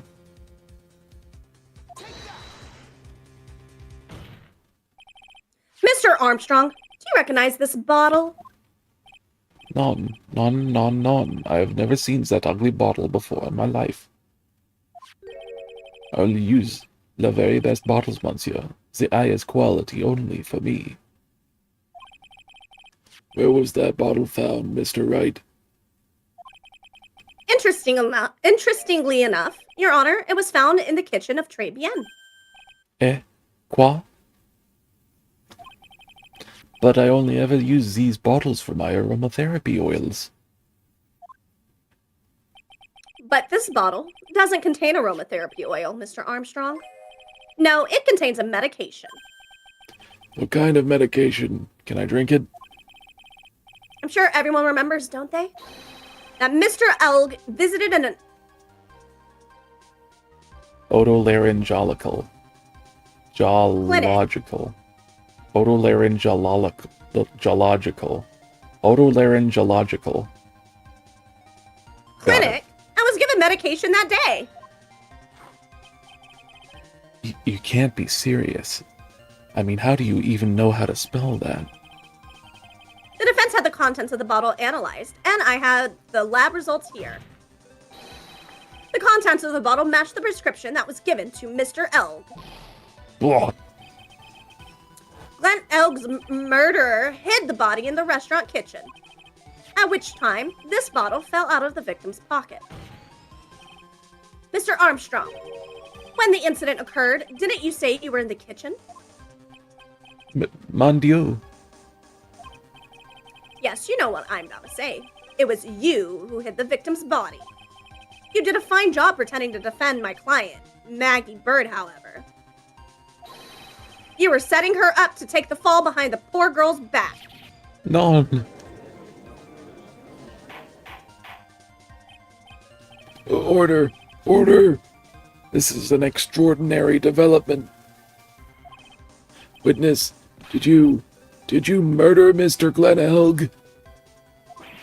Never. I could not do such an horrible thing.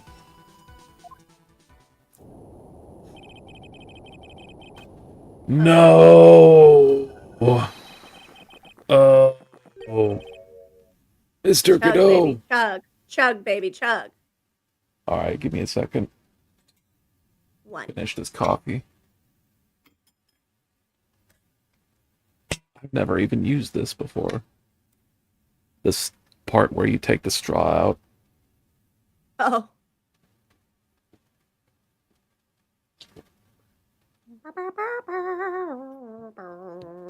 Alright, that was the last of it. Womp womp. Mr. Godot! The bitterness. Every time I get lied to, I always down a mug of coffee. That's one of my rules. Do you have the slightest idea how many cups you've had by now? Not 17. Then I like to do the same to the person who lied to me. You down them? I'd like to take them down with my empty cup. Listen up, chef. How about a brand new flavor in your ear, my H-deficient friend? What? H deficient? Honesty, I'm guessing? Oh. Je vais demander pardon. Please, you must hear me out. Love that Craig Mack reference. What? I have no idea what it is. What is Craig Mack? What is Is a it reference? like a Big Mac? It is a trap. Listen to me, por favor. Oh, so that was por favor.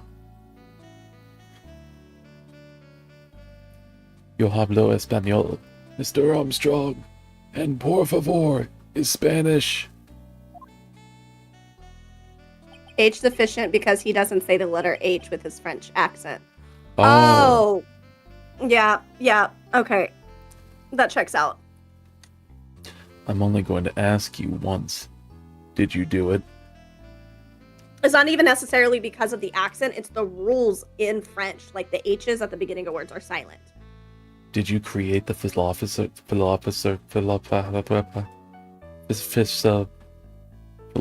stone? And Craig Mack was a rapper whose most well-known song was called Flavor in Your Ear. Oh. Mm. I like getting all these references. None. Absolutely none. Let's hear it. You've got one shot. One opportunity. Right, Gramps? Mom spaghetti! Arms are heavy. Witness, the court will vomit on your sweater already. The court will permit you the chance to make one final statement. If you lie under oath again, Mr. Godot's coffee mug awaits you. And you'll never taste Mom's spaghetti again. As does my gavel. The 2000s references in this game are so nostalgic. Really wish... I feel like I catch a good amount of them, but I definitely would not have picked that one up at all. Oui, it is clear. What do they always say in the movies? I've got a bad feeling about this. I've got a bad feeling about this. That's, something famous in Star Wars as well. It's always the,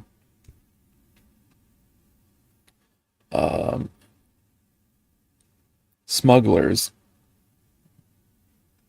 Whenever they say, I have a bad feeling about this, you should believe them. Very well. I don't know what Star Wars is. Well, when two stars hate each other really badly, They make a baby! yeah, they hate fuck. Very well. Begin your final testimony, Mr. Armstrong.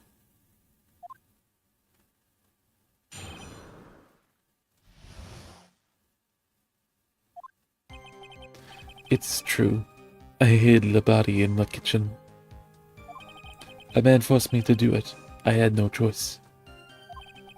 I had to go along with him because there was a reason why I could not refuse. But I did not kill him. I swear it. You must believe me.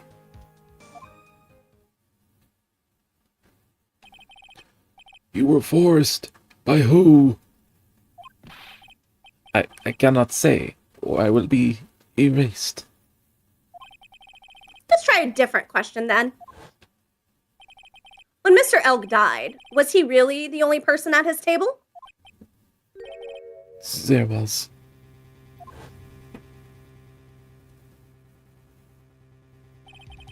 There was another man.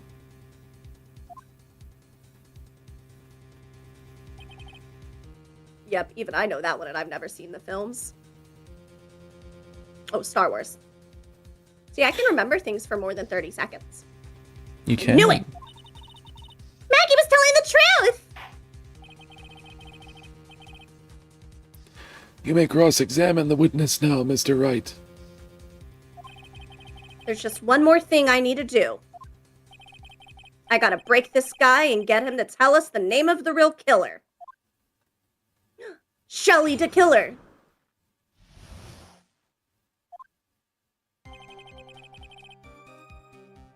It is true. I'm sorry, baby. It's okay. Yeah. Don't worry, Did you carry the body? the running gag is to interrupt that anyway. So Did you carry the body by yourself? I carried him, and I carried Maggie too. Maggie, too. Yes, your twin sister. When she saw the victim collapse, she fainted.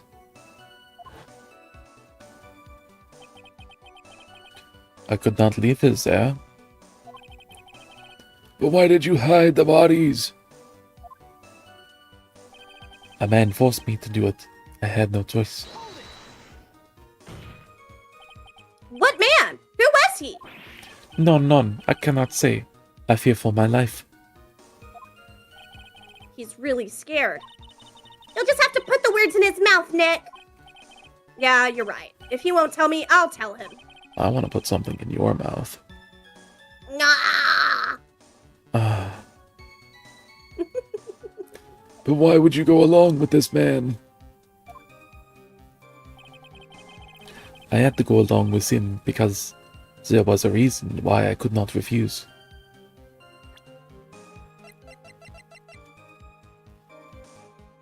Yeah. Yeah. Just be a little extra cautious because I don't want to have to replay this. Fair.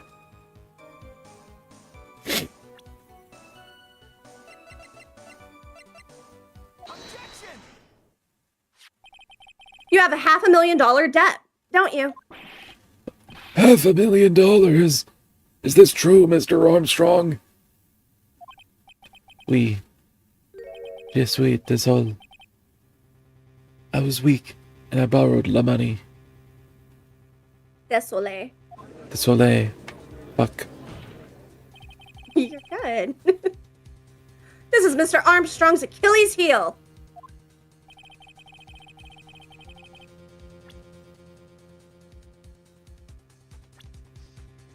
The tiger. And that's why you couldn't refuse anything asked of you by this man.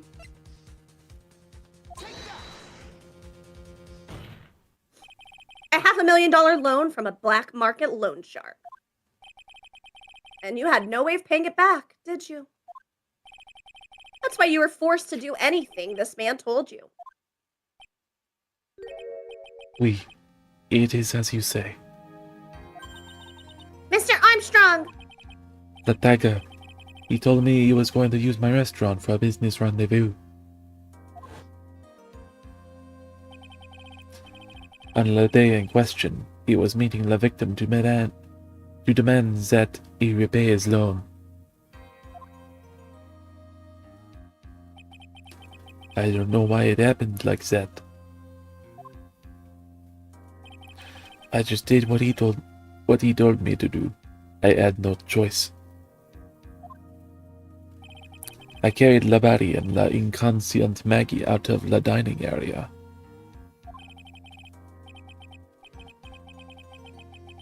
And into the kitchen. After that, I just tried to forget what I had seen.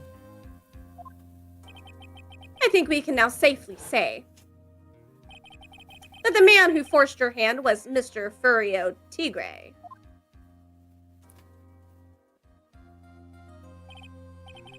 I do have one further question for you, Mr. Armstrong. Why do you think the tiger is biting into the dragon on his vest? Aren't they equal in terms of ferocity in Chinese lore?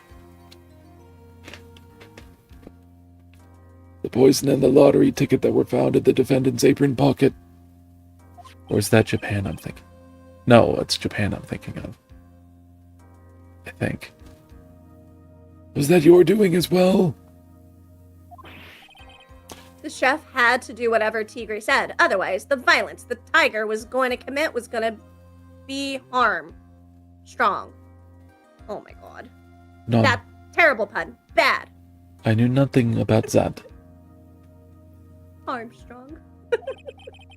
Making it look like it was Maggie who had done it. I was not. It is despicable. Me. 3. Mr. Godot! You will summon this Furio Tigre as a witness. I doubt that can be arranged today, so we will adjourn for now. Proceedings will continue tomorrow.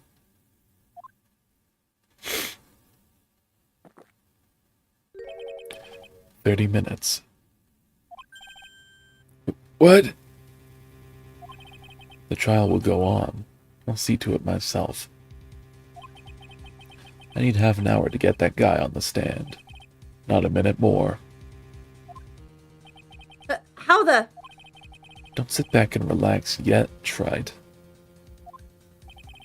No one knows if that chef is really telling the truth or not.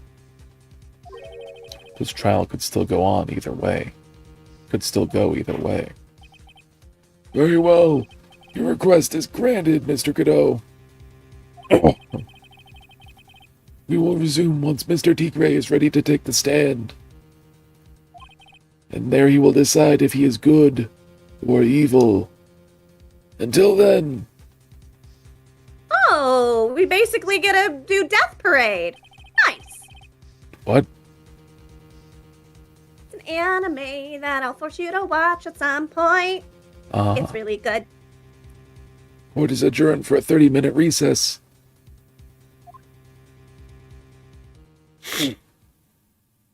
We did it. We did it! We took down the corrupt government! No, that's still there, Take that! unfortunately. We'll fix that later. Almost at the end. With that bomb. Baby, you're gonna get me put on a list. All of those letters were capital and in red.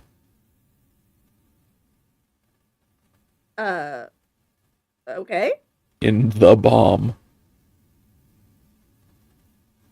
You know, just to make sure the player knows that that's important text and to remember that.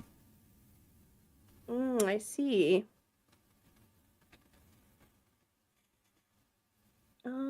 Let's see.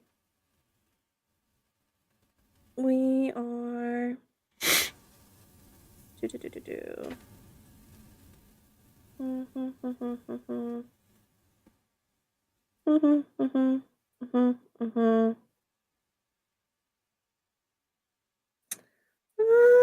I don't know.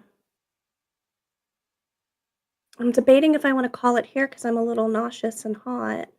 But I also would love to finally finish this case so we can be closer to my favorite one. What are your thoughts, my heart?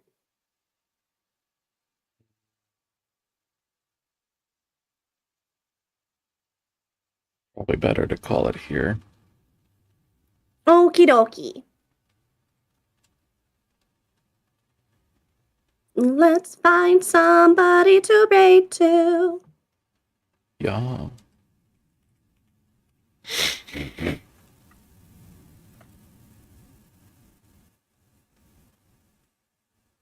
Looks like there's quite a few people streaming.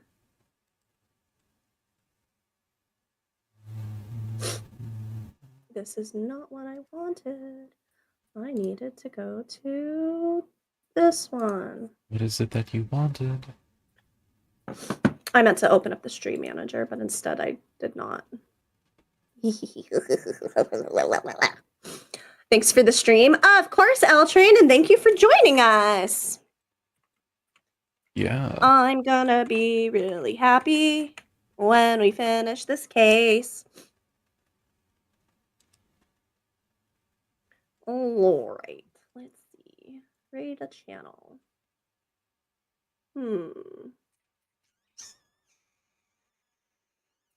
Got anybody in mind, my heart?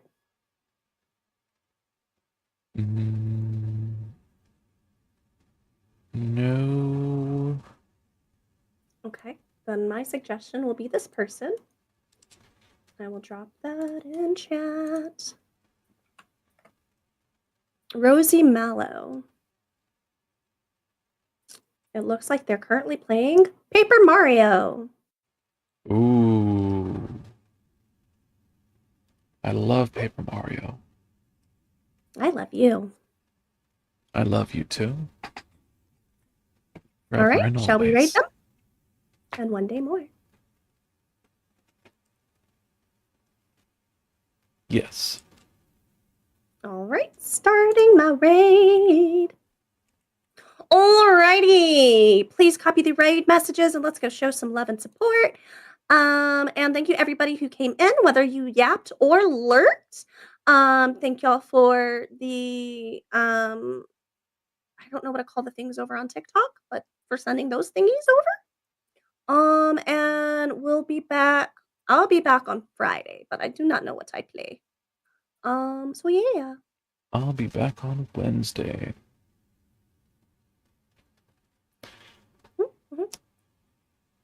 Thank you to everyone who came in, chatted, lurked, all that good stuff. And yeah, see you on Wednesday for more Terraria. Whoop-de-whoop. See you there. Do-do, do-do, do-do-do-do-do.